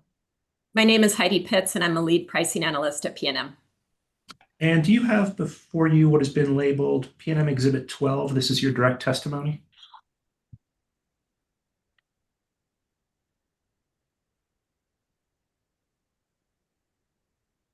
Yes, I do. Was this prepared by you or under your supervision? Yes, it was. Is it a true and accurate account to the best of your knowledge? Yes. Are there any additions or corrections to it? No. I asked you the same questions today. Would the answers be the same? Yes. Madam Hearing Examiner, I move to admit PNM Exhibit 12, the direct testimony of Heidi Pitts. Are there any objections to the admission of PNM Exhibit 12? Hearing no objections, the exhibit is admitted. And Dr. Pitts, do you have before you what has been labeled PNM Exhibit 13? This is your rebuttal testimony. Yes, I do. Was this prepared by you or under your supervision? Yes. Is it a true and accurate account to the best of your knowledge? Yes. Are there any additions or corrections to it? No. If I asked you the same questions today, would the answers be the same? Yes. Madam Hearing Examiner, move to admit PNM Exhibit 13, the rebuttal testimony of Heidi Pitts. Are there any objections to the admission of PNM Exhibit number 13? Hearing no objections, the exhibit is admitted. I offer the witness for cross-examination. Thank you. And Ms. Zur, go ahead.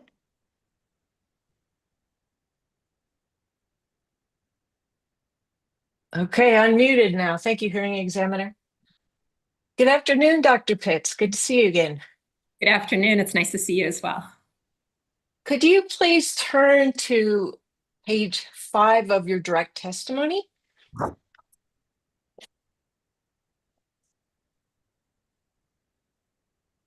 Yes, I'm there. Okay, I want to ask you about commercial customers time of day pilot. And I hate reading things into the record, but I'm going to go ahead and do this because the question's just about this short paragraph.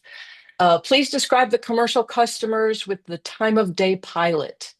The majority of the commercial customers currently taking service on the TOD pilot are schools and small businesses such as a cafe with only breakfast lunch service.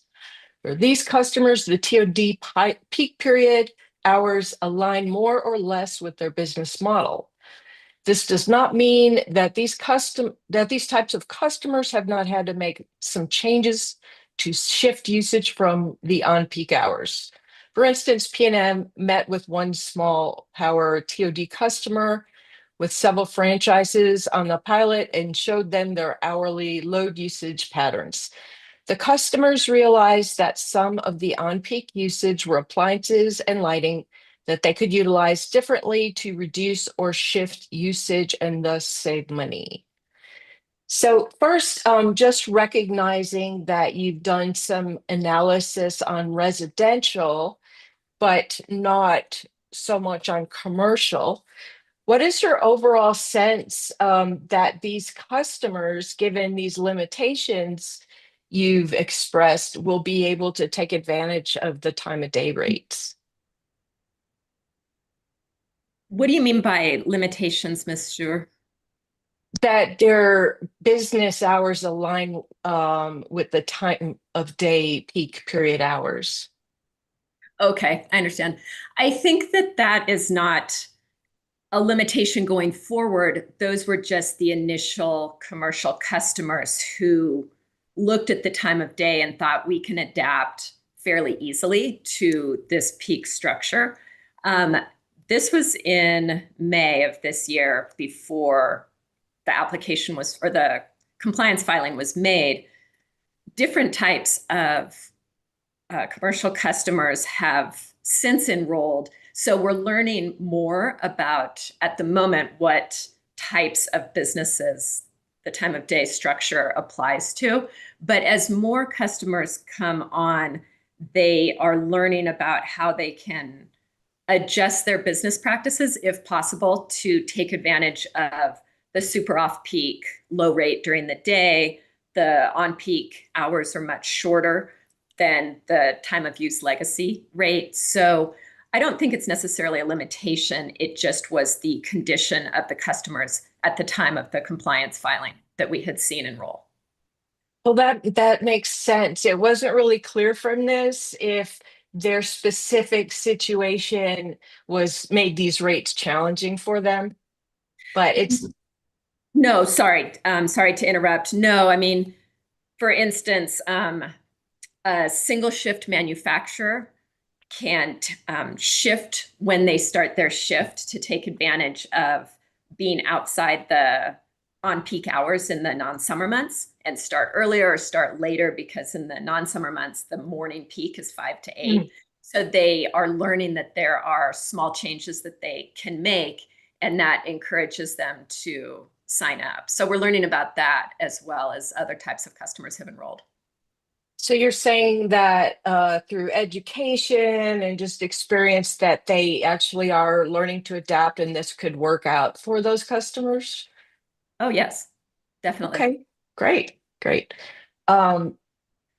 Did any of the commercial customers, let's see, were they challenged by the two different time of use periods during the non-summer months? You just mentioned that well, let me just start by asking you, what are the non-summer month peak hours, if you recall? Sure. From September to May, those are our non-summer months, and the on-peak hours are 5 to 8 in the morning and 5 to 8 at night. Okay, so Monday through Friday, weekdays. Did any of the customers indicate this rate would be workable for them if it only had 5 to 8 in the morning or only 5 to 8 in the evening? We haven't received that feedback yet, no. Okay, so then you don't foresee making any changes to these hours at this point based on feedback. This seems to be optimally designed, in your opinion? Well, I don't know at this point, only because there are currently about 135 commercial customers on the rate in rate schedules, the small power, several general power rate schedules, 4B, which is large service, and some 11B customers. So that is 135 customers isn't necessarily going to indicate how we would redesign the commercial on-peak structure for all commercial classes. But I think that most of the commercial accounts on the TOD have account managers. And so they're providing feedback to us that their customers are telling them. And so again, nobody has indicated that the 5 to 8 in the morning is undoable or is causing them to want to get off the commercial time of day rate. Did I hear you say the enrollment was about 126? About Commercial 135 at the moment. 135 commercial customers. Is that within your expectations? Because that sounds low to me. We didn't have expectations about exact numbers that would sign up, which was why we didn't set metrics of success, that success would mean 2,000 commercial customers signed up or anything like that. What we're learning is which kind of industries at the moment are best suited to immediately take advantage. And so it provides us with an opportunity to also create education or do outreach differently. So that's one area that the time of day manager is going to focus on in the upcoming year, is looking at other business types to do outreach with, to learn what their maybe hesitation might be or their challenges, and try to encourage more commercial customers to sign up. So I don't think it's necessarily disappointing. 135 is pretty good for the first 18 months, but there's always room to improve. And so we'll do that. Do you think that sample size is sufficient for you to glean the information that you need to then be able to extend this to all commercial customers, as you've indicated in your testimony, which would be the next step?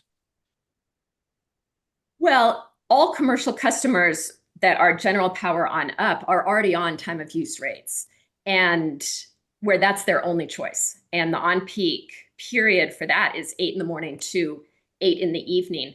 And I firmly believe that the time of day rate structure and on-peak structure is an improvement over the 8 to 8 on-peak structure under time of use legacy. So yes, I think we can learn what we need from even a small sample size and move forward, but we will continue to recruit more commercial customers into the time of day pilots.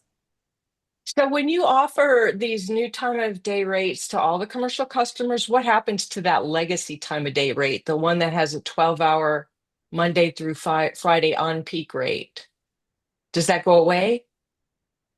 At some point it probably will, but maybe not right away, because it is their only other option.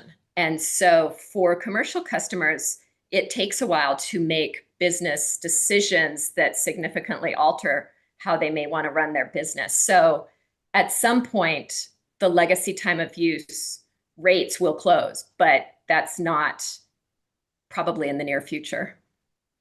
So let me test your memory here. Do you remember you have on your resume, your CV, that you participated in case 15261? Do you recall that being the case in which those legacy time of rates were challenged, and there was a ruling on those legacy 12-hour on-peak rates? Just generally. Yeah, I mean, what I remember from that case, I mean, I was at staff at the time and I was the ROE witness, but I did not focus on the time of use proposals by PNM, but in the course of sponsoring the time of day pilot and looking back at the history of how we got to where we were for the time of day pilot, the 15261 case was where I believe PNM proposed to shift the 8 to 8 on peak period to 10 a.m. to 10 p.m. So they were starting to make movement to make adjustments to the legacy time of use rate at the time. And do you recall, and if you don't, that's fine too. I had to look it up. So do you recall what the hearing examiner or the commission said about the problem with a 12-hour on peak rate, a 12-hour time of use on peak rate? No, I don't recall what they said, but the mediation and all of that came out of those two, the 2015 and the 2016 rate case, and then resulted in a mediator and all parties getting together to talk about the next steps, which resulted in time of day. So I don't remember what the hearing examiner or the lawyers exactly said in that case. Yeah. We've been working on this for a long time though, right? Yes, we have. Okay, I'm going to move to some other questions. Oh, yeah. Okay. So I asked you earlier if you were getting any response to or just comments from the commercial customers, but what about other customers about having two on-peak times during the non-summer months, the 5 to 8 and 5 to 8? And let me just make the question a little bit longer. Regarding that, is there any benefit in eliminating the morning on-peak rate, since you've indicated in testimony customers weren't shifting usage during that period anyway? Well, that's what the initial draft impact analysis showed, right? But it was a very small customer size because it was done last December, January, and customers had to have been on the rate for a couple of months already. So, and it was our first year. So it will be more instructive after this next round of impact analyses and customer satisfaction surveys when we can see what a greater sample size is saying and the feedback that they're giving. So yes, I do think that looking at those graphs for the non-summer months and seeing that the residential control group and the residential time of day group, especially in the morning on peak hours, are not significantly different. The lines basically overlap. Will teach us something if that continues that path, if there is just never any shifting or reduction of use to respond to those on peak hours, then that tells us something that maybe it's just not possible for those early morning hours. But we just don't know based on that tiny sample size for the initial draft analysis, impact analysis. So if, after you did all this analysis, you found that customers weren't really shifting their load during that time of day, is just redesigning it to remove that. Maybe that makes the rate more inviting to customers to only have to shift their load once a day. Is that something PNM would consider in the future? Yeah, PNM is committed to revising and refining the time of day rate structure and the peak period structure in response to what we're seeing as a result of the pilot. So, I mean, we've always said that the peak structure that was proposed for the pilot that is in place now is not necessarily what would be the peak structure in the next stage when we open it up to all customers or when it becomes the default rate. It will be, time of day will be revised and refined based on what we learn from the time of day pilot. I see. So another part of your testimony, you say PNM doesn't anticipate any new time of use rates until we get this one in place. So I was just trying to understand if by new, that meant entirely new and not necessarily just tweaks to this particular one. So that is something you envision in the short term. If you want to tweak this current rate, you would do that, but an entirely new one is for the future. Is that a correct understanding of your testimony? Well, what I was saying was about time varying rates, not necessarily time of use rates, and thinking, because people have asked, what about critical peak pricing or on peak pricing or other kinds of time varying rate design? And we don't have any plans for those at the moment, but we will definitely revise and refine the time of day structure based on what we learn from the time of day pilot. Okay, so you're talking about entirely new programs versus different hours, different customer groups. So you are going to work on tweaks to this one that could include different hours. And okay, got it. I'll move on then. Thank you.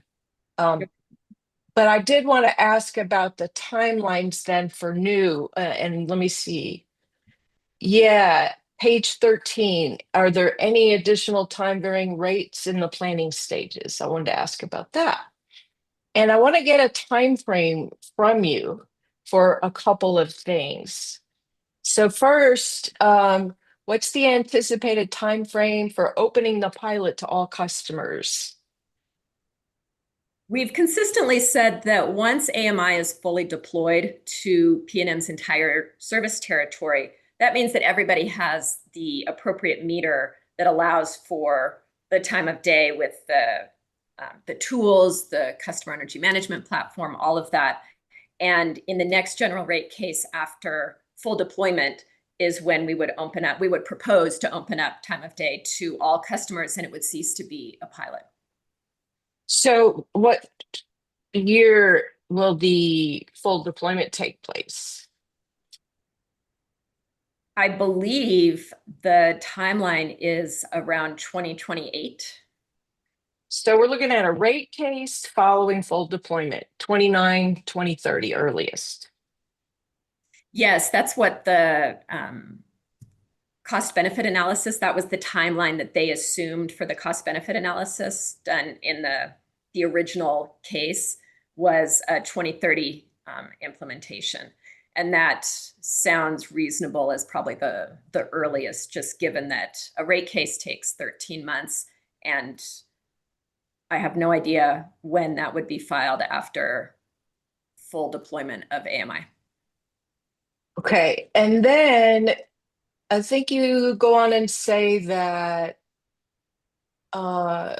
before you have to assess the impacts of the entire customer base to the default time of day before considering another time varying rate. So considering another time varying rate, that would be post 2030, 2029, 30, which is the year that you just said we would have a full rollout of time of use rates, time varying rates, time of day rates. Well, I mean, assuming time varying rates were what I was referring to earlier, like critical peak pricing and those type of rates different from time of day. So, I mean, those are probably much farther in the future, just because if the opening up of time of day to all customers so that all customers can opt in doesn't happen until the 2030 timeframe, like the CBA indicates, then yeah, even considering other time varying rates, it's well beyond that. Okay, so time of day rates are not time varying rates. I want to just clarify the terminology here, because I'm not being consistent, unfortunately. They're one type of time varying rates, but there's others that are, critical peak pricing, or where an app can let you know what the price will be an hour from now, and you can immediately, real-time pricing. That's not on our radar right now. Okay, so in case I would confuse the record, to be clear, time of day rates are the specific programs we have now. Time variant rates are the future rate designs, including more fancier, more high-tech and granular designs, right? Something like that? Yeah, I would agree with that. Okay. And let's see, I think I'm getting close to the end here. You said that a rate case is where rate designs would be proposed. I would also like to know if parties wanted PNM to consider, tweaks to your time of day rates. Would that be in the PRAC meetings? Is that where you're discussing those issues, the pricing advisory committee meetings? Yes, we intend to use the pricing advisory committee, the PRAC, to discuss possible next steps for time of day. And we have presented our, recent statistics, things like that in the PRAC. So the PRAC is the vehicle for continuously discussing what the next steps are with time of day, or that's how we see it. That's sort of why it was set up, to talk about pricing issues, rate design issues, and time of day would fall in that category. Okay, well, thank you so much for answering all my questions. It's been very helpful. You're welcome. Thank you. Thank you, Mr. Let's see. Next up, we have Ms. Joe, who reserved 10 minutes. Yes, Your Honor. We have no questions for this witness. We'll pass. Thank you. All right, thank you. Mr. Herman, you also reserved 10 minutes with Dr. Pitts. Thank you, Madam Examiner. My questions were answered during Ms. Zer's discussion, so I'll just thank Ms. Pitts for appearing and say hello and wish her the best. Thank you very much. Same to you. Great. And then we have a little bit of time that was reserved by staff. Ms. Weiss? No questions from staff. Thank you. All right, thank you. Hearing Examiner Ryan, do you have any questions for Dr. Pitts? Ms. Jura captured most of it. I was more interested in just getting an update about time of use or time of day pilot, and that was accomplished during that exchange. The only question I had, Dr. Pitts, was I assume some of the data you're collecting, well, not some, all of the data you're collecting at this point, unless the commercial industrial customers have some capacity to granularly study use in relation to time of it. We're all sort of in this boat that I'm in, which is we know the time frames, and then we're just trying without verification as to what we've actually done to use power during certain periods of time. In other words, until I have the customer energy management platform, I can't meaningfully reflect on my activity because I might think I've been doing something, but that might not be true. So in some sense, when the CEMP comes out, it would seem to me that the customer then has a much better ability to really reflect upon the nature of their use so as to change it. Is that a fair statement? You mean if they're on the time of day rate or if they're just on regular 1A?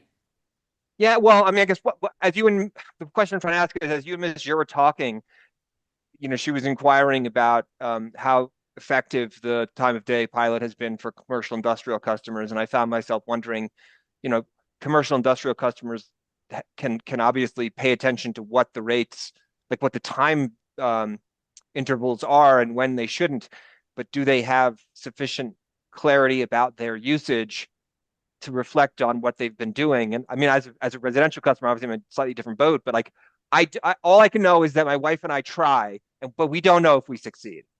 Right? Until the CEMP is there, I have no clue what I'm doing because I don't really have a way to actually understand it. Like I just had to guess that maybe I was vigilant. You're not looking at sense? you're not looking at your home energy report that reports your energy usage every day. There's a portal. I heard both you and Madam Hearing Examiner say that you're on the time of day pilot, right? Yes. And so there are tools that you have access to, and this is part of our learning process as well. If you have access to the tools and you're not using them, then we need to improve our education so that you are looking at them, because these cellular meters call in every day to PNM's system and download their data from the previous day. So you do have access, and clearly we need to teach you more about where to look for it so that you can see. The CEMP will provide even more real-time access to energy usage right now, because the cellular meters call in once a day, like 4 a.m. You only can see what you did the day before, which is better than being on residential 1A, where you only find out what you did at the end of the month or at the end of your billing month when you get the bill with the amount of kilowatt hours you consumed. But the CEMP will provide even more real-time access to your energy usage.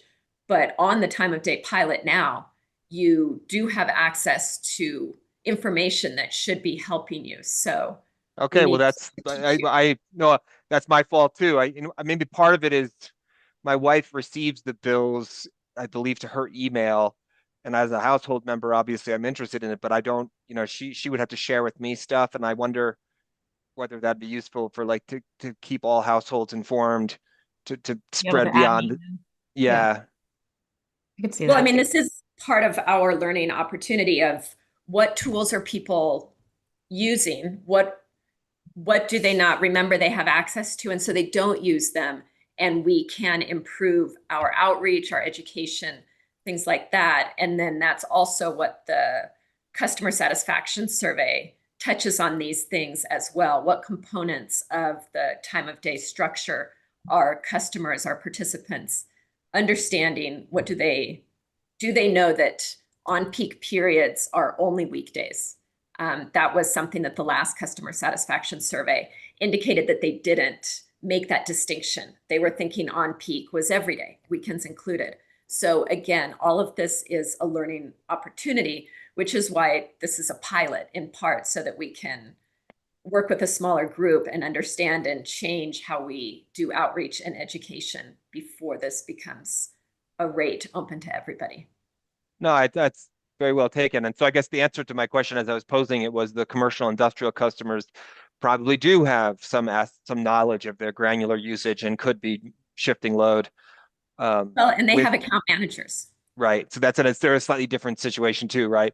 Yes. All right. Well, that's actually very helpful to know. I guess then the follow-up question to that is what I'd like to know is what else can the commission do to assist PNM in the educational journey for customers that we're all in? Because I think we have a consumer relations division, they generally field complaints, but I'm not sure that that's like the full spectrum of what the commission could do in a synergistic fashion to educate customers as to the future of our power system. I don't know the answer to that question. It's more just perhaps food for thought.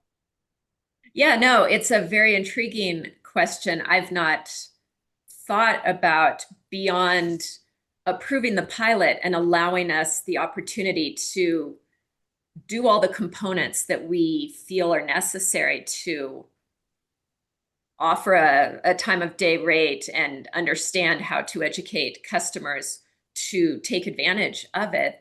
I haven't thought further about how the commission might assist. So that is food for thought. I don't have an answer right now, but we'll think about it.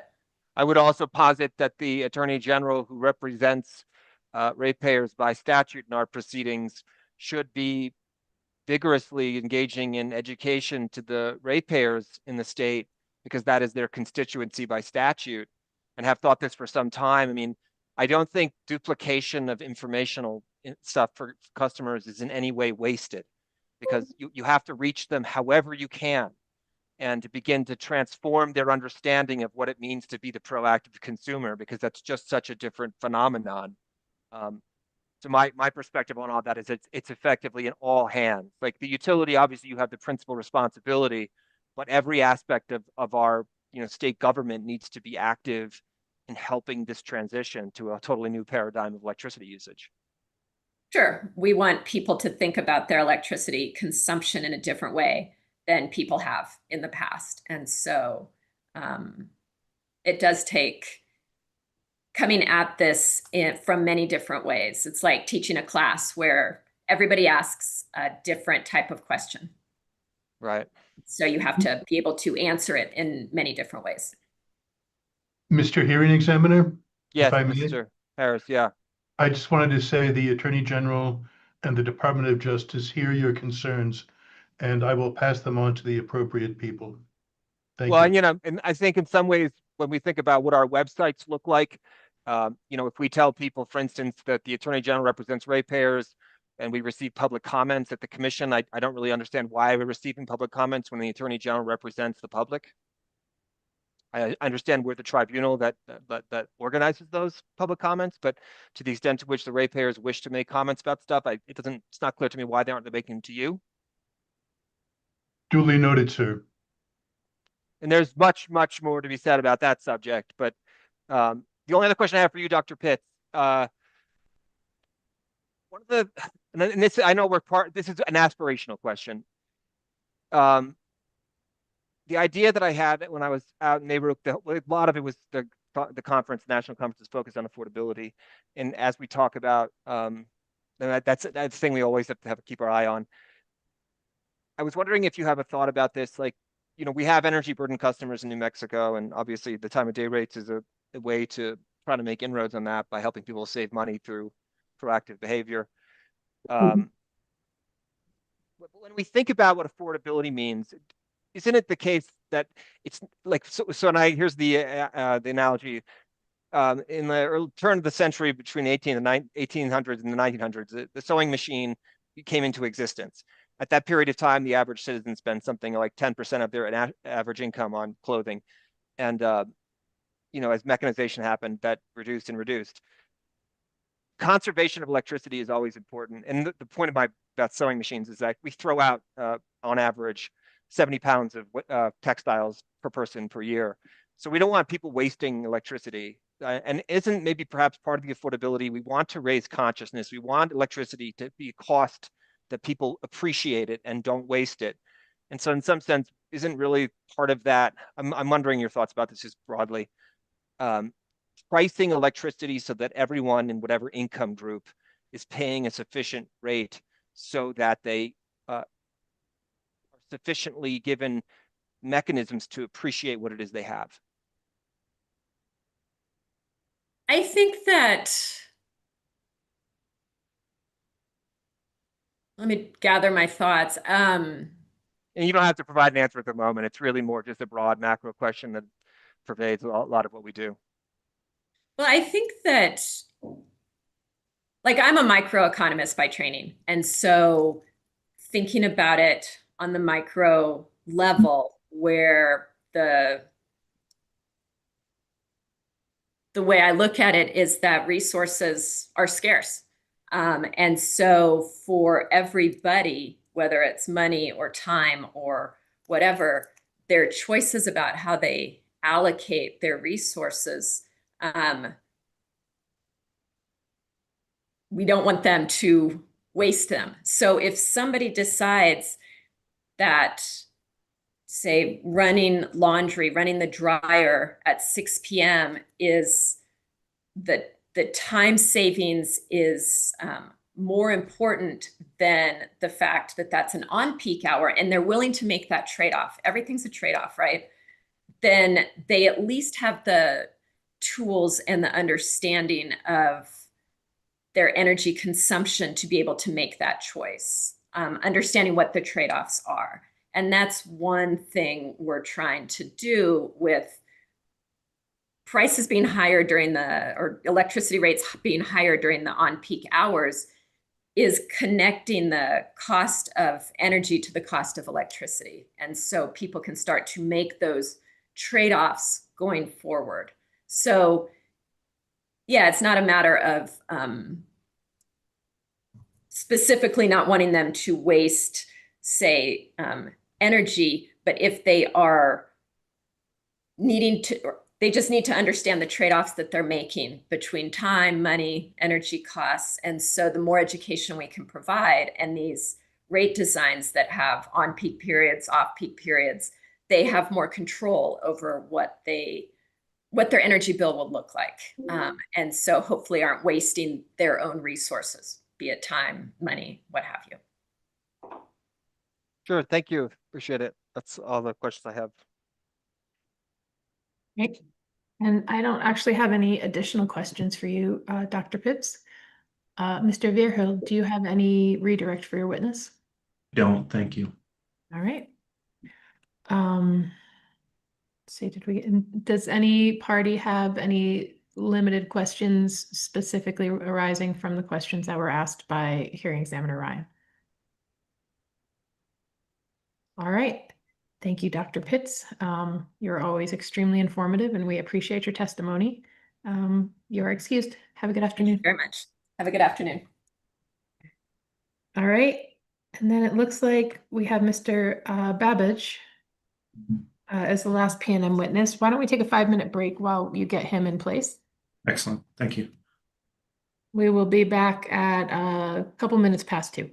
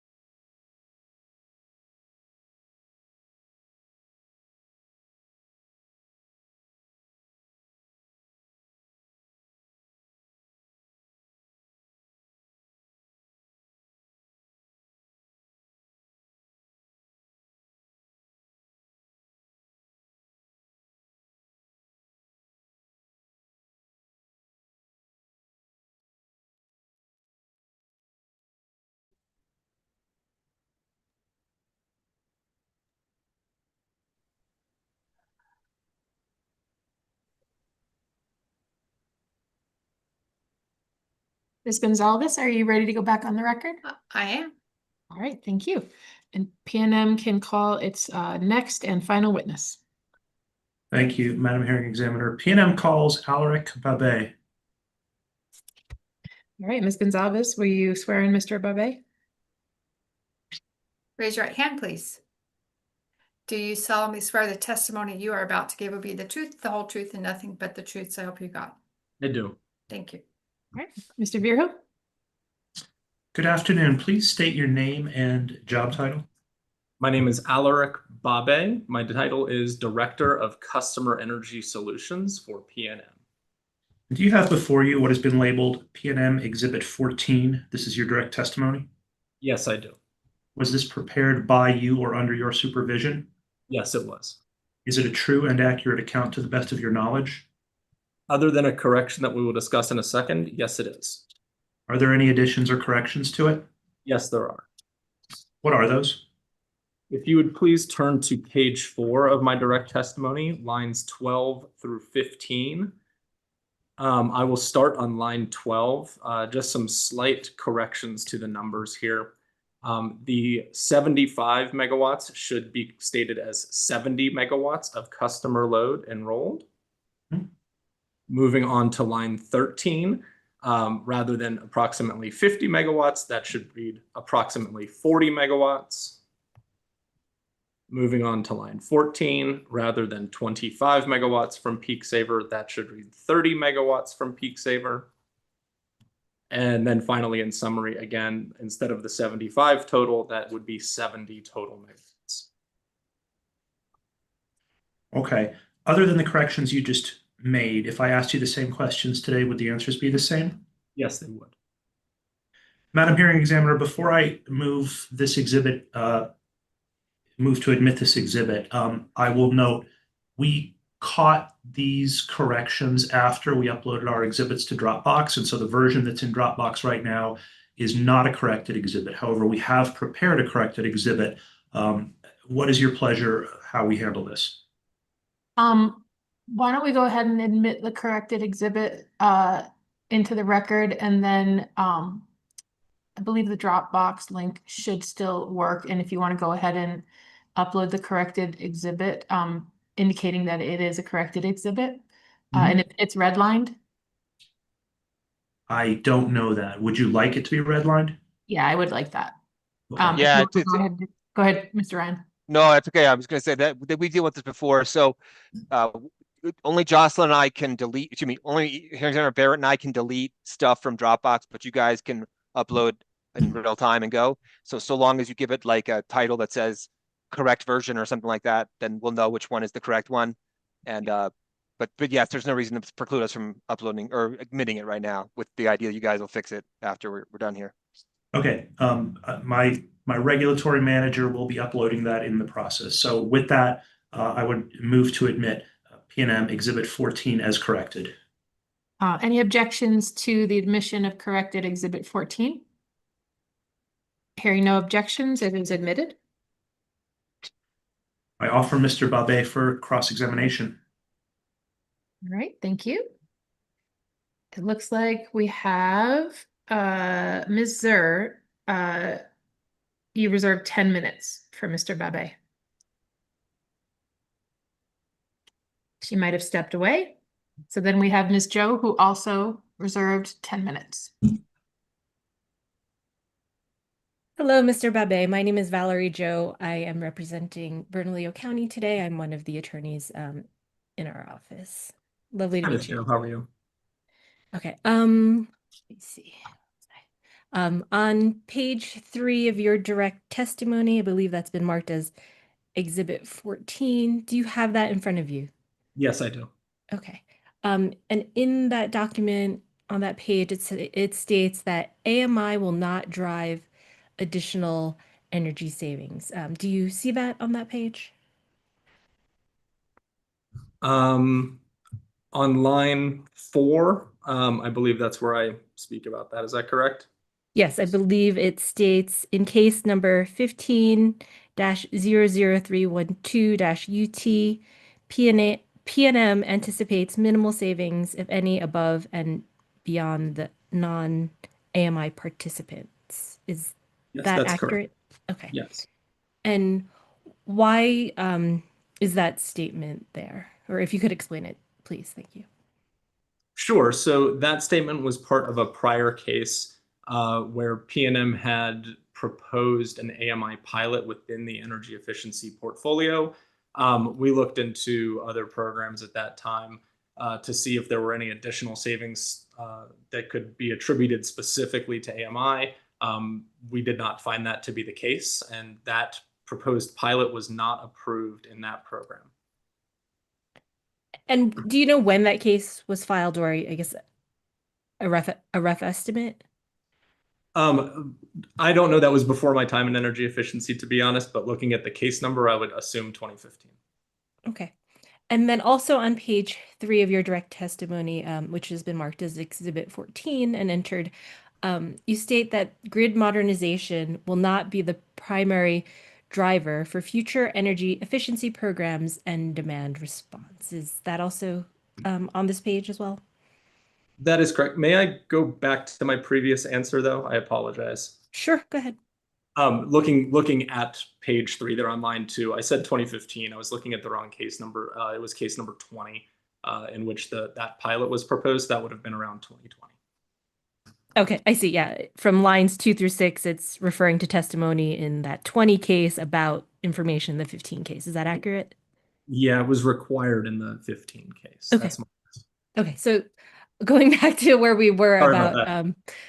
this grid modernization for the primary driver for future energy efficiency programs and demand response. Do you see where that is on this page? If you could just identify that. Yes, I do. It looks like from lines 10 to 12. Okay, and can you explain why in this case you did not believe that it would be a primary driver? Yes, I can expand on that somewhat. So PNM is already offering a portfolio of energy efficiency programs as well as demand response portfolio. And we're doing that today before AMI has been deployed. So the primary driver for our programs is, of course, working within the Efficient Use of Energy Act as well as the regulations for our filings. Whereas AMI will be an enhancement to provide additional customer information about their usage. So while it's not provide additional information about their usage. Thank you.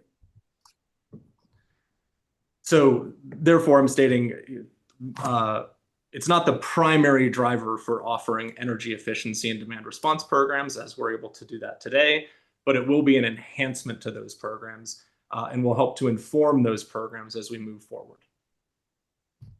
Okay, and just so right now, the residential customers who are enrolled in non-AMI demand response, do you know how many are involved in that type of program? So as I state on page 4 of my testimony, within our Power Saver program, we have about 69,000 customers enrolled. That does include both residential and small business customers. I'm not sure of the exact number of residential customers specifically, but within Power Saver, it's about 69,000 customers. And then our Peak Saver program, which is really for our large customers, there are about 300 customers enrolled. All of those customers are participating in demand response today, and that is pre-AMI deployment. And do you think that number 69,000 in the Power Saver program, is that a significant number of the total number of residential customers that PNM serves? Again, I do not know the exact number of residential customers within that program.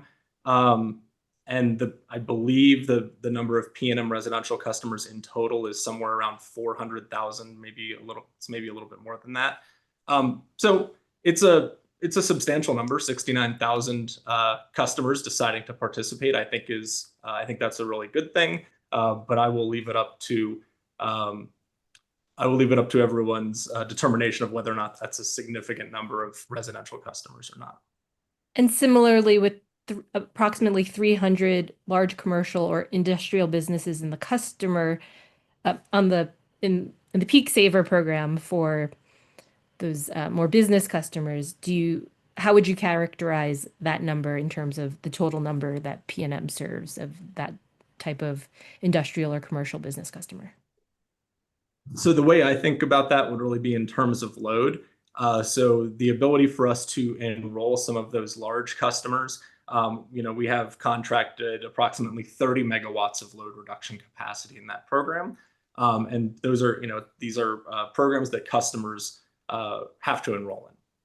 Okay. And do you know for the more large commercial industrial type business customers, what their load is generally or as a total, whether or not you include the 30 megawatts by this particular enrolled group? I don't know their total load offhand. I'm sorry. Okay. Thank you.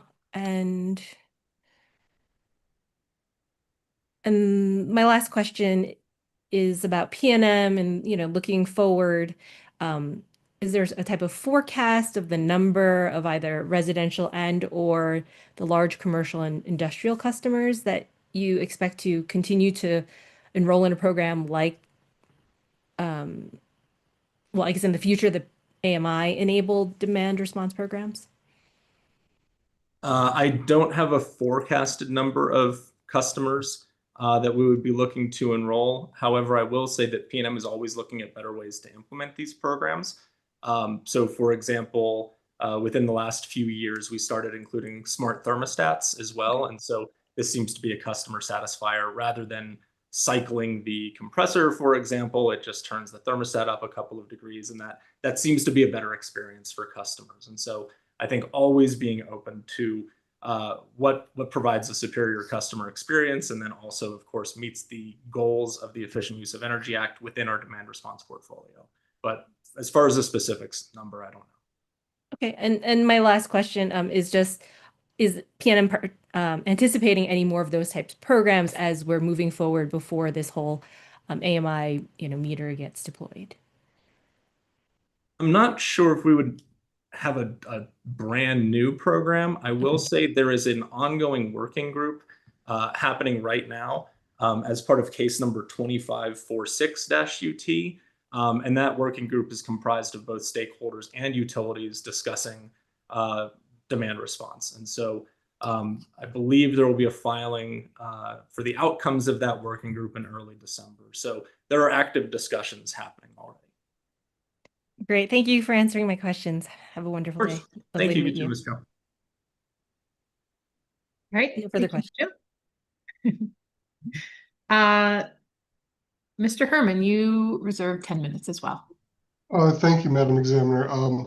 I don't have any questions for Mr. Babij, but I did receive a frustrated phone call from Ms. Zur, who is experiencing an internet outage, and did have some questions for Mr. Babij. Okay. Well, I can see that she's back in. I admitted her when Ms. Joe was questioning. So, Ms. Zur, if you have questions for the witness, please go ahead and ask them. I do, and I'm so sorry for that interruption there. Thanks, Comcast. It's fine. It happens. All right. Good afternoon, Mr. Babij. Good to see you. You as well, Ms. Zur. How are you? I'm good. Let me take a second here to pin your picture so I don't want to look at me while I cross-examine you. All right. So I want to ask you about your testimony on page 2 of your direct testimony. Okay. And I think it's a little bit confusing, but I think I've kind of figured out what you're trying to say here. So I'm going to ask you to clarify it. So in the first question and answer, you talk about, let's see, the bottom of page 2, will AMI drive additional energy savings within the energy efficiency portfolio?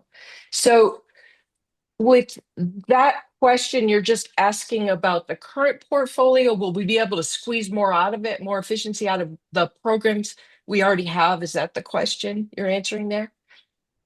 I would say that the question is, will AMI deployment specifically drive additional savings out of the current portfolio? Yes.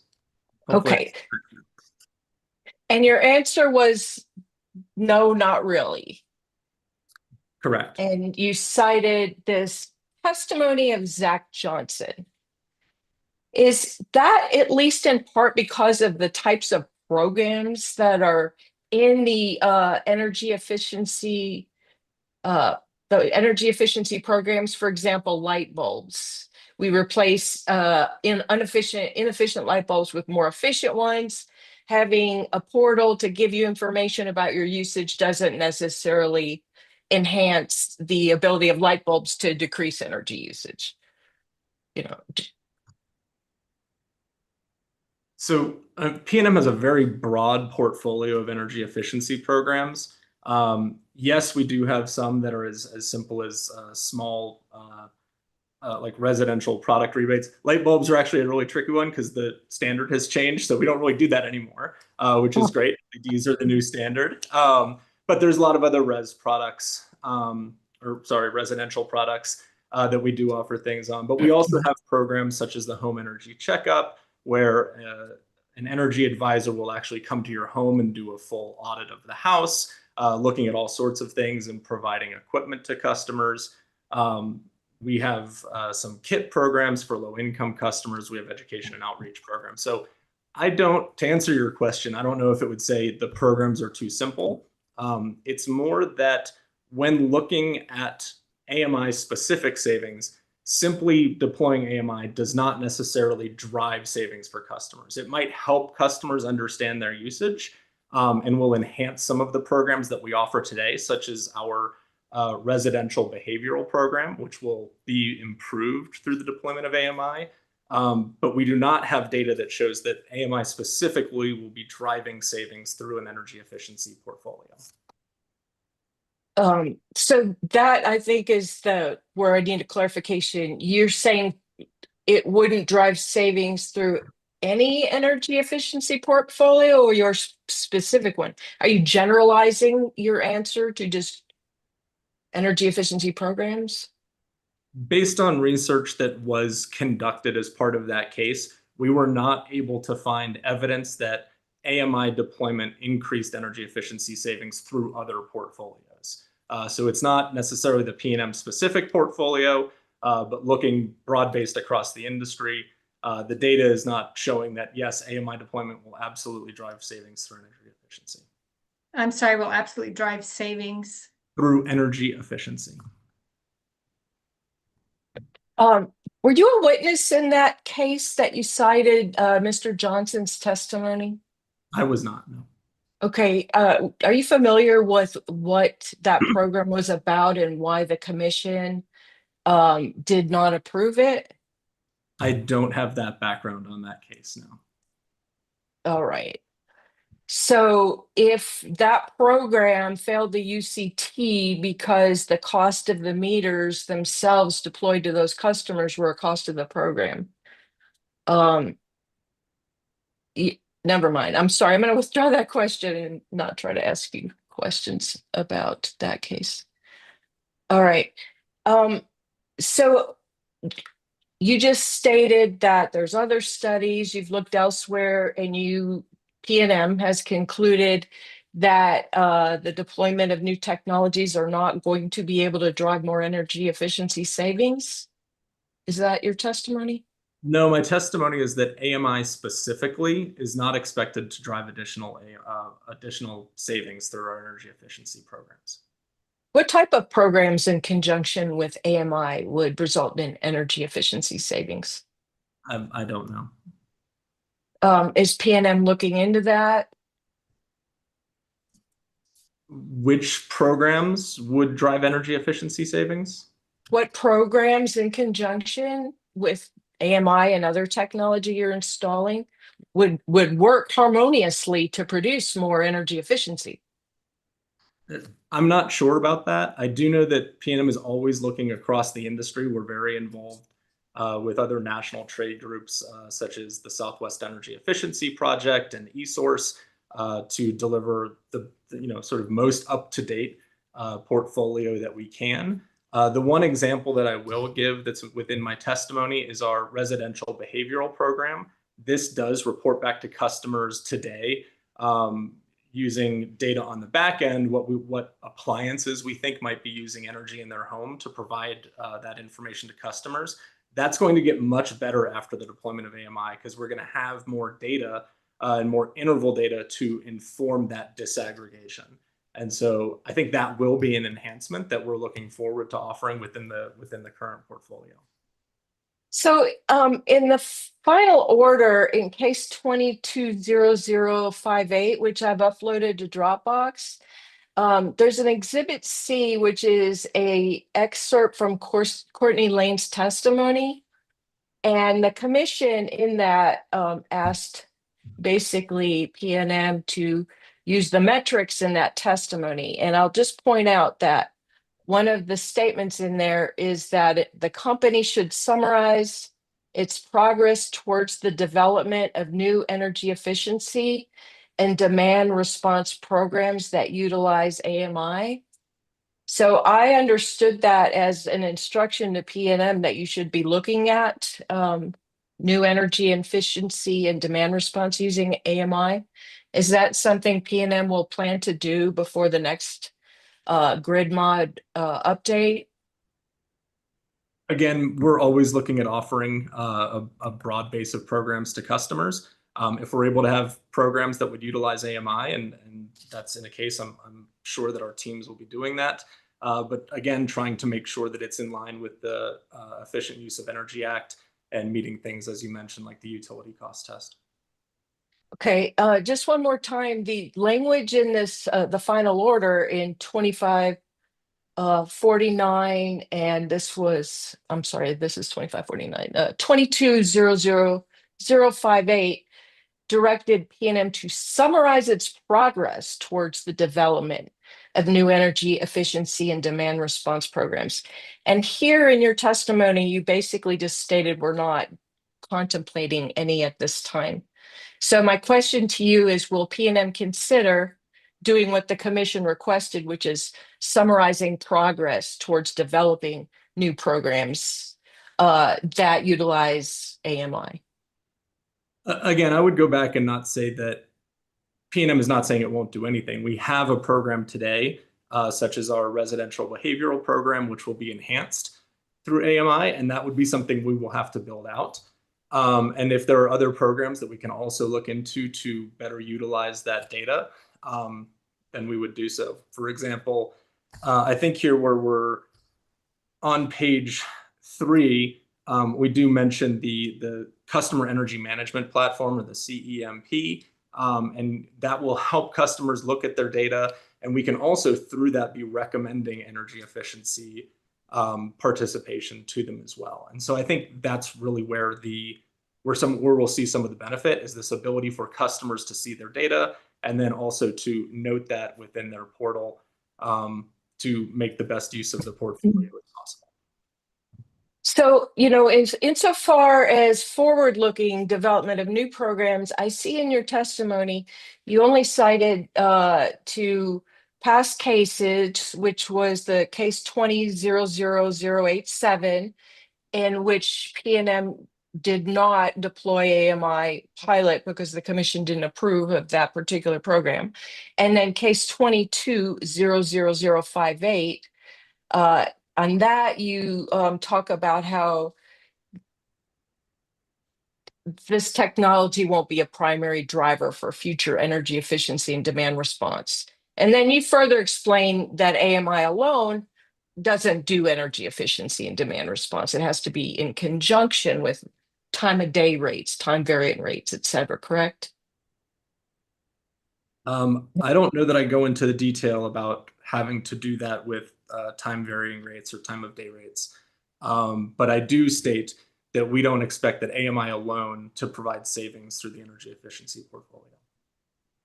You didn't state that. I was using that as a means of an example. I was just suggesting that your testimony was smart meters alone don't create demand response. They don't create energy efficiency. You have to, for example, have time of day, time variant rates. Then, like you heard hearing examiner Ryan explain, he could use that information because he's not checking his current portal, right?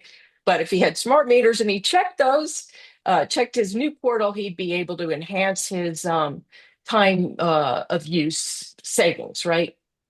Okay. So anyway, I'm just noting in your testimony, this is more backward looking.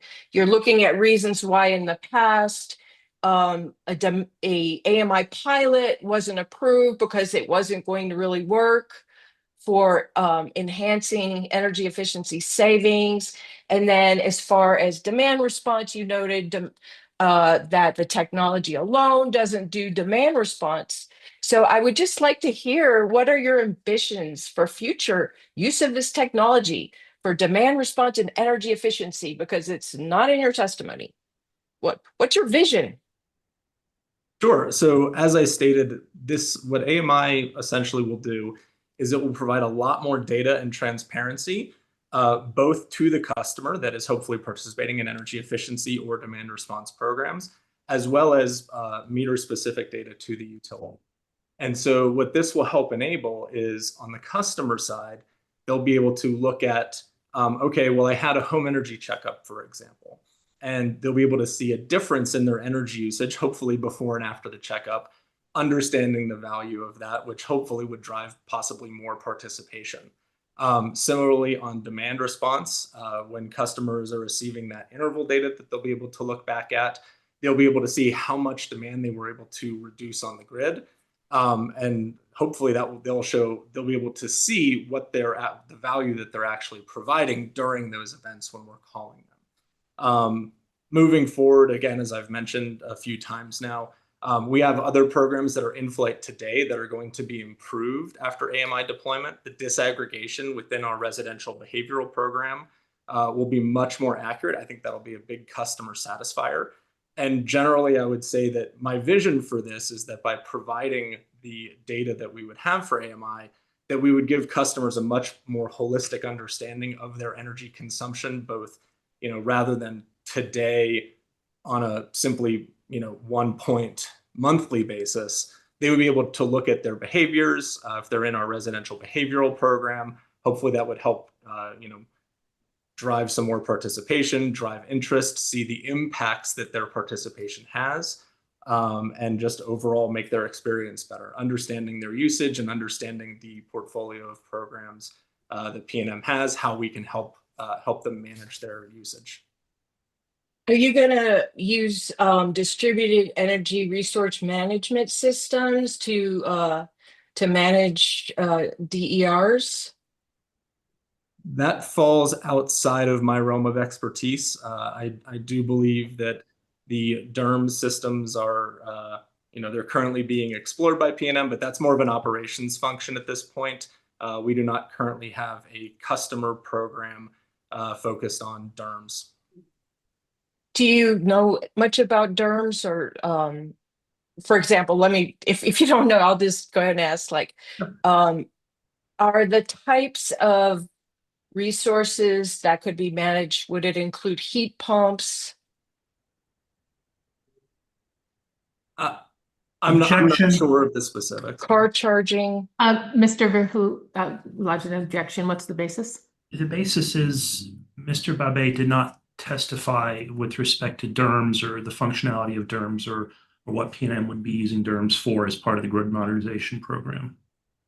I'm going to go ahead and sustain that. I think we're getting a bit far afield from his testimony, Ms. Sir. Okay, I will withdraw that question in that case.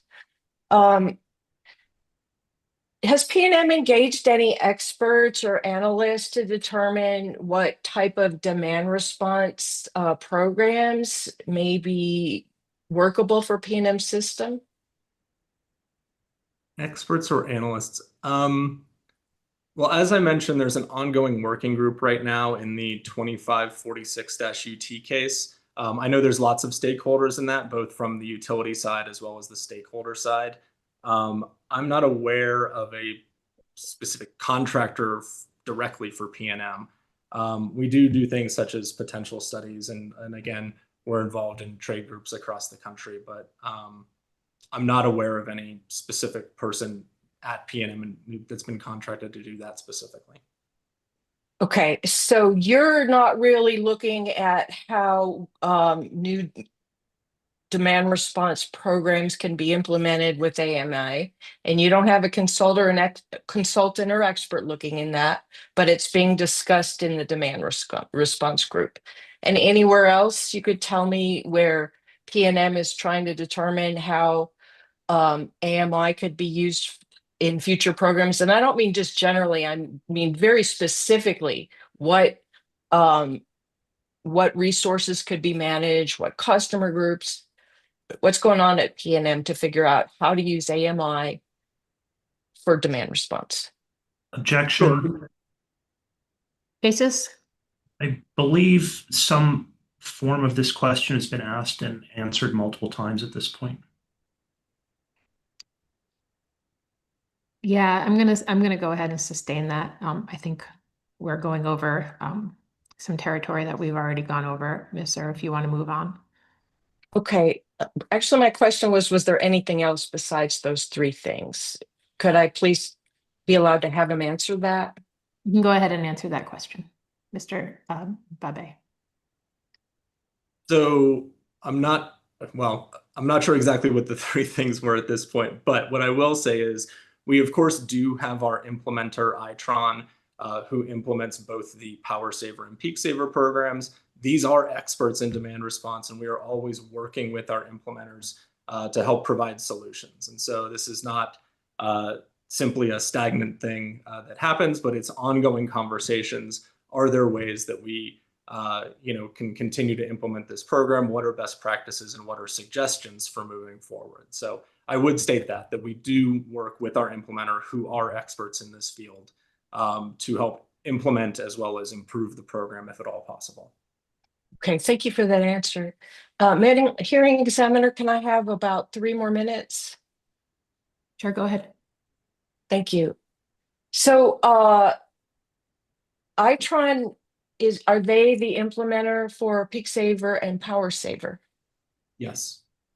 And you stated in your testimony that that program extends through 2026, the Peak Saver and Power Saver? That is correct. The Peak Saver and Power Saver programs are part of the triennial plan, which is 2024 through 2026 currently. What happens after 26? We have the option to extend via the contracts. Are you aware of a earlier case in which Itron submitted, well, let's see. So Itron was looking at adding more demand response, and this was in an energy efficiency case. And they basically characterized the Peak Saver and Power Saver programs as harvesting the low-hanging fruit of demand response. And that would make it hard to potentially implement new programs that add additional DERs. I'm just asking you if you're aware of that. I'm not trying to testify here. Okay. I'm aware, and I'll answer this to the best of my ability without having that testimony in front of me. I do know that we have looked at incremental demand response in the past, but it has not typically been cost effective, as the current demand response programs are, at least at this point, what the market can bear. Going after more incremental demand response could significantly increase the costs and may or may not pass our test that we have to do through the Efficient Use of Energy Act. Fair enough. I don't know if you recall Nick Phillips. And again, I'm not trying to testify. Just tell me if you agree or disagree. But he made this statement that battery storage was the alternative to demand response, and if it was more cost effective, it was a better alternative. I don't know if do you agree with that? Is storage a competitor for demand response programs? I don't think I would hazard a guess to that. I know there are better experts at PNM that look at our all resources RFPs that go out and make those cost determinations. I'm not the expert in that field. All right, fair enough. If you don't mind, let me look and see if I have another question here. I think I'm done. Thank you so much. Thank you for your testimony. Yeah, thank you. right? And Mr. Herman said you don't have any questions, if I recall correctly. So then staff has reserved a few minutes for Mr. Babe. Thank you, Madam Hearing Examiner. No questions for Mr. Bebe. All right, thank you. Hearing Examiner Ryan, do you have any questions? No. I do not have any questions for you either, sir. Mr. Verhul, do you have any redirect for your witness? I have none. Thank you. All right. Thank you, Mr. Babe, for being here. We appreciate your testimony and you're excused. Enjoy your afternoon. Thank you so much. You as well. Thank you. We should take our afternoon break. Yeah, let's do a 10-minute break, and then that'll give NMDOJ a chance to get I think Ms. Lane might already be here, but let's take 10 minutes and then we'll start with Ms. Lane when we come back. Hearing Examiner Barrett, oh, I'm sorry. That's okay, Ms. Beatles. I just want to request to be excused because something has come up and I need to step away from my desk for about 45 minutes. That's fine. All right, thank you. All right, we'll come back at 2:50. Thank you.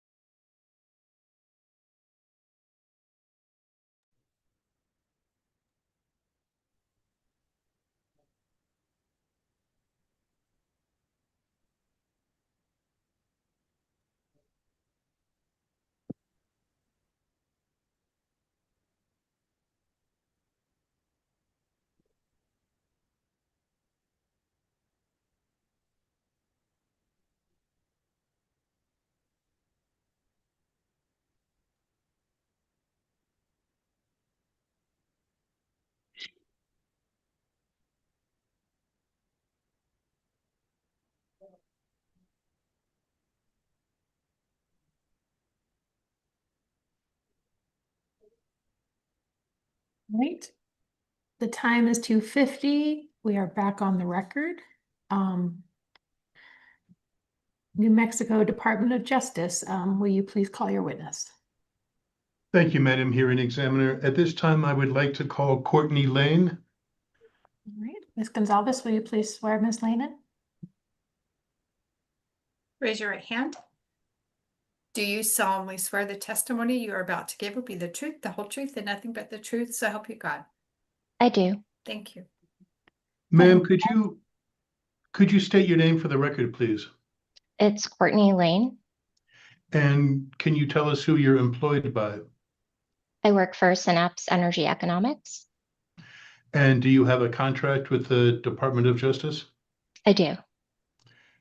And do you have a document in front of you? I do. Could you read that document's name into the record, please? Sure. It is the direct testimony of Courtney Lane on behalf of the New Mexico Department of Justice. I believe it is marked as NMDOJ Exhibit 1. Thank you. If you were read the questions contained in this testimony today, would your answers be the same? They would. Do you have any changes or corrections you'd like to make? I don't. And was this prepared entirely under your direction or control? It was. Thank you very much. At this time, Madam Hearing Examiner, I'd like to move admission of NMDOJ Exhibit 1 into the record, please. Ms. Lane, is this testimony true and accurate to the best of your knowledge? It is. All right.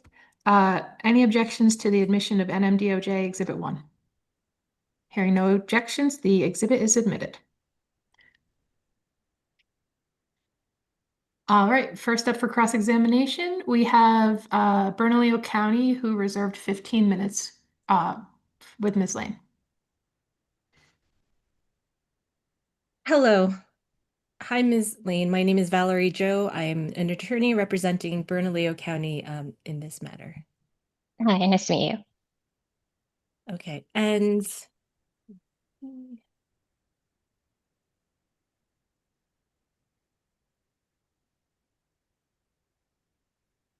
I wanted to ask if you're familiar with your direct testimony in case number 22-00058-UT that outlined reporting requirements PNM should provide in an annual grid modernization report. Is that correct? Yes, I do recall that testimony.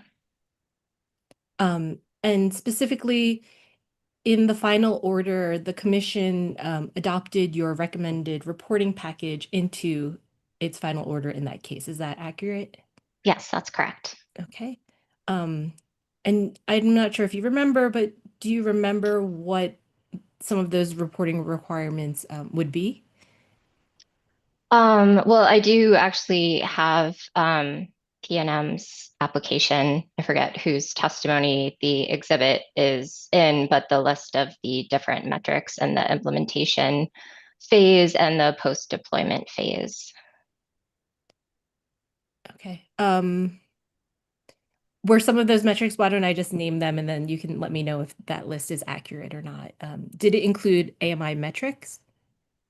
Yes, there were items, I believe, like the percentage installed, and then post-deployment, there were things related to the usage of AMI. Okay. And were there feeder constraints requirements, reporting requirements as well? I don't remember that off the top of my head. Were there requirements related to customer-facing program updates? Yes, I believe that's correct. The TOD or time of day integration, was that included as well? I don't recall exactly. I don't have that testimony in front of me. Right, like I said, this is just the best of your recollection. DER related changes, do you know if that was included in there? I don't remember. Okay. And do you recall if there were any third third-party marketplace development reporting requirements? I know that there was some requirement related to showing how many customers were using grid connect my data using the SEMP platform. I don't recall if there was specifically a requirement related to tracking how many third-party developers were utilizing that functionality or not. Okay, and just in general, do you think that metrics are needed for the commission to evaluate these types of customer benefits? Yes, absolutely. Okay. And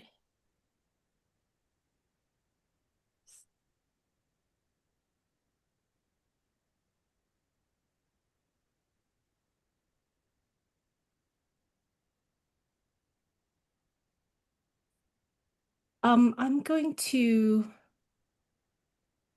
I don't believe I have any other further questions at this time. Thank you. Thank you. All right. Thank you, Ms. Joe. Mr. Herman, you reserve 10 minutes with Ms. Lane. Thank you, Madam President. I'll waive my cross-examination for Ms. Lane, but thank her for her testimony. All right. Thank you, Mr. Herman.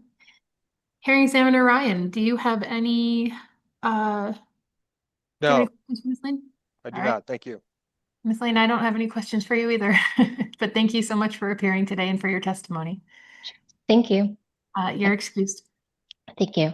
Oh, I'm sorry, Mr. Harris, do you have any redirect for your witness? I guess, yeah, Ms. Lane, do you think, to the extent you remember the metrics ordered in the case that Ms. Joe discussed with you, do you think PNM met those metrics in this reporting case?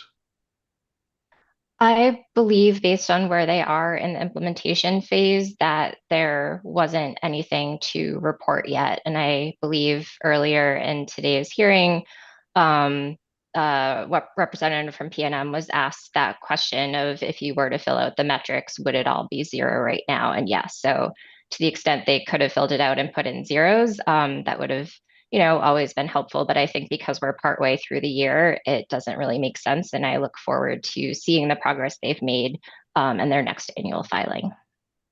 Thank you very much. Madam Hearing Examiner, I have no further questions. All right. Thank you very much, Ms. Lane. You're excused. Nice to see you. Thank you. You too. Bye. All right. Ms. Joe, your witness, if you want to go ahead and get Ms. Reno on the screen. Or Miss Reno, I believe is them. Oh, there she is. You got her. Uh-huh. And Mr. Rossi and Ms. Louise, I would go ahead and just let the staff witnesses know that they're going to be on deck pretty soon. And they can come and join early. We'll admit them. Yeah. Just stay, dark camera, whatever. Yes, certainly. We will let them know. Thank you. All right, thank you.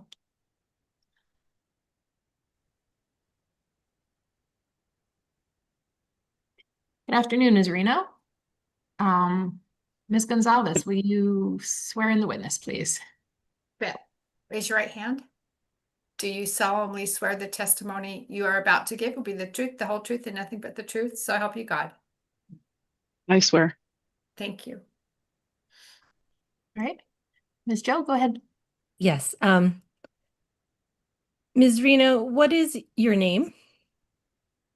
My name is Maureen Lynn Reno. And who do you work for? I'm an independent consultant, founder and principal of Reno Energy Consulting Services, LLC. But I'm serving at the behest of Bernalillo County in this case. Okay. And do you have in front of you what's been labeled as Bernalillo County Exhibit number 1? Yes. And is this your direct testimony for this case? Yes, it is. Okay. And was exhibit number 1 prepared or supervised by you? Yes, it was. And is this testimony true and accurate to your knowledge? Yes, it is. And do you have any additions or changes to your testimony? No, I do not. And if I asked you those same questions today, would the answers be the same? Yes, they would be.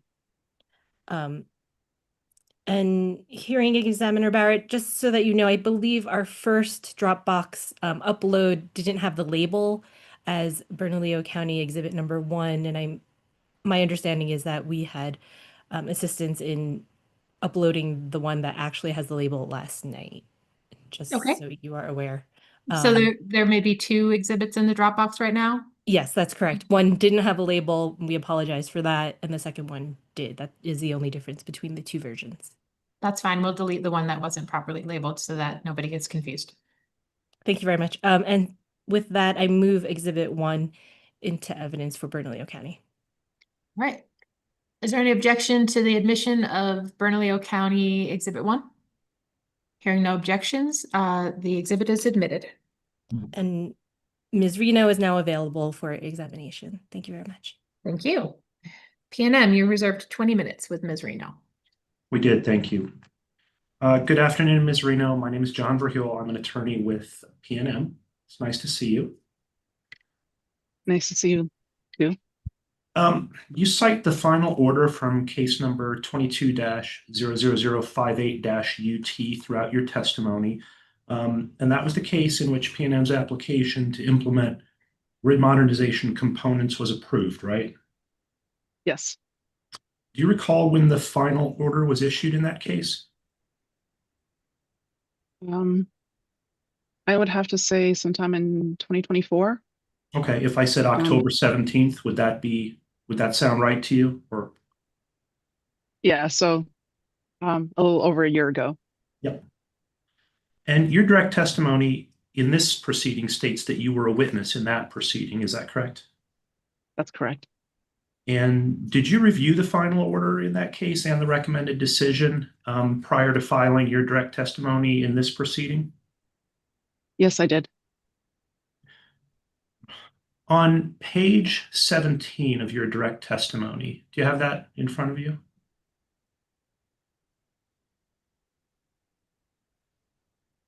I have the testimony in front of me, yes, and it's open to page 17. Great, thank you. You state that, and I'm going to quote now, I'm starting on page 10, about a third of the way over. For year 1, in parentheses, 2025, project costs have increased more than 300%, from $8.95 million to $27.26 million. Do you see where you said that? Yes. Did you mean to say a little more than 200%?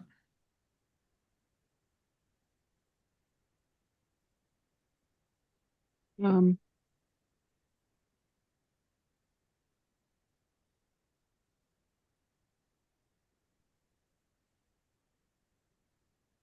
you implying that there's an error here? I am implying that there's an error there. Yeah, 27.26 million is a little over 3 times 8.95 million, but it is only a little over 200% higher. Okay. I'll have to double check that. Did you review the direct testimony of PNM witness Hawkins in this proceeding? Yes, I did. Did you read on page 4 of his direct testimony where he stated, I'm quoting, "The project has shifted approximately $16.8 million from future years' capital clearings into year 1, end quote. And then he went on to explain that shift. Just give me a second to... I'm sorry, I should have given you time to pull up Mr. Hawkins's testimony. Yeah, I'm not... Can you tell me again, say again, Mr. Verhoeven, which page of Mr. Hawkins' testimony? It's on page 4, and specifically it's on lines 14 through 23. Thank you, sir.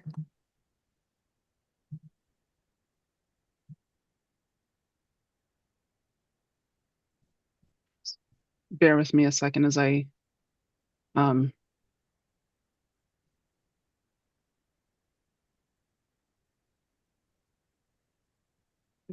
I have the application. Um, Ms. Reno, if you go to PDF page, I believe it's PDF page 48 of the application and supporting testimonies, that would be page 4 of Mr. Hawkins' testimony, if that's helpful. yes, I'm there. Thank you. Okay, would you like me to read that again? Kind of start from the beginning? Yes, please. Okay. Mr. Hawkins stated, the project has shifted approximately $16.8 million from future years' capital clearings into year one. You see that? Yes, I do. And then he goes on to generally explain that shift in the next several lines.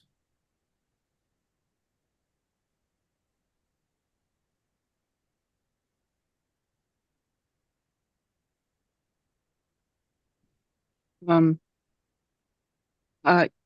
yes, I'm aware of those changes, and I believe also in oral testimony, both he and Mr. Jones had talked about the shifting of various programs from different years that weren't necessarily contemplated in the original filing.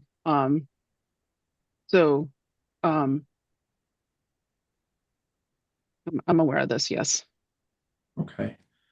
I'm going to move to page 5 of Mr. Hawkins's testimony now, specifically on lines 1 through 3. Can you let me know when you're there?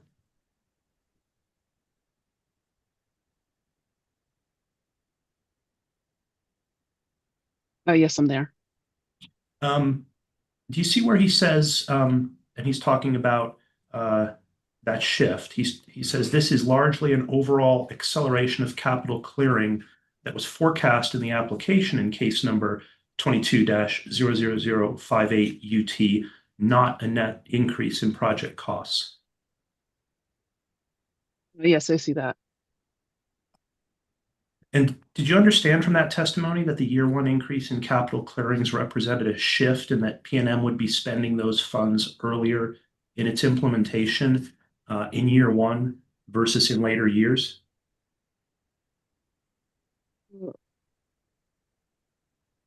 Sorry, rephrase the question. Sure. In other words, what Mr. Hawkins's testimony is saying is that this is not an increase in the overall cost of the program, but a shift in timing of when certain dollars are spent. Yes, I understand that. If that was the question. Okay.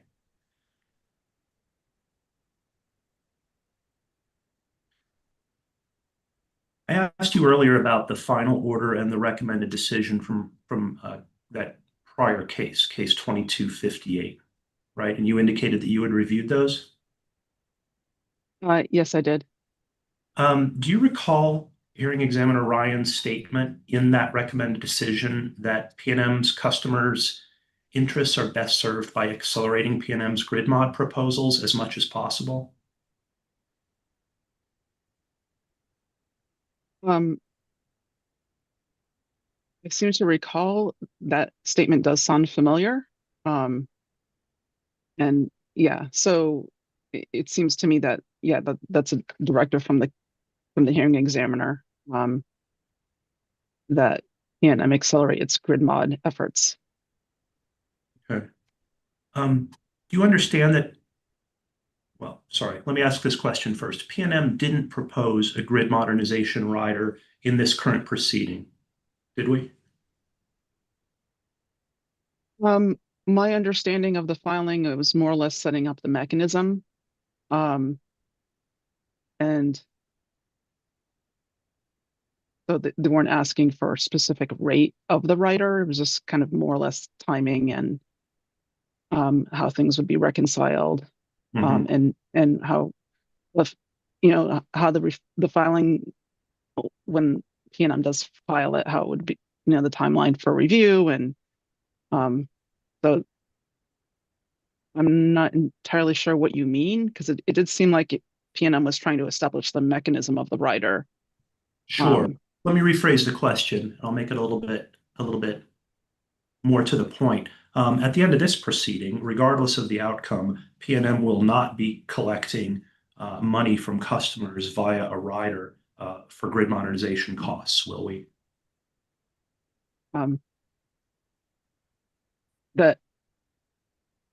That's how I understand the filing in regard to the rider.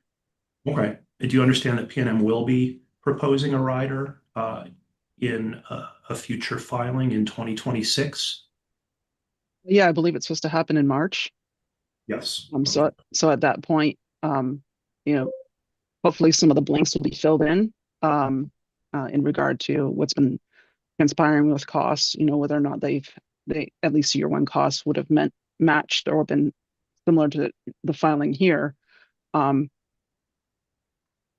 But it's really hard to tell right now because there's one half of the story that's not being told, in that in just about all the metrics dealing with customer facing benefits are not reported. It's more or less blank tables at the end of Jones's testimony that state that these items are for illustrative purposes, when the commission was asking for something specific in regard to benefits, whether it be estimates or and so I guess the hope would be, right, that PNM would file more complete filing in March of next year. It sounds to me like you understand. You could just say yes or no. You confirm this. It sounds to me like you understand that in that reconciliation filing that PNM has proposed filing in March of next year, that those actual costs that we're going to be presenting at that time can be reviewed by the commission prior to going into effect. Yeah, and also as part of that reconciliation, one would hope the benefits of these programs would also be reflected. Earlier today in hearing, we've heard discussions about what a savings to PNM of 16 million or 15.5 million. It was something like that. Hopefully those savings would also be reflected through and be shown as part of the March filing. Were you listening or watching on YouTube for all of this hearing? For most of it. It is a little tricky. I am on Eastern time, so there might have been a couple times where it was a break and it was really my lunchtime, or I might have missed a couple minutes here and there. Yeah, understood. I actually grew up just a few miles from where you are now in Kingston. Okay. So nice to see you here. Do you recall when hearing examiner Ryan asked, I think it was witness Jones, he said, so, if you had put numbers into that metrics table, they would have just all been zeros? Do you recall that? Yeah, I do recall. And here's the thing though. It wasn't really clear to me, what years he would be putting the zeros in, right? Because it seems like to me that with some of these measures, and as you're installing these advanced meters, it's not just an all or none, right? There's an iterative process.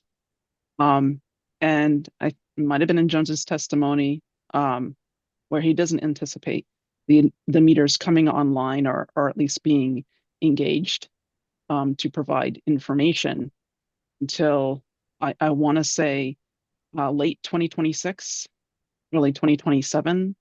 That's already pushing out original timelines. So yeah, hearing him say that it would be zero, does he just mean year one? Does he mean year 2, 3, 4, 5, 6, 7? Actually, we're not talking about 7 yet, but I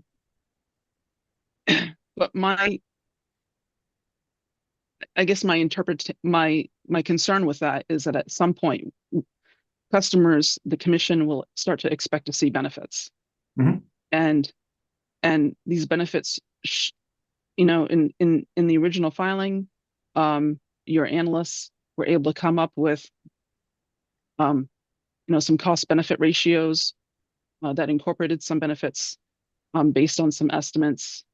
Why couldn't those have been used here and updated in some way to reflect the shifting in priority, pushing out the AMI deployment while accelerating, you know, the back end of the technologies and the infrastructure needed for this advanced metering and deployment. You know, so if you're moving stuff on the cost end, you would expect to see some movement on the benefits end. But in the end, I'm looking at a table at the end of Jones's testimony with a bunch of blanks for all 6 years. And I find that worrisome. And when I say tables, I mean exhibits 4 and 5, his testimony. And those were items that were required by the commission for you know, hearing examiners' directives, commissioners' directives in the last case being 22-00058.UT-UT. Did the final order in that case require actual benefits that were provable, or did it require estimates to be reported? Good question. I think there's a general understanding that, you know, as we're moving forward, things will change.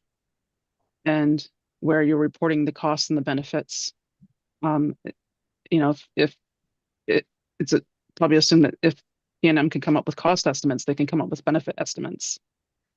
And then the reconciliation process would be where you're reconciling the actuals and the estimates.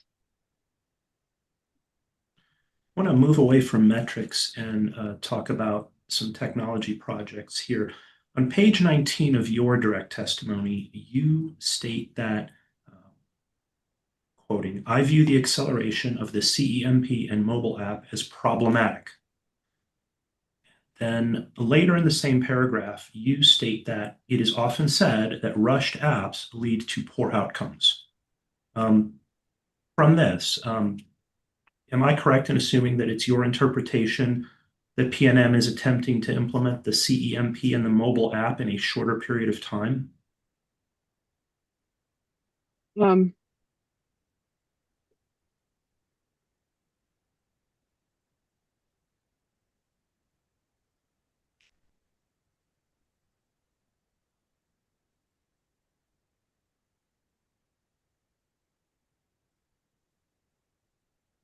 Well, yes, because I was more or less stating that you know, the fact that you're condensing the timeline does introduce some more risk. And we have, as we have discussed earlier today, you know, that there is risk in these projects. Not everything will flow through as planned, particularly where you're dealing with you know, trying to I guess fold in newer technologies into legacy systems. And so I was expressing, you know, as I was talking about the CEM and the mobile app as an example of that potential risk. And that was the point of that statement. Okay.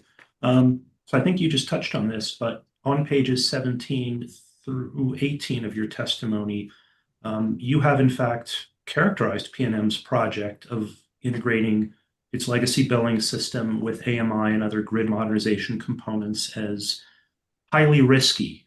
I believe the term highly risky is on page 18, line 6. Does that sound right? Yes, it does.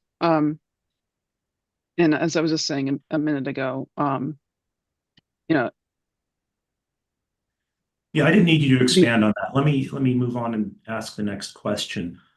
You go on to compare that integration to connecting a Commodore 64, which is a personal computer circa 1982, to an iPhone 17, right? You say Right. that? And I presume that PNM's billing system is the Commodore 64 in that comparison? True. Okay. And PNM has not proposed to connect a Commodore 64 to an iPhone in this grid modernization program, have we? No, that was more or less an example, Understood. an analogy. Understood. Are you aware of any other electric utilities that have successfully integrated their billing systems with AMI? I'm aware of programs sponsored by various utilities throughout the U.S. I do know that there are some states that are farther ahead of New Mexico in this initiative, mostly in the Northeast, Massachusetts, New Hampshire, New York. There are a lot of other states that have managed to, work through and install these technologies in a way that is beneficial to both the utility and customers. Later on page 18, and this is specifically on lines 13 and 14 of page 18, you state that PNM's billing system may have operated with punch cards at some time in the past. Are you aware of what year PNM's current billing system was implemented? No, I'm not. Do you know what language PNM's billing system was written in or what platform it's on?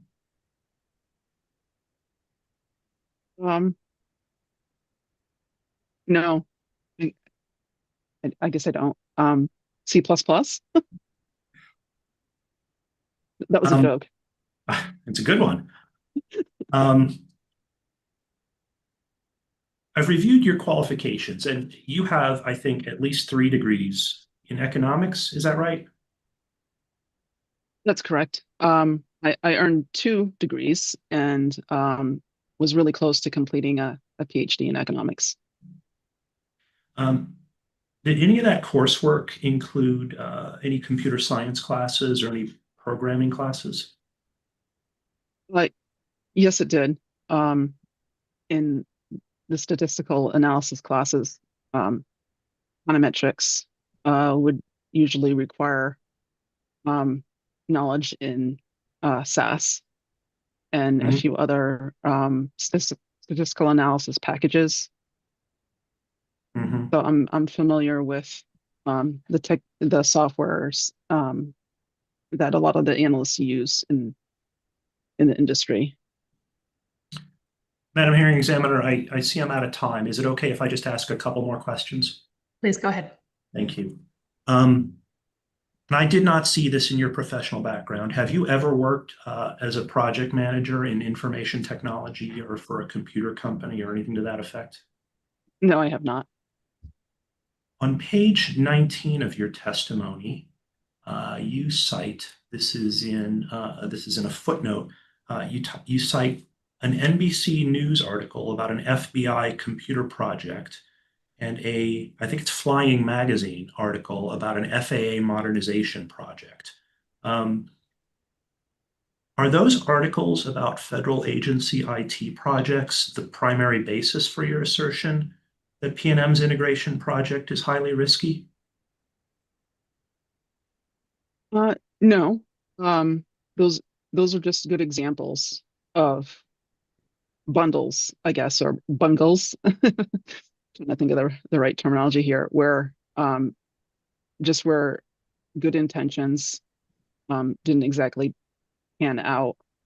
My assessment as to whether or not PNM's proposal is risky is that there are a lot of moving pieces, and I've been involved in at least a couple filings pertaining to grid modernization and seeing how it has evolved from the initial filing in the 22 case to what we're talking about today. And just knowing the complexities associated with these programs, trying to mesh new technology with legacy systems. I've been involved in planning projects before, where you're dealing with developers who may or may not, follow through on a project. So there's complexities there. I just see a lot of openings where things could go wrong when it comes to implementing a project as complicated as this. You're dealing with a lot of both hardware and software that may change. You're also dealing with possible bottlenecks in the supply chain. You're dealing with uncertainties of whether or not the technologies will mesh well together. And then you're also dealing with software issues as well. And a lot of times, there might be changes in software. There might be updates in software that could be buggy, could not work with the new technology or the old technology. There's all these uncertainties. And so that was the basis of my concern. Okay. I don't have any further questions. Thank you for your testimony and your participation here and staying late, given that you're on the East Coast. You're welcome. All right. Thank you, Mr. Virgil. Let's see. I believe Mr. Herman reserved 10 minutes with Ms. Reno. Thank you, Madam Examiner. I don't have any questions for Ms. Reno, but I'll also note I have no questions for staff. So if it's all right with you, I will drop off the Zoom and go to the YouTube. That's fine. Thank you. Thank you. Let's see. Ms. Joe, do you have any, sorry, Hearing Examiner Ryan, do you have any questions for Ms. Reno? No. Okay, Ms. Reno, I don't have any questions for you either. Ms. Joe, will you work with Ms. Reno to look at the number that Mr. Virgil pointed out on page 17? And if it does need to be corrected, will you go ahead and upload a redlined exhibit with the correct number? If nothing needs to be done, then don't worry about it. But if it does need to be fixed, just upload an exhibit to the Dropbox that's labeled something along the lines of corrected exhibit number 1. Okay. Well, can I get one thought about? I understand the desire to fix all that, but I would imagine Mr. Virgil could say the problem is not a simple typo, was actually mathematical error on behalf of the witness, which goes to the credibility of their testimony. So the way to do it perhaps is to go to Ms. Reno filing, if she wants something that says, I goofed the math and it should be this. Or just leave it as it is. What do you think, Mr. Virgil? You can chime in. I understood what you were doing in the questioning. I mean, I'm sure Hearing Examiner Barrett did too. I think if you and Hearing Examiner Barrett understand the point of the questioning, I don't have a need for the testimony to be corrected or changed in any way. Yeah, like what's the protocol when a witness makes an error? And I'm not picking on you, Ms. Reno. This is not it with numbers. It happens more than you realize. Yeah. So I don't know. I personally would like to have a correct, since it has been pointed out, I would like to have a correct exhibit in the record, if that's possible. Mr. Harris? Many years ago, we had a witness that had an error in their testimony. They were able to, we broke for 15 minutes and they were able to come on again and testify live about what the correct numbers were. That may be a more efficient way to approach this while PRC witnesses are testifying. But that's just an example of what happened many years ago in a telecom hearing. I mean, Miss Barrett, if you want to have it, the corrected version, if she redlines it, and then we know because the record shows this is what we have. I mean, I think that'll preserve like the nature of the error and like what happened and why Mr. Virgil asked questions he did. Yeah, I think in this case, and just because it is a highly technical case, it's best to have the corrected exhibit in the record. If you want to go ahead and do it. And again, if you look at the number and you find that it is accurate, then you don't need to do anything. You don't need to let us know. Understood. We will take it under advisement, look at it, and if we need to file a notice of errata and correct the exhibit, then we will do so. And if it's not necessary, as indicated, we will not. Thank you. All right, thank you very much. Yeah, and again, Ms. Reno, this isn't to pick on you. This happens, and it's actually a fair question as to what do you do in these circumstances. So Right. thank you for allowing us this opportunity. Okay, and then otherwise, I just have a couple questions for Ms. Reno, and then I guess we could move along as well. Go ahead. Okay, thank you. Ms. Reno, have you reviewed the rebuttal testimony of Jonathan Hawkins? Yes, I have. And specifically, did you review his testimony that PNM has not identified any risks associated with accelerating the IT systems integration? Yes. And have you changed your views based on Mr. Hawkins' rebuttal testimony? It hasn't really changed my opinion. As and as I've seen in, like, for example, in Mr. Morgan's testimony, states on page 3, that the AMI meter deployment timeline was pushed back, right? And we had discussed that earlier. And he states that PNM must ensure seamless integration with both existing and new infrastructures, as I was discussing earlier. And so he was stating that this full deployment is now going to happen late 2026, early 2027, if testing is successful, right? So whenever I've seen if, it seems to imply risk in my mind. So, and then also, you know, PNM might not have the experience with large scale IT systems integration. We've mostly been talking about the pilot program that's more on a smaller scale. So as they're scaling up, there's potential risk there, as I talked about earlier. And so and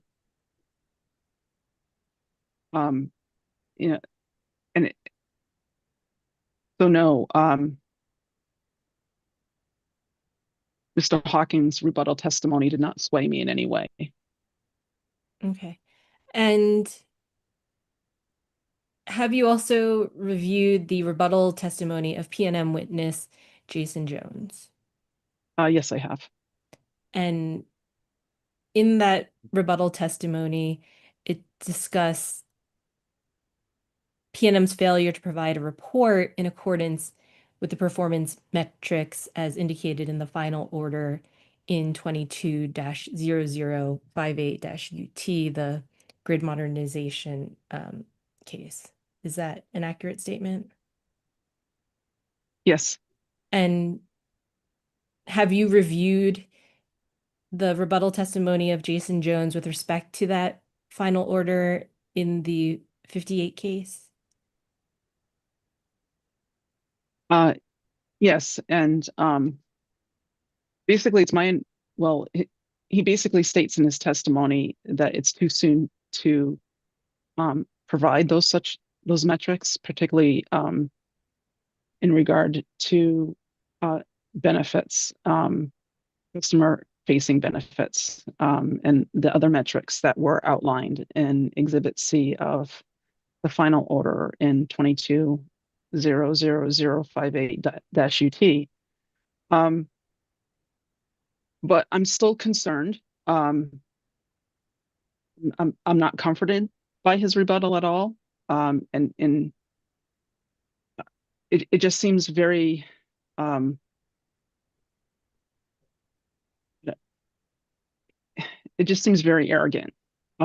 in that if PNM knew that they were not going to be reporting benefits metrics, they probably should have asked for a variance. I thought it was very rude for them to just provide this blank tables at the end of Jones's testimony saying this is for illustrative purposes. At a minimum, they should have at least provided a report with some estimates based on their initial filing. You would think, they had a cost benefit analysis laid out in that filing that included some benefits, right? And so if they were moving things around in cost components in this filing, you would think the benefits would be changing as well. And so there should have been more thought put into this report in terms of meeting the requirements set forth by the commission. Ms. Rita, can I just ask for a clarification? So tell me if I'm correct. Your issue with the metrics that were not provided by PNM is not about the fact that they are stating that because these programs have not been implemented, there are no current benefits and no current data to be put into this first line year one. Are you saying that your issue is that because they provided predictions and estimates about how the costs were going to change in future years, that they should have included the same sort of information about potential benefits in these metrics tables? Could you clarify that for me? Right. So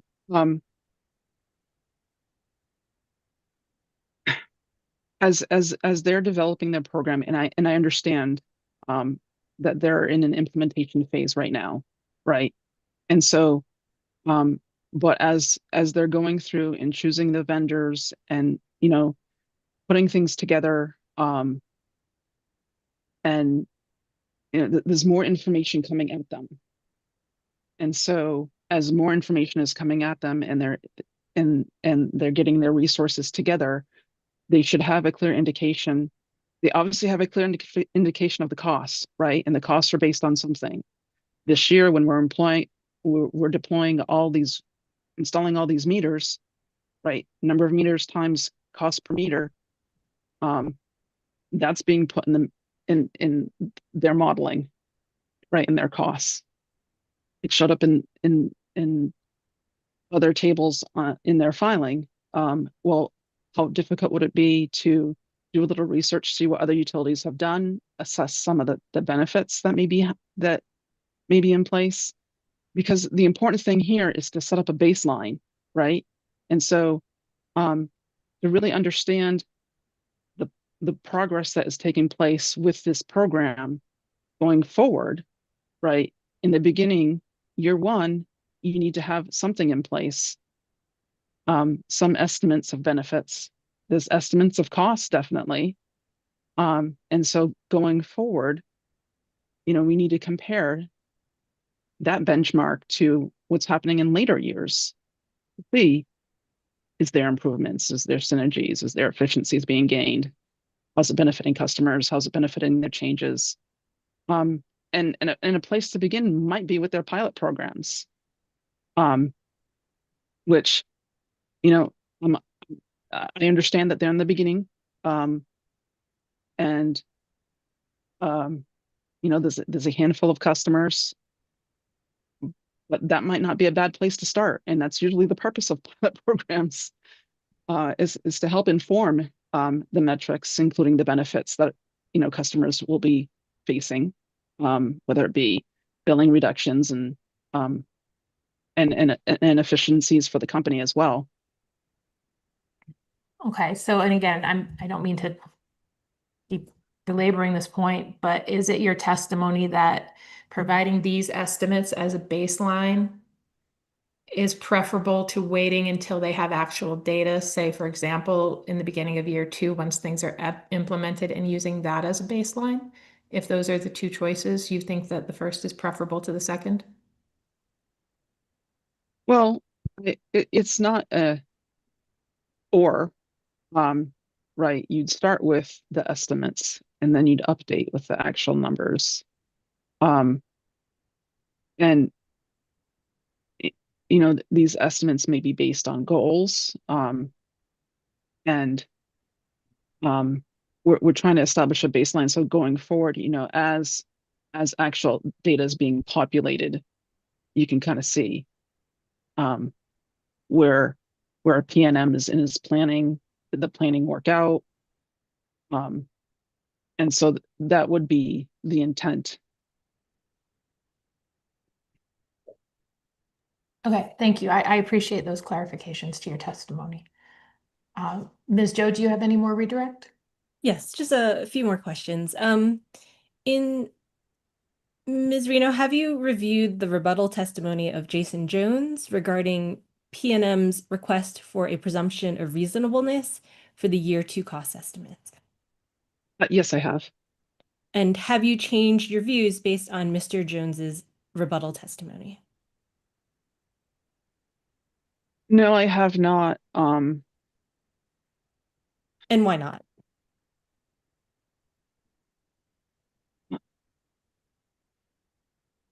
Madam Hearing allow- Examiner, I'm sorry, can I object to this line of questioning? What's the basis? I don't think I asked Ms. Reno anything about the presumption of reasonableness, and I don't recall you asking her that as well. Yeah, Ms. Joe, I think that's outside of the scope. I'm gonna Okay, suspend and that. then I just have one last question. Ms. Reno, how can PNM say that costs are the same when their testimony shows an increase?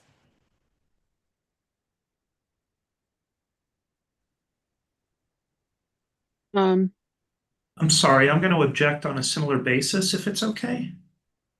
Right, I believe this was about the costs of moving it from year, I forgot which, to year 1 with the, I think it's the AMI deployment.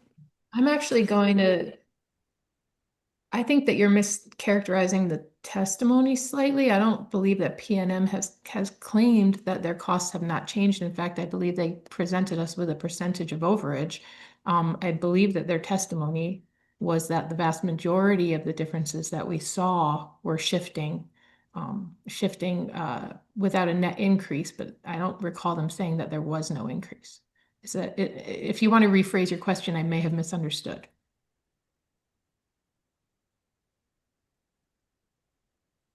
I'll withdraw the question, Your Honor. I mean, Madam Hearing Examiner, thank you. I have no further questions for this witness. All right, thank you, Ms. Joe. Do any parties have any limited questioning based specifically on the questions that myself and hearing examiner Ryan asked or in reject? All right, hearing nothing. Ms. Reno, thank you very much. And thank you for staying after hours. I know that it's almost 6 o'clock there and we appreciate that. Nice to see you and you're excused. You're welcome. Thanks. Why don't we take a quick 5-minute break? Staff, you're going to go ahead and call your witnesses next. And hopefully, I think that we're likely on track to be able to get through everybody today. So let's just take 5 quick minutes. Let's come back at, I can't do math right now, 3:50. And we'll start with staff. Thank you.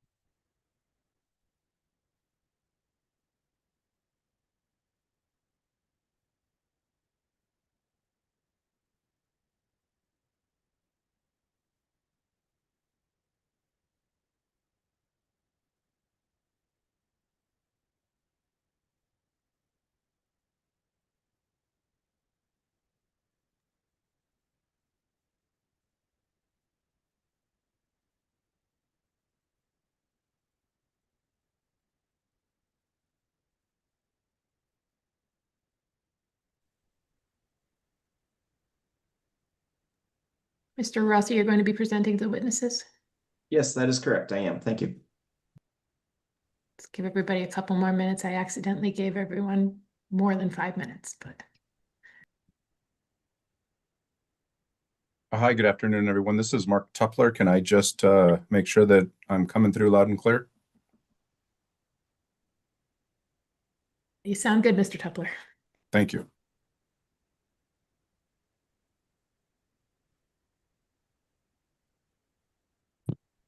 Sorry, I was just trying to get something.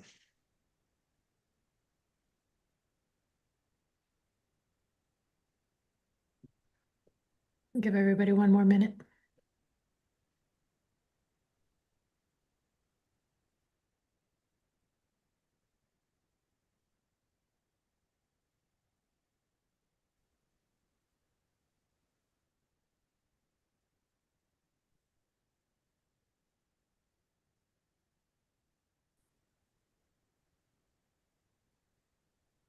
Ms. Gonzalez, are you ready to go back on the record? I am.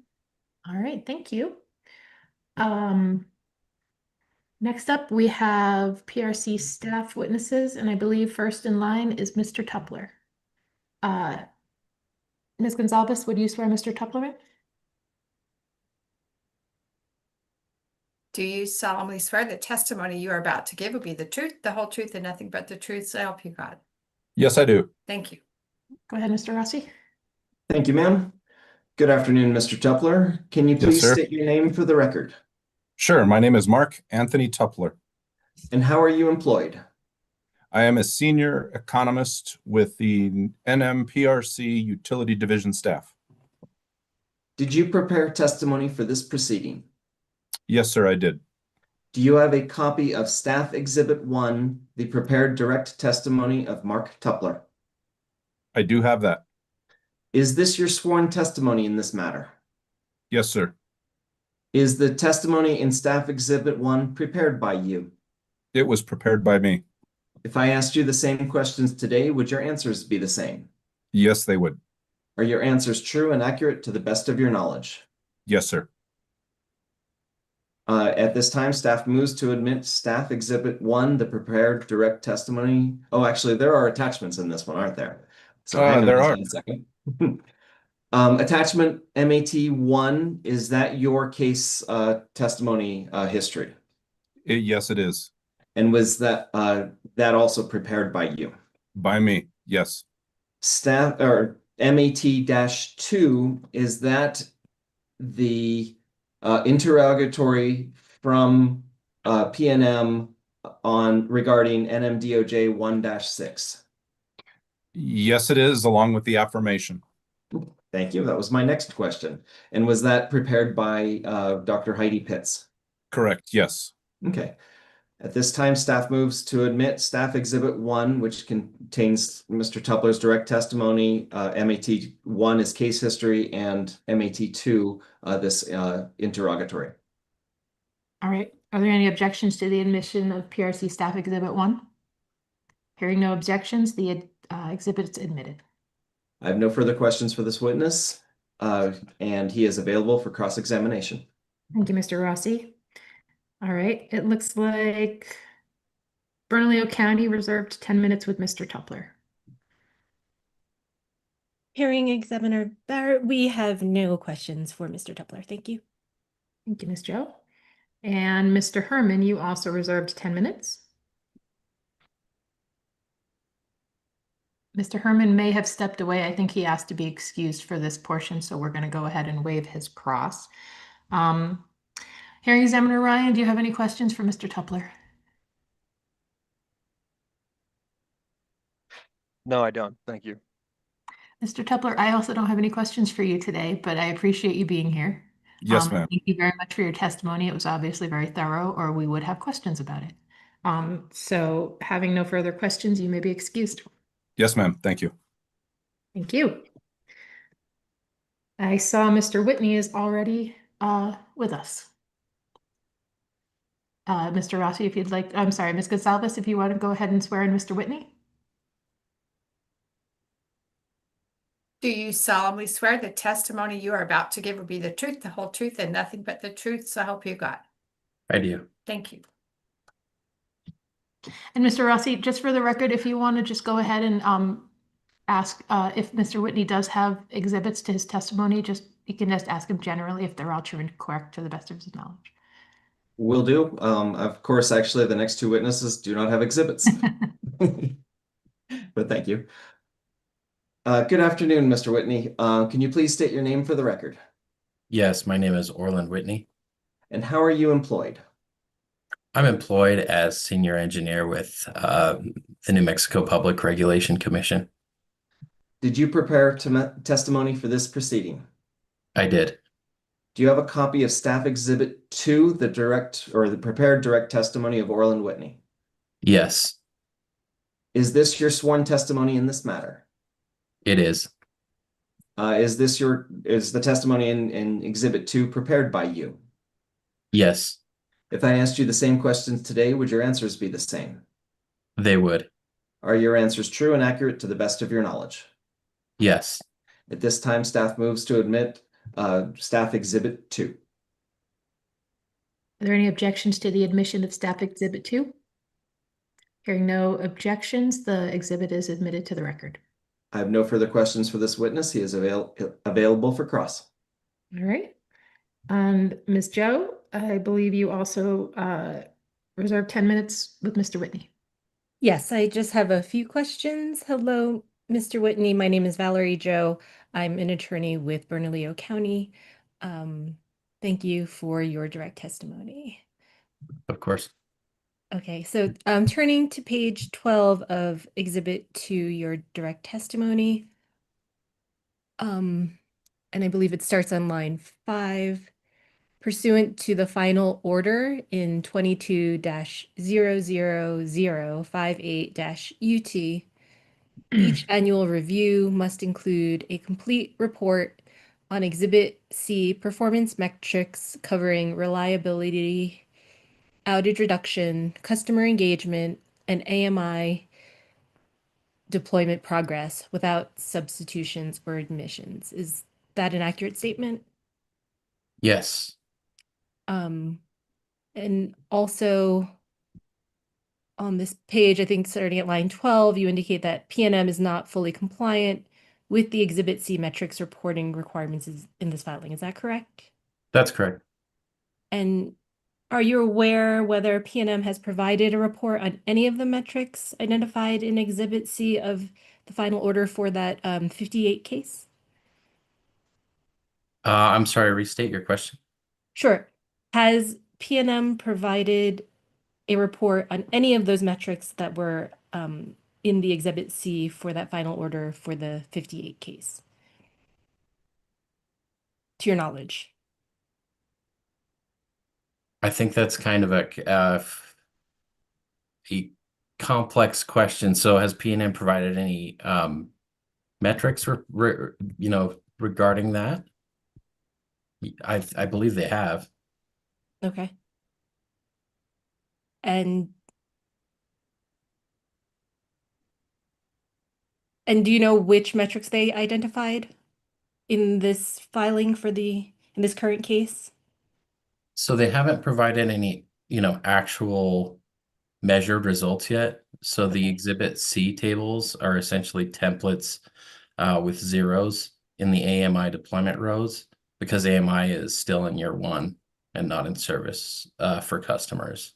Okay, so you're saying they provided that report, but they're just all zeros. Is that an accurate statement? That's correct. Okay. So what PNM provided are metric templates and benefit categories. So, for example, how they intend to track reliability, DER, and customer usage metrics once AMI and associated systems are live, but there are no actual AMI performance metrics or AMI-enabled demand response results in this filing.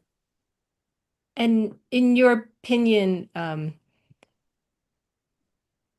guess if you were doing the filing on behalf of a utility company, would you have put the table as PNM did with zeros or done something else? Objection, speculation. Yeah, I'm gonna I'm gonna sustain that, and also, Ms. Joe, you're towing the line of friendly cross-examination, which Okay. is not. Okay, just one question then. Go ahead. Could PNM have sought a variance to that final order by delaying any reporting for that Exhibit C of the final order? Objection draws for a legal conclusion. Okay. I'll withdraw the question. And have you reviewed the direct and rebuttal testimony of the PNM witness Jason Jones? I have. Okay, and did that include PNM Exhibit JEJ5? Yes, it did. And do you believe that PNM complied with those mandatory reporting requirements by submitting the JEJ5 exhibit for illustrative purposes only? I believe, yes, I believe so. I do. Okay.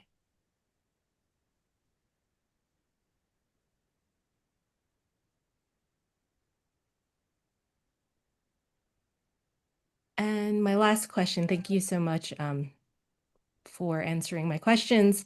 On page 5 of Mr. Jones's rebuttal testimony, if you have it in front of you, he states, or if you recall, he states the plan is structured with costs concentrated in the early years, while benefits will be realized progressively in later years as components are implemented and begin to work synergistically. Do you have any concerns with those types of statements made by the witness in his testimony? In this case, no, because I had the opportunity to participate as an observer in their hosting capacity analysis program, hosting capacity analysis study, where they evaluated stressed feeders. And I believe that their approach was very prudent and raised no concerns from me based upon that. Okay, thank you very much. I have no further questions. Great, thank you, Ms. Joe. Mr. Herman excused himself, so hearing examiner Ryan, do you have any questions for Mr. Whitney? No, just wanted to make a bookmark for when we get to the close of the evidentiary portion of this. With briefing and the legal question, I will be perfectly frank, I'm confused why folks are pointing towards the absence of metrics that I think that Mr. Verheuel and his client would say can't exist as evidence of a problem. So I don't know about you, Ms. Barrett, but like I don't understand that. It does not surprise me as the person who's the fact finder here in this case that PNM is coming to us with like, hey, we haven't done any of this yet, so we don't have anything to report. How is that a problem? And I'm not trying to make light of it. I'm just saying I don't understand. So if there is some point there that you think the commission needs to absorb, you will need to brief that and explain that. Yeah, I think that that's a fair statement. And I do think that that'll be an appropriate question for briefing for the parties that did raise it as an issue. And you know, and that's not to say that like when we move forward in this case, and there are in fact, you know, moments in time when we can measure what benefits are coming, I think there will be need to go back to the BCAs and say, okay, they projected this much benefit based on this much investment, but like, is that playing out? But that's going to happen in the future, and so in some sense, I feels to me like some of this is just, I don't know, premature in many ways. So I'm eager to hear how that's not the case. Anyway, that's all I wanted to say. Thank you. Mr. Rossi, do you have any redirect? I do not. Thank you. All right. Thank you very much. Thank you for being here, Mr. Whitney, and you may be excused. My pleasure. Thank you. All right, Mr. Rossi. Staff will call Jonah Malden. All right. Good afternoon, Mr. Malden. Ms. Gonzalez, will you please swear the witness in? Raise your right hand. Do you solemnly swear the testimony you are about to give will be the truth, the whole truth, and nothing but the truth? So help you God. I do. Thank you. I like that Good you af- raised your hand on Zoom as well. Go ahead and do Thank your you, hearing direct. examiner. Good afternoon, Mr. Malden. Can you please state your name for the record? Yes, my name is Jonah Malden. And how are you employed? I'm the accounting bureau chief within the utility division of the New Mexico PRC. Did you prepare testimony for this proceeding? Yes, I did. Do you have a copy of the corrected staff exhibit 3, the corrected direct testimony of Jonah Malden? Yes, I do. What was the correction? So the original one left off my Appendix A, which is the list of cases that I've participated in before the commission. Was that the only correction? Yes, it was. I just a few moments ago uploaded the corrected exhibit 3 into Dropbox. And it was labeled as such. Yes. Well, it was labeled the staff exhibit 3 corrected is the. That's fine. Is this your sworn testimony in this matter? Yes, it is. Is the testimony in staff exhibit 3 prepared by you? Yes. If I asked you the same questions today, would your answers be the same? Yes. Are the answers true and accurate to the best of your knowledge?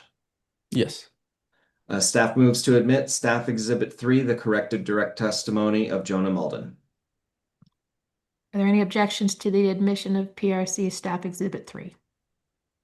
Hearing no objections, the exhibit is admitted. I have no further questions for this witness. He is available for cross. All right. And Ms. Joe, you've got 10 minutes with Mr. Malden. We have no questions. Thank you. All right. And Mr. Herman has excused himself. Hearing examiner Ryan, do you have any questions for Mr. Malden? No, thank you. All right, Mr. Malden, I do have a few questions for you. I found your testimony to be very thorough and helpful. And in one part, I don't know if you were listening earlier when I was conversing with Ms. Gutierrez, but do you recall from your testimony that you provided an enumerated list of documentation that you would like to see from PNM to prove that their shift of software costs from O&M to capital was supported under I can't remember what they're called right now, but the accepted accounting standards? Yes. Did PNM provide to you or to staff? Well, first of all, did Ms. Gutierrez's rebuttal testimony satisfy your questions in this area? I would say in part. I mean, it seems like there is a contract that they've entered into, and they're saying that some of the costs in that contract do meet that criteria. I was kind of hoping to see maybe a little bit more, but I suppose just knowing that the contract exists and it's been entered into does kind of alleviate some of the concern. What more were you hoping to see? I was hoping to see maybe a little bit more about what those costs specifically are for. The accounting rule does kind of specify what costs should and shouldn't be capitalized. So I was hoping to see maybe a little bit more granularity with the costs. Between the rebuttal testimony and the testimony that has been put on the record today, do you think that PNM has provided enough information to verify that their shift in costs meets the standards that you laid out in your testimony? I don't know that I have any reason to doubt that the costs do meet the criteria. Kind of my concern, the basis of my concern was I just wanted to see it maybe. Okay, so your testimony is that you don't have any specific concerns that they haven't met the criteria that you laid out. However, you would have liked to see some more granular information supporting their claim that they did meet that standard. Yes, correct. Okay, that's fair.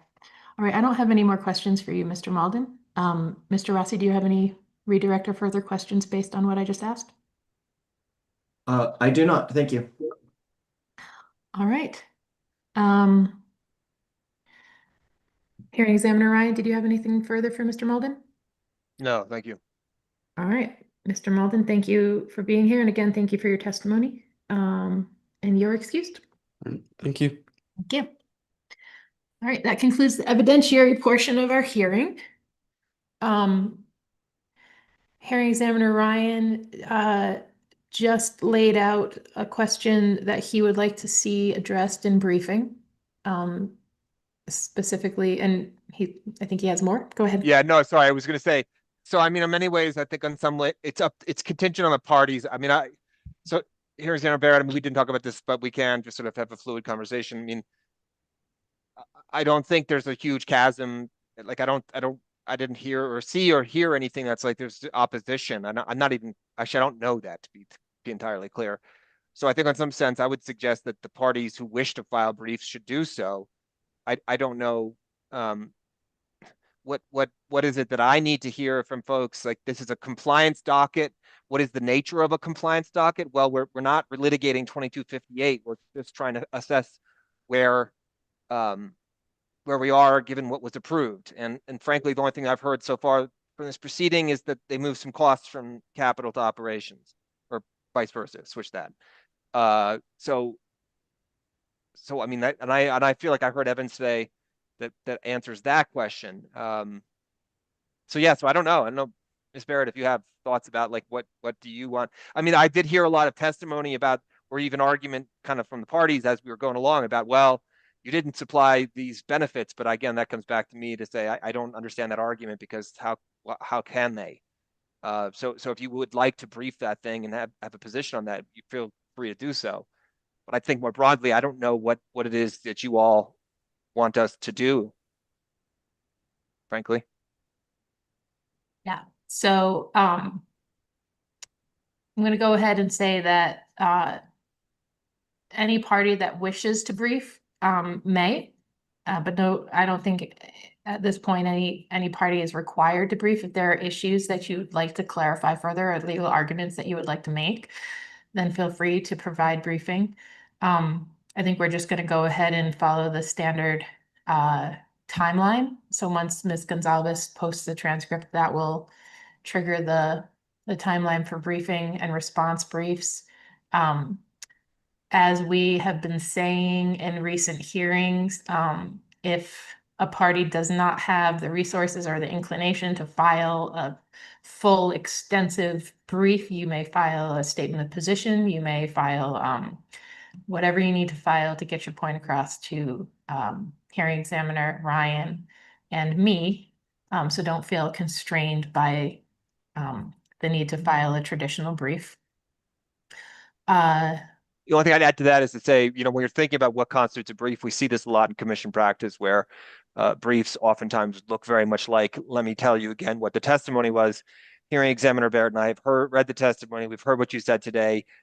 Summarize facts, give us your legal positions. That's what briefing is meant to be. Yeah, they can be pointed. They can be pointed to just clarify or present legal arguments based on the testimony. And aside from that, are there any other issues that we need to discuss before we go off the record? Mr. Harris. Just a practical question about how transcripts are delivered. Is there any notification sent out when they get posted to the InfoSeek? Do we need to give the transcriptionist our email address? It's been a while since I practiced at the commission, so I'm not sure how, and things have changed, and I'm not sure how things will. Well, you are on the service list, Mr. Harris, so you don't have to provide an email address. Hearing examiner Ryan, is there an alert that goes out when Ms. Gonzalez posts the transcript? Yes, and Anna, well, that's, I believe the way it goes, and Ms. Gonzalez can perhaps comment, I believe Ms. Gonzalez provides it to Anna, and Anna sees that it gets onto eDocket, and at that juncture, the email goes out. Is that right, Ms. Gonzalez? I don't know when the email goes out, because I've never been involved in that at all. So Okay. I post it and I try to meet the 2 weeks. Yeah. That I'm contracted for. And when you say you post it, meaning do you send it off to the email address that includes PRC records? Yes, PRC records and Anna Okay. both get it. Yep. Yeah, and so then it would sounds like, yes, either Mr. Harris will receive notification that he gets it. The actual mechanics of how specifically that works, we could talk to Anna about that. Okay, so you should be notified, and if for some reason you don't see a notification in about a week or so, just go ahead and check eDocket. And it will either be there or not yet. Thank you very much. You're very welcome. All right, are there any other questions or issues? All right, thank you everybody for being here today. Thank you for your professionalism, and thank you to all the witnesses for your testimony. This hearing is adjourned and we're off the record. Thank you. Thank you. Can Thank I you. ask one question? I should go and get all new exhibits, it sounds like, because a lot were posted. Are they done yet? Should I wait till tomorrow? Are I there would wait people- till tomorrow. Give Okay. hearing examiner Ryan and I a chance to sort everything through, but go ahead and check like mid-morning tomorrow and we'll make sure that everything's in order by then. Sounds good. That's all I need to know. Thank you.